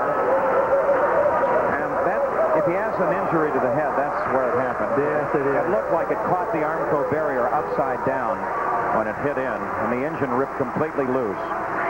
Incredible, frightening accident. The car's in many pieces. One more time, trying to analyze. Did you see just before that? You saw something on his car wiggle really bad, and then it took off to the left really hard. So instantaneously, Chip Ganassi is transferred from driver to passenger. And he takes Al Jr., little Al, to the fence with him on the backstretch. Almost looked like maybe one of the CV joints could have broken on the car. Well, Bobby, you're to be commended for not jumping up and down and running out of the back of the telecast booth here. There's Bobby Rahal. He leads the Michigan 500. He just made his pit stop. You see the caution flag story there. 10 flags today. That's kept the average speed down to 132.072 miles an hour to this point at 192 laps. We really had hoped that we could see a record Michigan 500, if not a record 500-mile race being run here today. That simply was not to be. Rahal picks the throttle up now and is ready to go racing once again. He is down in the serial as the green flag comes out, and we're back to action one more time. As car 4, Tom Sneva heads into the pits under this green flag, but apparently he got caught and he heads right back out of the pits as we watch them head off through the first turn. Tom Sneva was in the leader serial. There he is. He came flying through the pits, looked like he wanted to stop. They waved him on, and he continued moving on. We'll watch Tom Sneva and see what the story is there. Here's Rahal. He's running up through the middle of the field now. My guess on Tom was he didn't know that it was going to go green, as strange as it might seem, and he was going to come in the pit for a little adjustment or something. And then he realized it went green and took off. He was back far enough that he might not have seen it. In first place is this number 5 car of Bobby Rahal. In second place is Roberto Guerrero. He's not in the screen at the moment. And now Mario Andretti being scored in second place. So Andretti sat on the pole, had his problems, and now is moving back up through the field. But this man commands the race, Bobby Rahal. Well, he's looking very good. Of course, he's had a lot of competition all day, but just generally speaking, most of the day, he and Tom Sneva have been the best, too. There's Roberto Guerrero and Kevin Kogan. They're side by side. Kogan is not on the leader serial any longer, but of course, Roberto Guerrero runs in third place. There is Mario, just out of the edge of the screen, the second place car. That bright red number 3 Budweiser Lola as he begins now to make his moves. He's got Danny Sullivan and Bettenhausen right in front of him. Here is Andretti as he works his way. Can he come past Danny Sullivan? Remember, those two battled at the Meadowlands race. He comes past Sullivan. In front of him, Bettenhausen. And then, in front of that, the leader, Rahal. So, another remarkable story. That's like it from the back start, isn't it? Just like it was with Foyt. He certainly went back there. Foyt started from the back, but Andretti was having to have a full spark plug change. Well, he lost a lap right there, Paul. Now he's back in the same lap in second place. This is the most remarkable race I have seen in an awful long time. Carl Haas and Paul Newman trained those crews well. They got the job done. Paul Newman wishes he could be here. He's racing up at Brainerd, Minnesota this weekend. We understand the Trans Am running in the rain there. There is Mario Andretti, second place. Now a report comes to us from down in the pit area that Danny Ungaius whose car has fallen out of the race, is stepping up with a possibility of relieving A.J. Foyt. So the cramps that were reported earlier are apparently still persistent. I imagine it's really back pain with Foyt. He's still asking for help, and now it may be damage. Well, it could be, but I'm going to tell you something. That Foyt is tough, and if he does come in, well, he is coming in. So let's see if Danny... We're watching Mario Andretti, the second-place car, as here comes Foyt. Now, what will happen? This is a regular stop to the moment. Foyt doesn't appear to be unbuckling. He's looking around. The crew goes to work. Boy, they sure weren't very excited about changing tires when he came in. Now he's moving around in the cockpit. One of the crewmen jumps over to see exactly what it is he wants. Very casual, very routine for Foyt. Is that Ongaias back in the background? Ongaias is at that pit. He's ready to go in, but Foyt now chugs away as he dumps the clutch and almost kills the engine, but he gets it going again. He's too tough to quit right now. And Danny Ongaias is standing right there. There you see him. Ongaias is ready should Foyt want relief. I don't think Tech's going to give up this close to the end. I really don't. I've never seen him quit yet. You don't get relief often in the IndyCars anymore. You just can't quit one day. Well, the driver doesn't fit the car. They were talking about Al a little while ago. My gosh, Al is so much smaller than Foyt. He'd travel around there like a baby in a boxcar. I don't want to be around when Foyt gets you after saying that. Bobby Rahal, car number 5, is our leader at the moment. Mario Andretti is in second place, but Rahal is running all alone. Mario, though, still closing. Roberto Guerrero in third. Rick Mears fourth. Sneva is fifth. Pancho Carter is sixth. John Cox seventh. Kevin Cogan eighth. Jeff Brabham ninth. And Johnny Rutherford is now 10th. Guerrero off the course on the backstretch. Bounces through. Keeps it under control. Took my breath away for a second. That's the same place the other accident happened. Well, that was an amazing one. I haven't seen that happen in a long time, Paul. Just off the course. Report comes to us now from the hospital a few miles away in Jackson that Al Unser Jr. did indeed suffer a fracture of his left ankle in that accident. We'll give you further updates as they come as well. If that's all he has, Paul, I'm going to be pretty happy at this particular time. Roberto Guerrero keeps going, but they do put out the yellow flag, so again, we're under yellow at Michigan, and he's going to come in for a stop. Maybe something broke causing that problem. They're going to have it checked. I don't know. He's making it around here pretty good, so I don't know. I'll look and see what they're going to change during the stops here. Roberto Guerrero, the Bignotti Cotter crew is there. Here's Gary Gerald there as well. Gary? Well, Paul, we caught the crew totally by surprise. We relayed the information that Roberto was off course. Then Phil Casey, the new crew chief, came running. The crew went over the wall. They're putting fresh tires on. The yellow, as you mentioned, is a significant break for Roberto, who's been running in the top 5. You can see the big eyes looking this way. Now they're going to make an adjustment here at the nose. They've got the duct tape out, but they're having a problem getting it unfurled. Now they've gone for another piece of tape. Champ has taken off his gloves at the nose of the car. They don't want to lose the cat. So they're going to send him back out. Undoubtedly, they may try to bring him back in. Well, should they do that under the yellow flag, that's good strategy. Gary Gerald will be there as Tom Sneva rolls down into the pits as well. Again, one of our early leaders. Now Sneva comes to a stop. He's up on the jacks, and the crew goes to work on that car. This looks like a 3-tire change for Sneva. Indeed, it is right front. Here is Foyt back in. Will they change? One of his crew members, Billy, climbs over there. Looks like he was ready to help Foyt should he want out. Tom Sneva, they refuel. 3 tires changed. He comes back to the action. Gordon Johncock rolls out just behind him. So the leaders of this field taking advantage. Foyt stays in the car, and Foyt goes back to the fight. I told you he was tough. He's not going to quit that easy.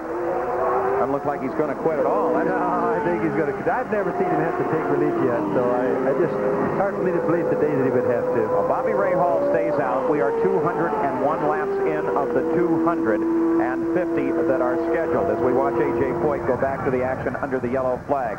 That should mean that they still have one more pit stop before the end of 500 miles. We'll be back with more of the Michigan 500 after this.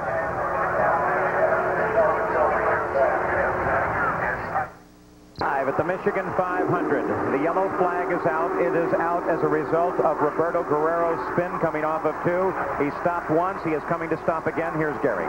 Well, Paul, this time he almost has to lock up the wheels. Rick Wetzel has that duct tape at the nose. They're trying to paste down the nose cone because it's underwent went some damage with that spin on the backstretch. On the previous stop, one of the rear tires was flat. They made the tire changes there. Now they're strictly trying to tape up some damage up here around the nose of the car and around the ducts. The tape goes rolling back across the track, down off the deck.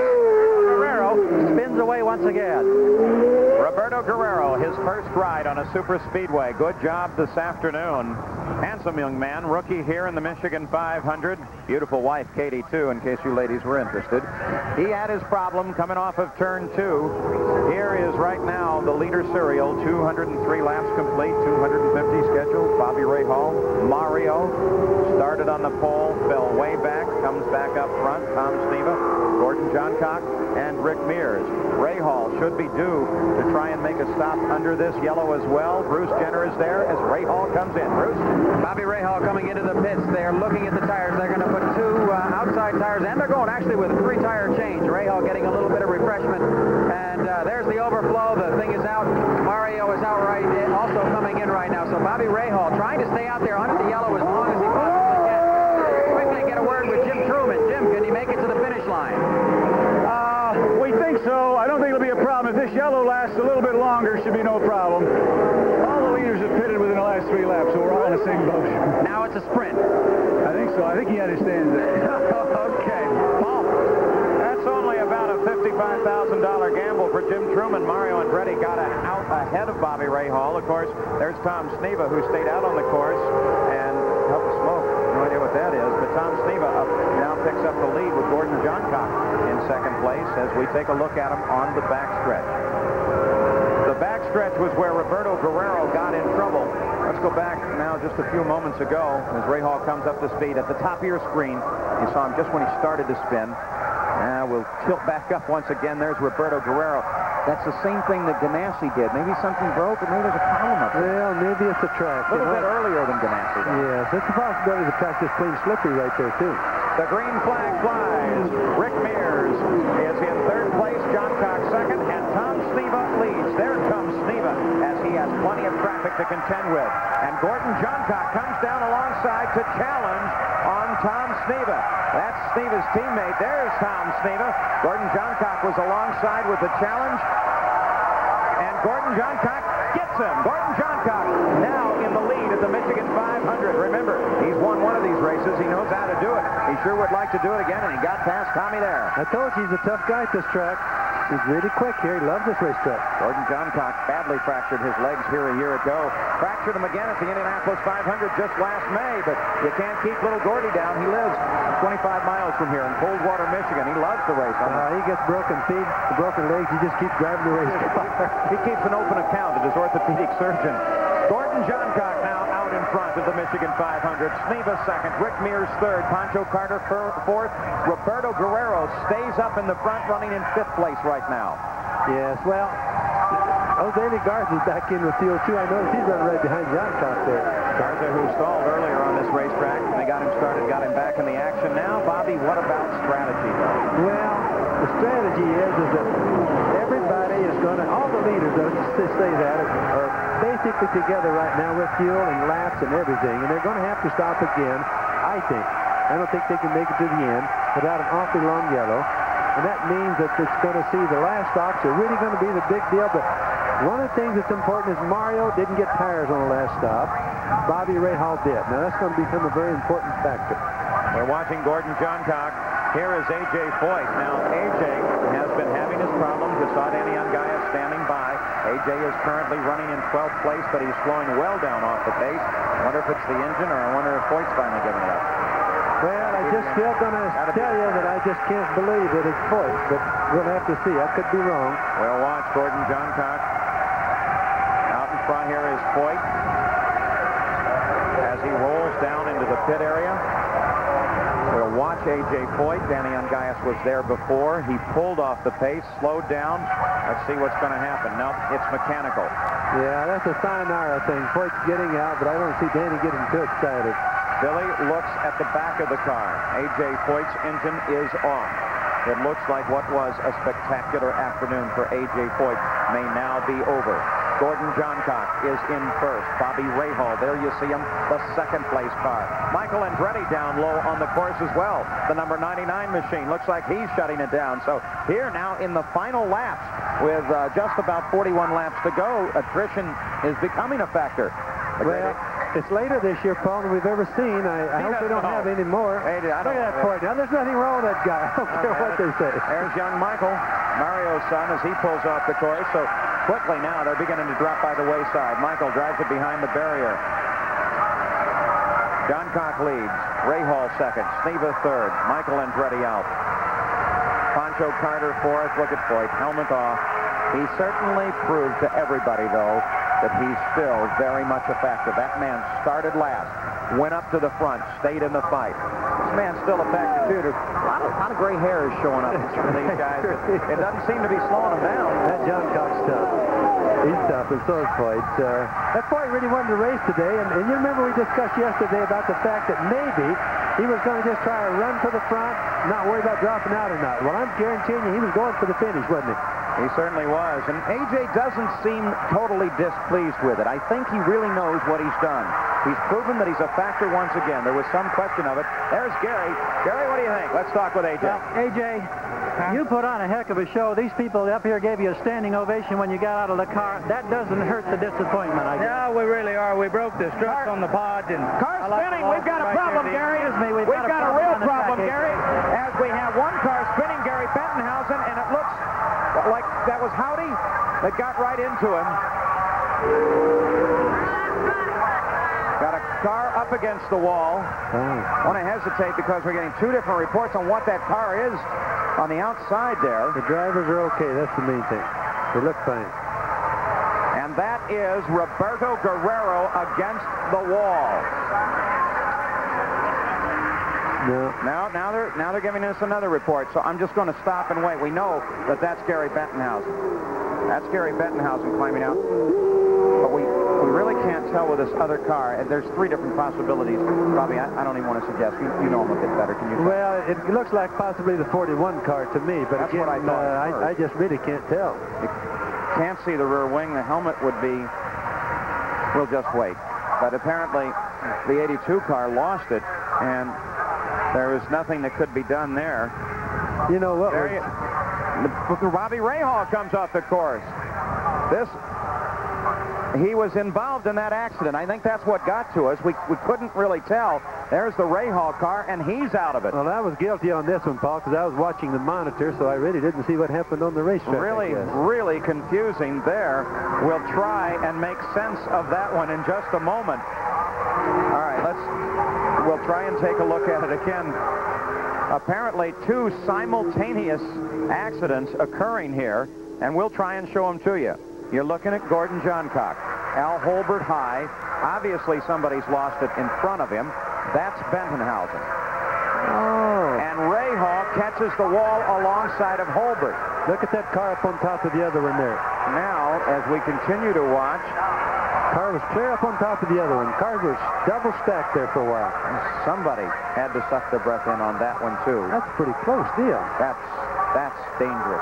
We've seen the weirdest wrecks today we've seen in an awful long time. Two simultaneous accidents. Look at that car get up on top of him now. Look at that car almost turned over. The screen, though.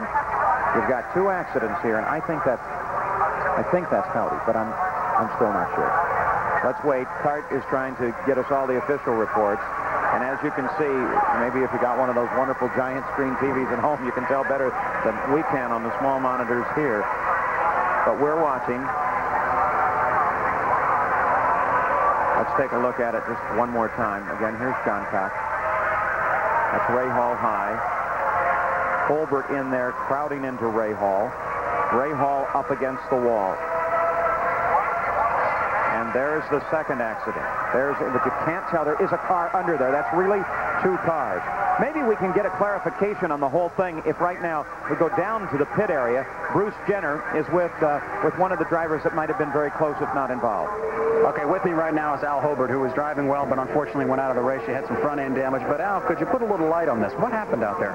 Well, it really goes back about 10 laps when Michael had a flat and the smoke came out, and I've been here before, and it's so long around the corner you can't see. And I'd seen the smoke then. I slowed down, and then Gary Bettenhausen, I think, was trying to get by somebody here just now. Well, no caution came out back then.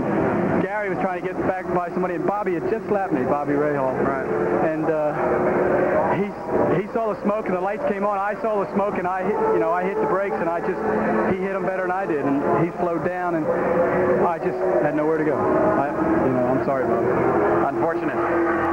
Yeah, it really was, because Bobby was placed to win the race for Jim, for Red Roots. All right.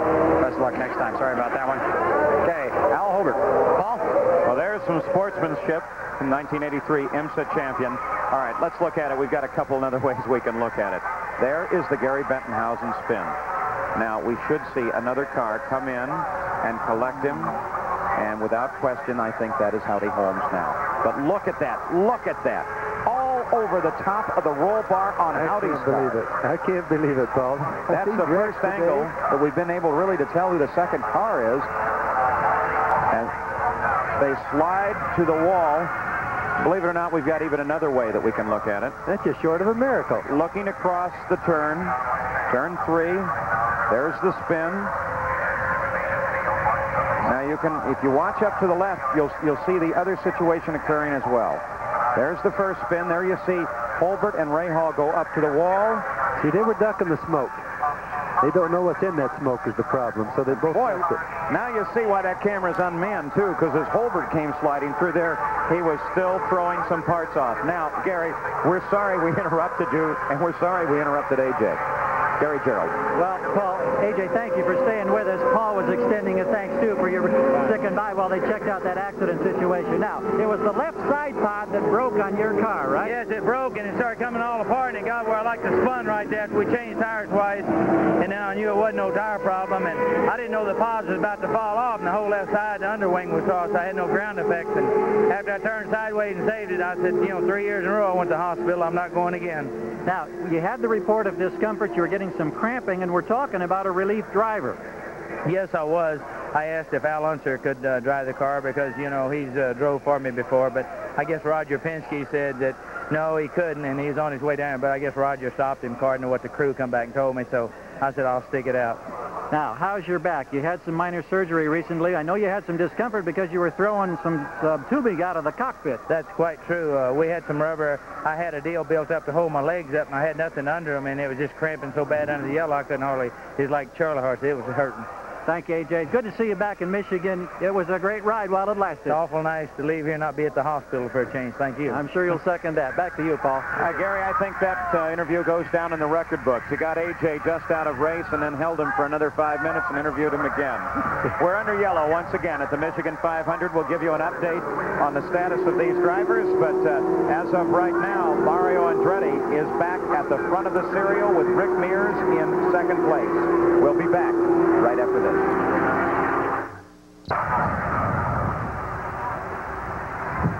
Thanks, Bill. We're back now at the Michigan 500. Just a few seconds ago, this was the view. Bobby Rahal climbing out of the back of that ambulance. The report now comes from the cart. There's his wife, Debbie, carrying the helmet right behind him. And he walks in. Believe this. The report from cart.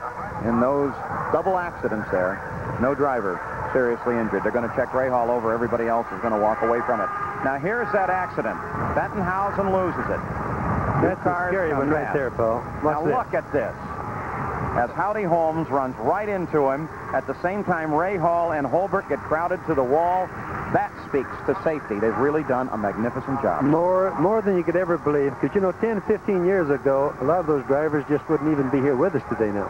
Absolutely incredible. And to see that car not go upside down. Here's the man that was almost upside down with Gary Bettenhausen. Well, Paul, here is Gary B. They call him the Schmucker. I guess I didn't get to see it. You have a view that you probably don't want to see, but they tell us you were almost upside down. Yeah, that's the way it appeared to me. The car was up in the air, and I could see blacktop, and I was sure the car was going to get upside down, so I just kind of put my head down and hung on. And the next thing I knew, the car came down, and Howdy and I were tied up together, and we went up into the wall lightly. Gary, we've seen some horrible accidents here today. 10 years ago, a driver wouldn't be able to walk away and talk to us after one of these crashes, would he? No, I don't think so. There's been a tremendous amount of safety improvements made in the cars in the last 5 years, and believe me, I think we owe a lot to CART for the safety that they put into these cars. Well, we're delighted to see that you're all right, Gary. We're going to go back over to Bruce Jenner now, who is standing by with Howdy Holmes. Bruce? Thank you, Gary. Right now I am with Howdy Holmes. And Howdy, what happened out there? Gary Benhauser spun, and of course when that happens there's always a lot of smoke, and Kevin Cogan and I were the next two behind him. As we came out of the smoke, Kevin was high, I was in the middle of the track, and so was Gary, but he wasn't moving. And I just ran right into the back of him, and his car came up in the air, and then I went underneath his car, turned over, and it was perpendicular to where I was sitting, sort of like this. Not a nice position to be in. No, I'm trying to push the damn thing. I think I ought to charge him for gas. Hold on. And then we both slid into the wall, and cars are junk, but both of us are all fine. That is amazing. You have to really rely on the safety of these cars that they can take a beating like that. Well, they could take a beating, you know. In a case like that, I was very lucky because there was nothing to stop him sliding and just taking my head off, you know. It would have been rather interesting, but it's funny. I'm glad you're all right. Yeah, we're fine. Thanks. Well, there's a guy with a sense of humor, Howdy Holmes. He lives over in Ann Arbor, about 45 miles from here at this track. We're, of course, under yellow. Mario Andretti leads. Second is Rick Mears. Roberto Guerrero is in third. Pancho Carter fourth. Gordon Johncock fifth. Tom Sneva sixth. Kevin Cogan seventh, 1 lap down. We'll be back after this.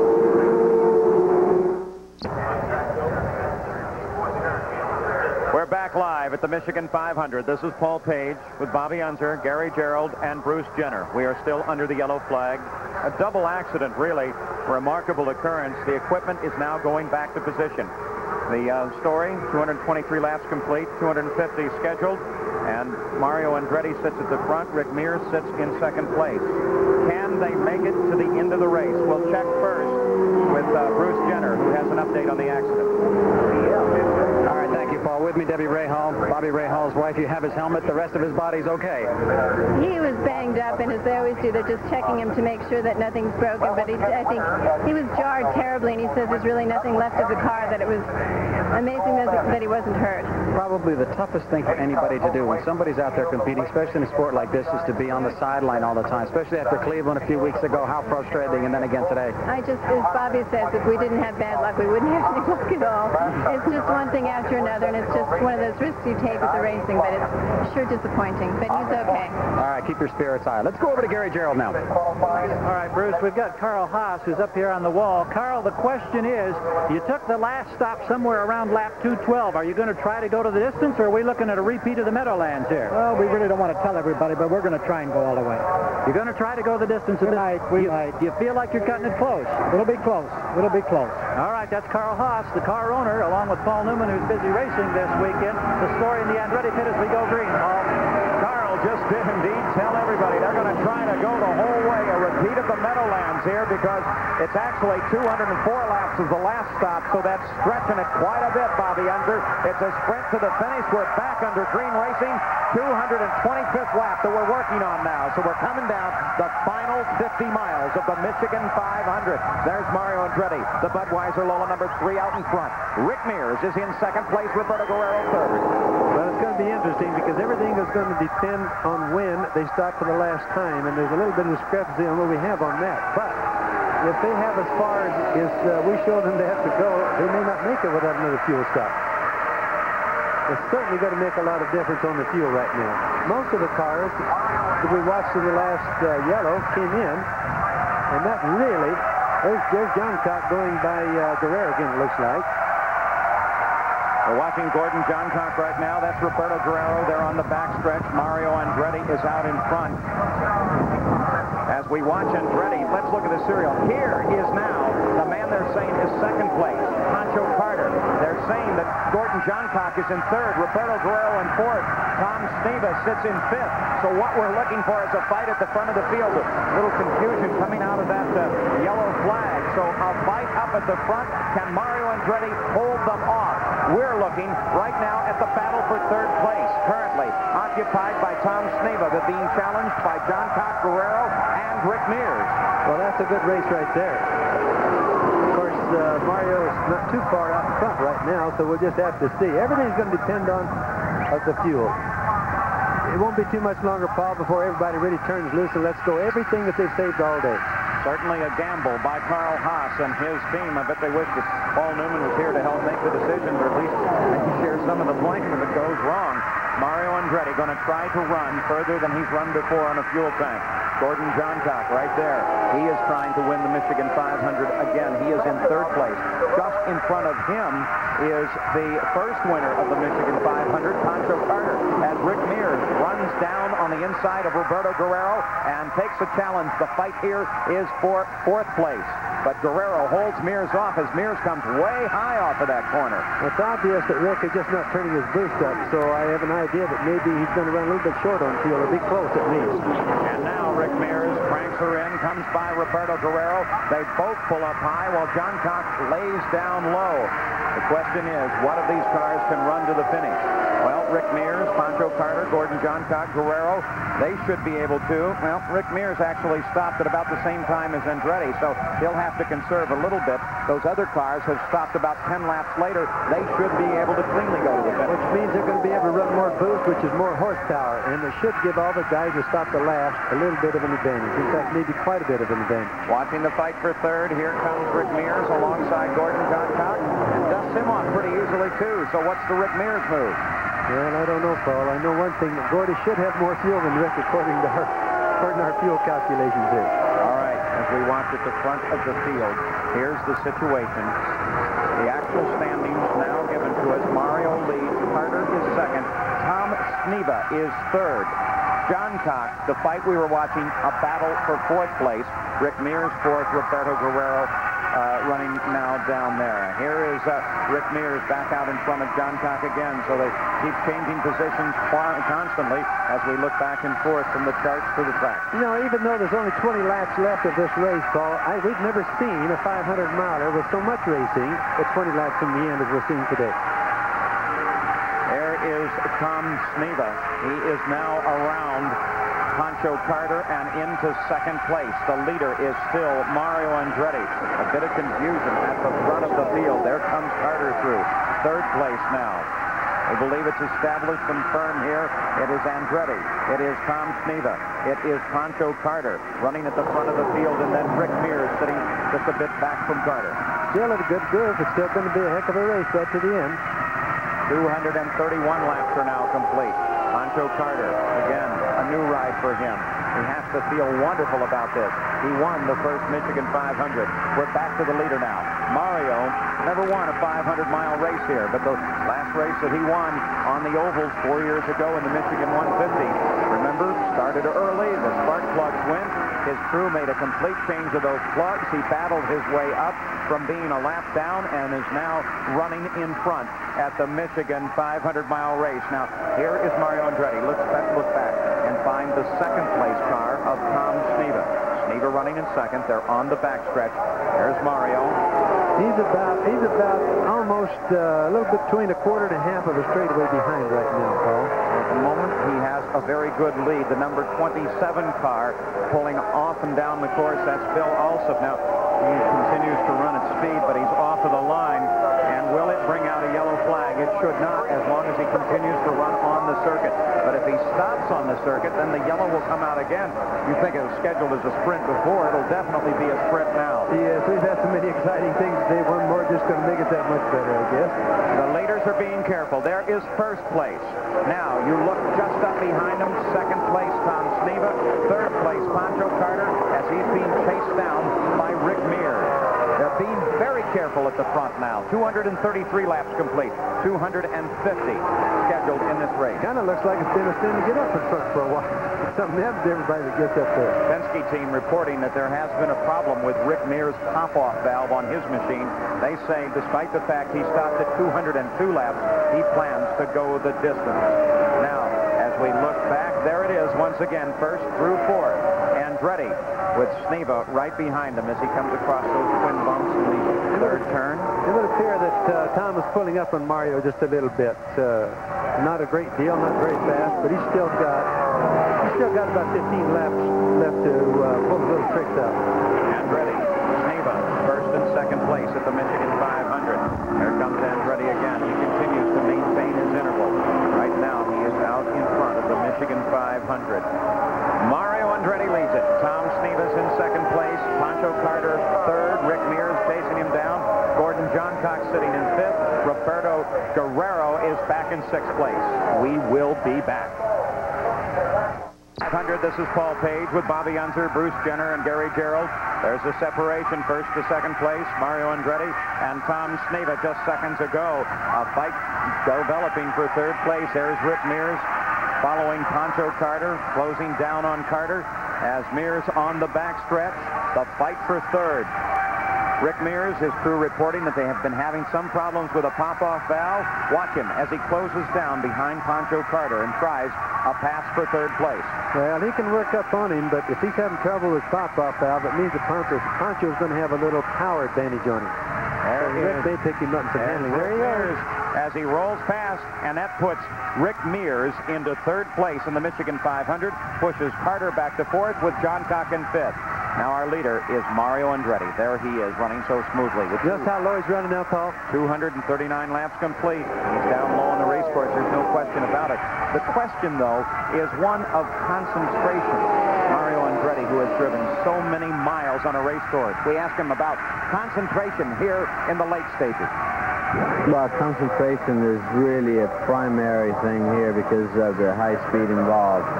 And also, you run in traffic all the time, and there's a lot of speed differential between perhaps yourself and whoever you're trying to pass or lap. And that is the tendency to really creep up on you.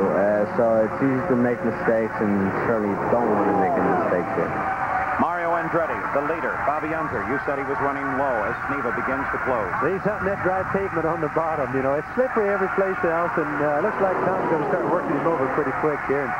Watch how low they run on the racetrack, especially going to turn 3. They're just dang near down to the white line over there. It's a fight for the front. If ever two men know how to go fast, these two guys do. Right now, it's Andretti in front. His question mark, does he have enough fuel to go to the end of the race? Let's go to Rick Mears' pit. Here's Bruce Jenner.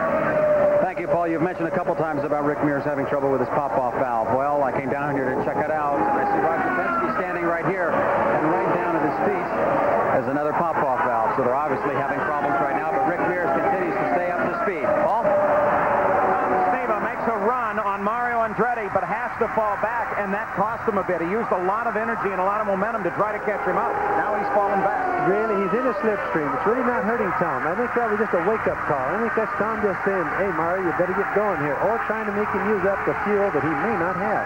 Just over 7 laps to go. Now in the Michigan 500. The battle is still at the front. The question is still Andretti and his fuel tank. Does he have enough to go the distance? He should be running very light. Sneva tries him on the high side. Tom Sneva up very close to the wall. Sneva a challenge for the front. Andretti holds him off. Andretti still maintains the lead. He's doing a good job. That cylinder's not missing on the engine anymore, is it? It certainly isn't now, and Tom Sneva is giving it every test that is possible. They're going to try it again. We're going to have a sprint race right to the end of the Michigan 500. Here comes Sneva going into 3. They both go across the bumps. But again, Andretti is able to hold on. Andretti really knows his way around as well. We're seeing two masters at their craft right here. He's using up a lot of racetrack, and he's doing it down on the bottom where Tom needs to pass. And he's doing it for 2 reasons. One, because it's dry down there and you stick better, and the second reason is to keep Tom from passing. Tommy tries it again, but the Lola handles about anywhere that Mario puts it. Tom Sneva has to drop back again. Again, a burst of power. They come off of turn 2 onto the backstretch.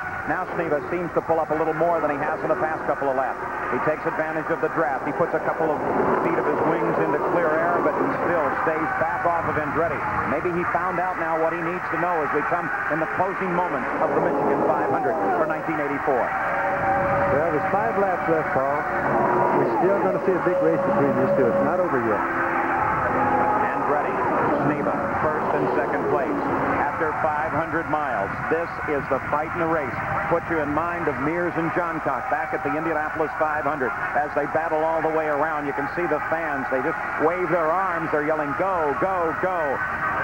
Partiality for Mario Andretti here. Don't see any fans leaving either, do you? It's a good race. They are staying here, and the grandstands have been jammed to capacity.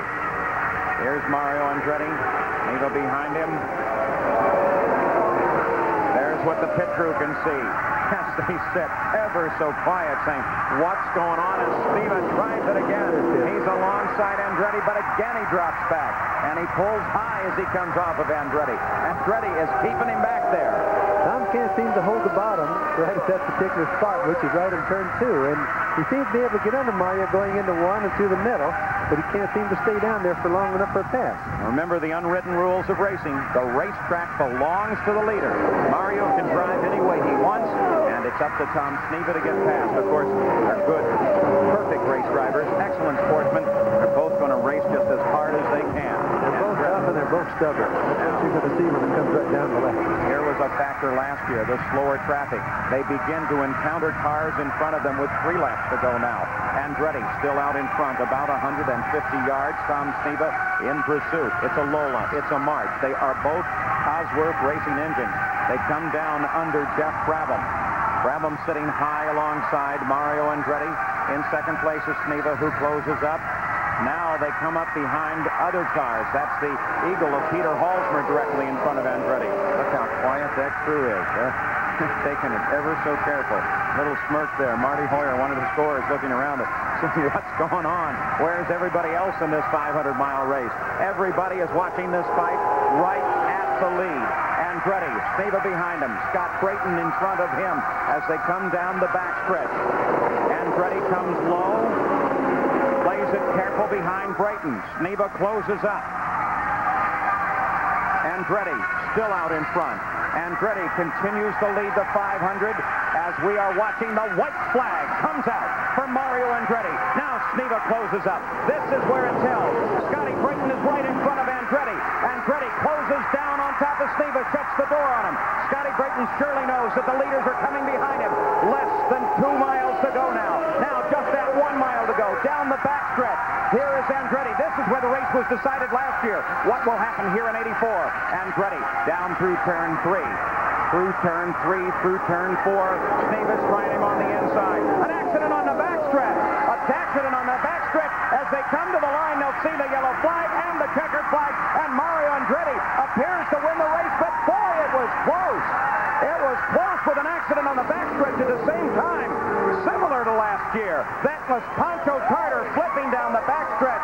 Andretti's crew says they did it. There is Carter's car. A tremendous run for Carter. He was running up in 3rd and 4th, and then an accident as the checkered comes out. Boy, I'll tell you, Paul, we've seen more. I'm happy to see right now that Pancho is moving, so I'm hoping that he's not hurt too bad. My congratulations to Mario, but I'm worried. That was a terrible wreck with Pancho, and look at that down there. But at least he's moving, so it looks like maybe that's good news for us, at least. Pancho climbing out. Let's take a look there on the right-hand side. That's the battle that was going on between Mears and Carter for 3rd place. Carter tries it on the inside. Looks like he just lost aerodynamics and touched the back of Rick's car. There's no question about it. Looks like the air just let go. Look at the car totally broken up, and Pancho's in nothing but a capsule with no engine. Now it turns all the way over. Whoa! John Cock comes by. Frightening accident for Pancho Carter. He was in a terrible accident in a private practice session at Phoenix in 1977. Badly injured his pelvis and legs. Strangest race I've seen. Strangest race I've seen in years, I think, Paul. A most unusual afternoon as Mario Andretti rolls into winner's circle here at Michigan, the 4th winner of the Michigan 500. Gary Gerald's right there. Well, Paul, we're down here. Don Henderson is helping got the cold towels for Mario, the cold drink. They're trying to get Mario up out of here, of course. He pulls off the gloves ever so slowly. A sensational finish to 500 miles. What an incredible afternoon. As Mario now goes up here for the 3rd time this year, he finds himself in victory lane. The other 2 wins have been on the road courses. Now it's the oval. It's been 15 years since Mario Andretti won a 500-mile race. A kiss from Carl Haas. And now, cold drinks, the caps. It's bedlam down here in Michigan, Paul. Don, excuse me, let me slide up here on the pod. Mario's got the cold towel, the accolades of the crowd. This has to be a sensational feeling, Mario Andretti. What a race. Yeah, I can't believe it because we had everything going against us there at the beginning. We lost the cylinder, and thanks to my Budweiser crew, they were able to get right to it and find what it was, and we got our breath back, and and just playing the strategy is sort of work. We got a lap back, and so it was beautiful. Mario, it's been 15 years since you won a 500-mile race. You won in '67 at Daytona in the stock car, '69 in the Indianapolis 500. The feeling right now? Well, it's hard to really describe it because, as you can see, I've been working very hard all these years, and my goals are to win and to put more 500s behind me because obviously they're the ones that everyone talks about the most. So I'm just totally happy and just elated with everyone because they all got me here. You know, it's a great team effort. Mario, I want to leave this souvenir. This is the spark plug that they had to pull. The wire was off of it. That's why you were on 7 cylinders. That's the very one.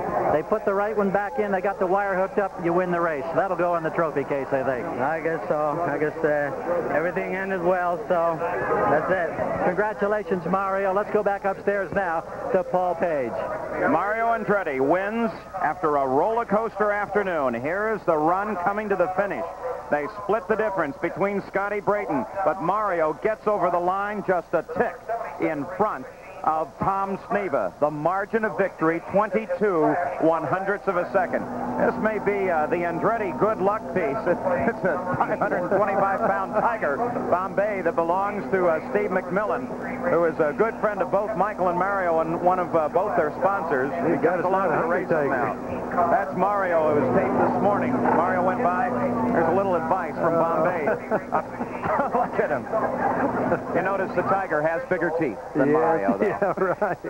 Well, the handsome Italian from Nazareth, Pennsylvania wins. Now, let's go down to Bruce Jenner. All right, Tom.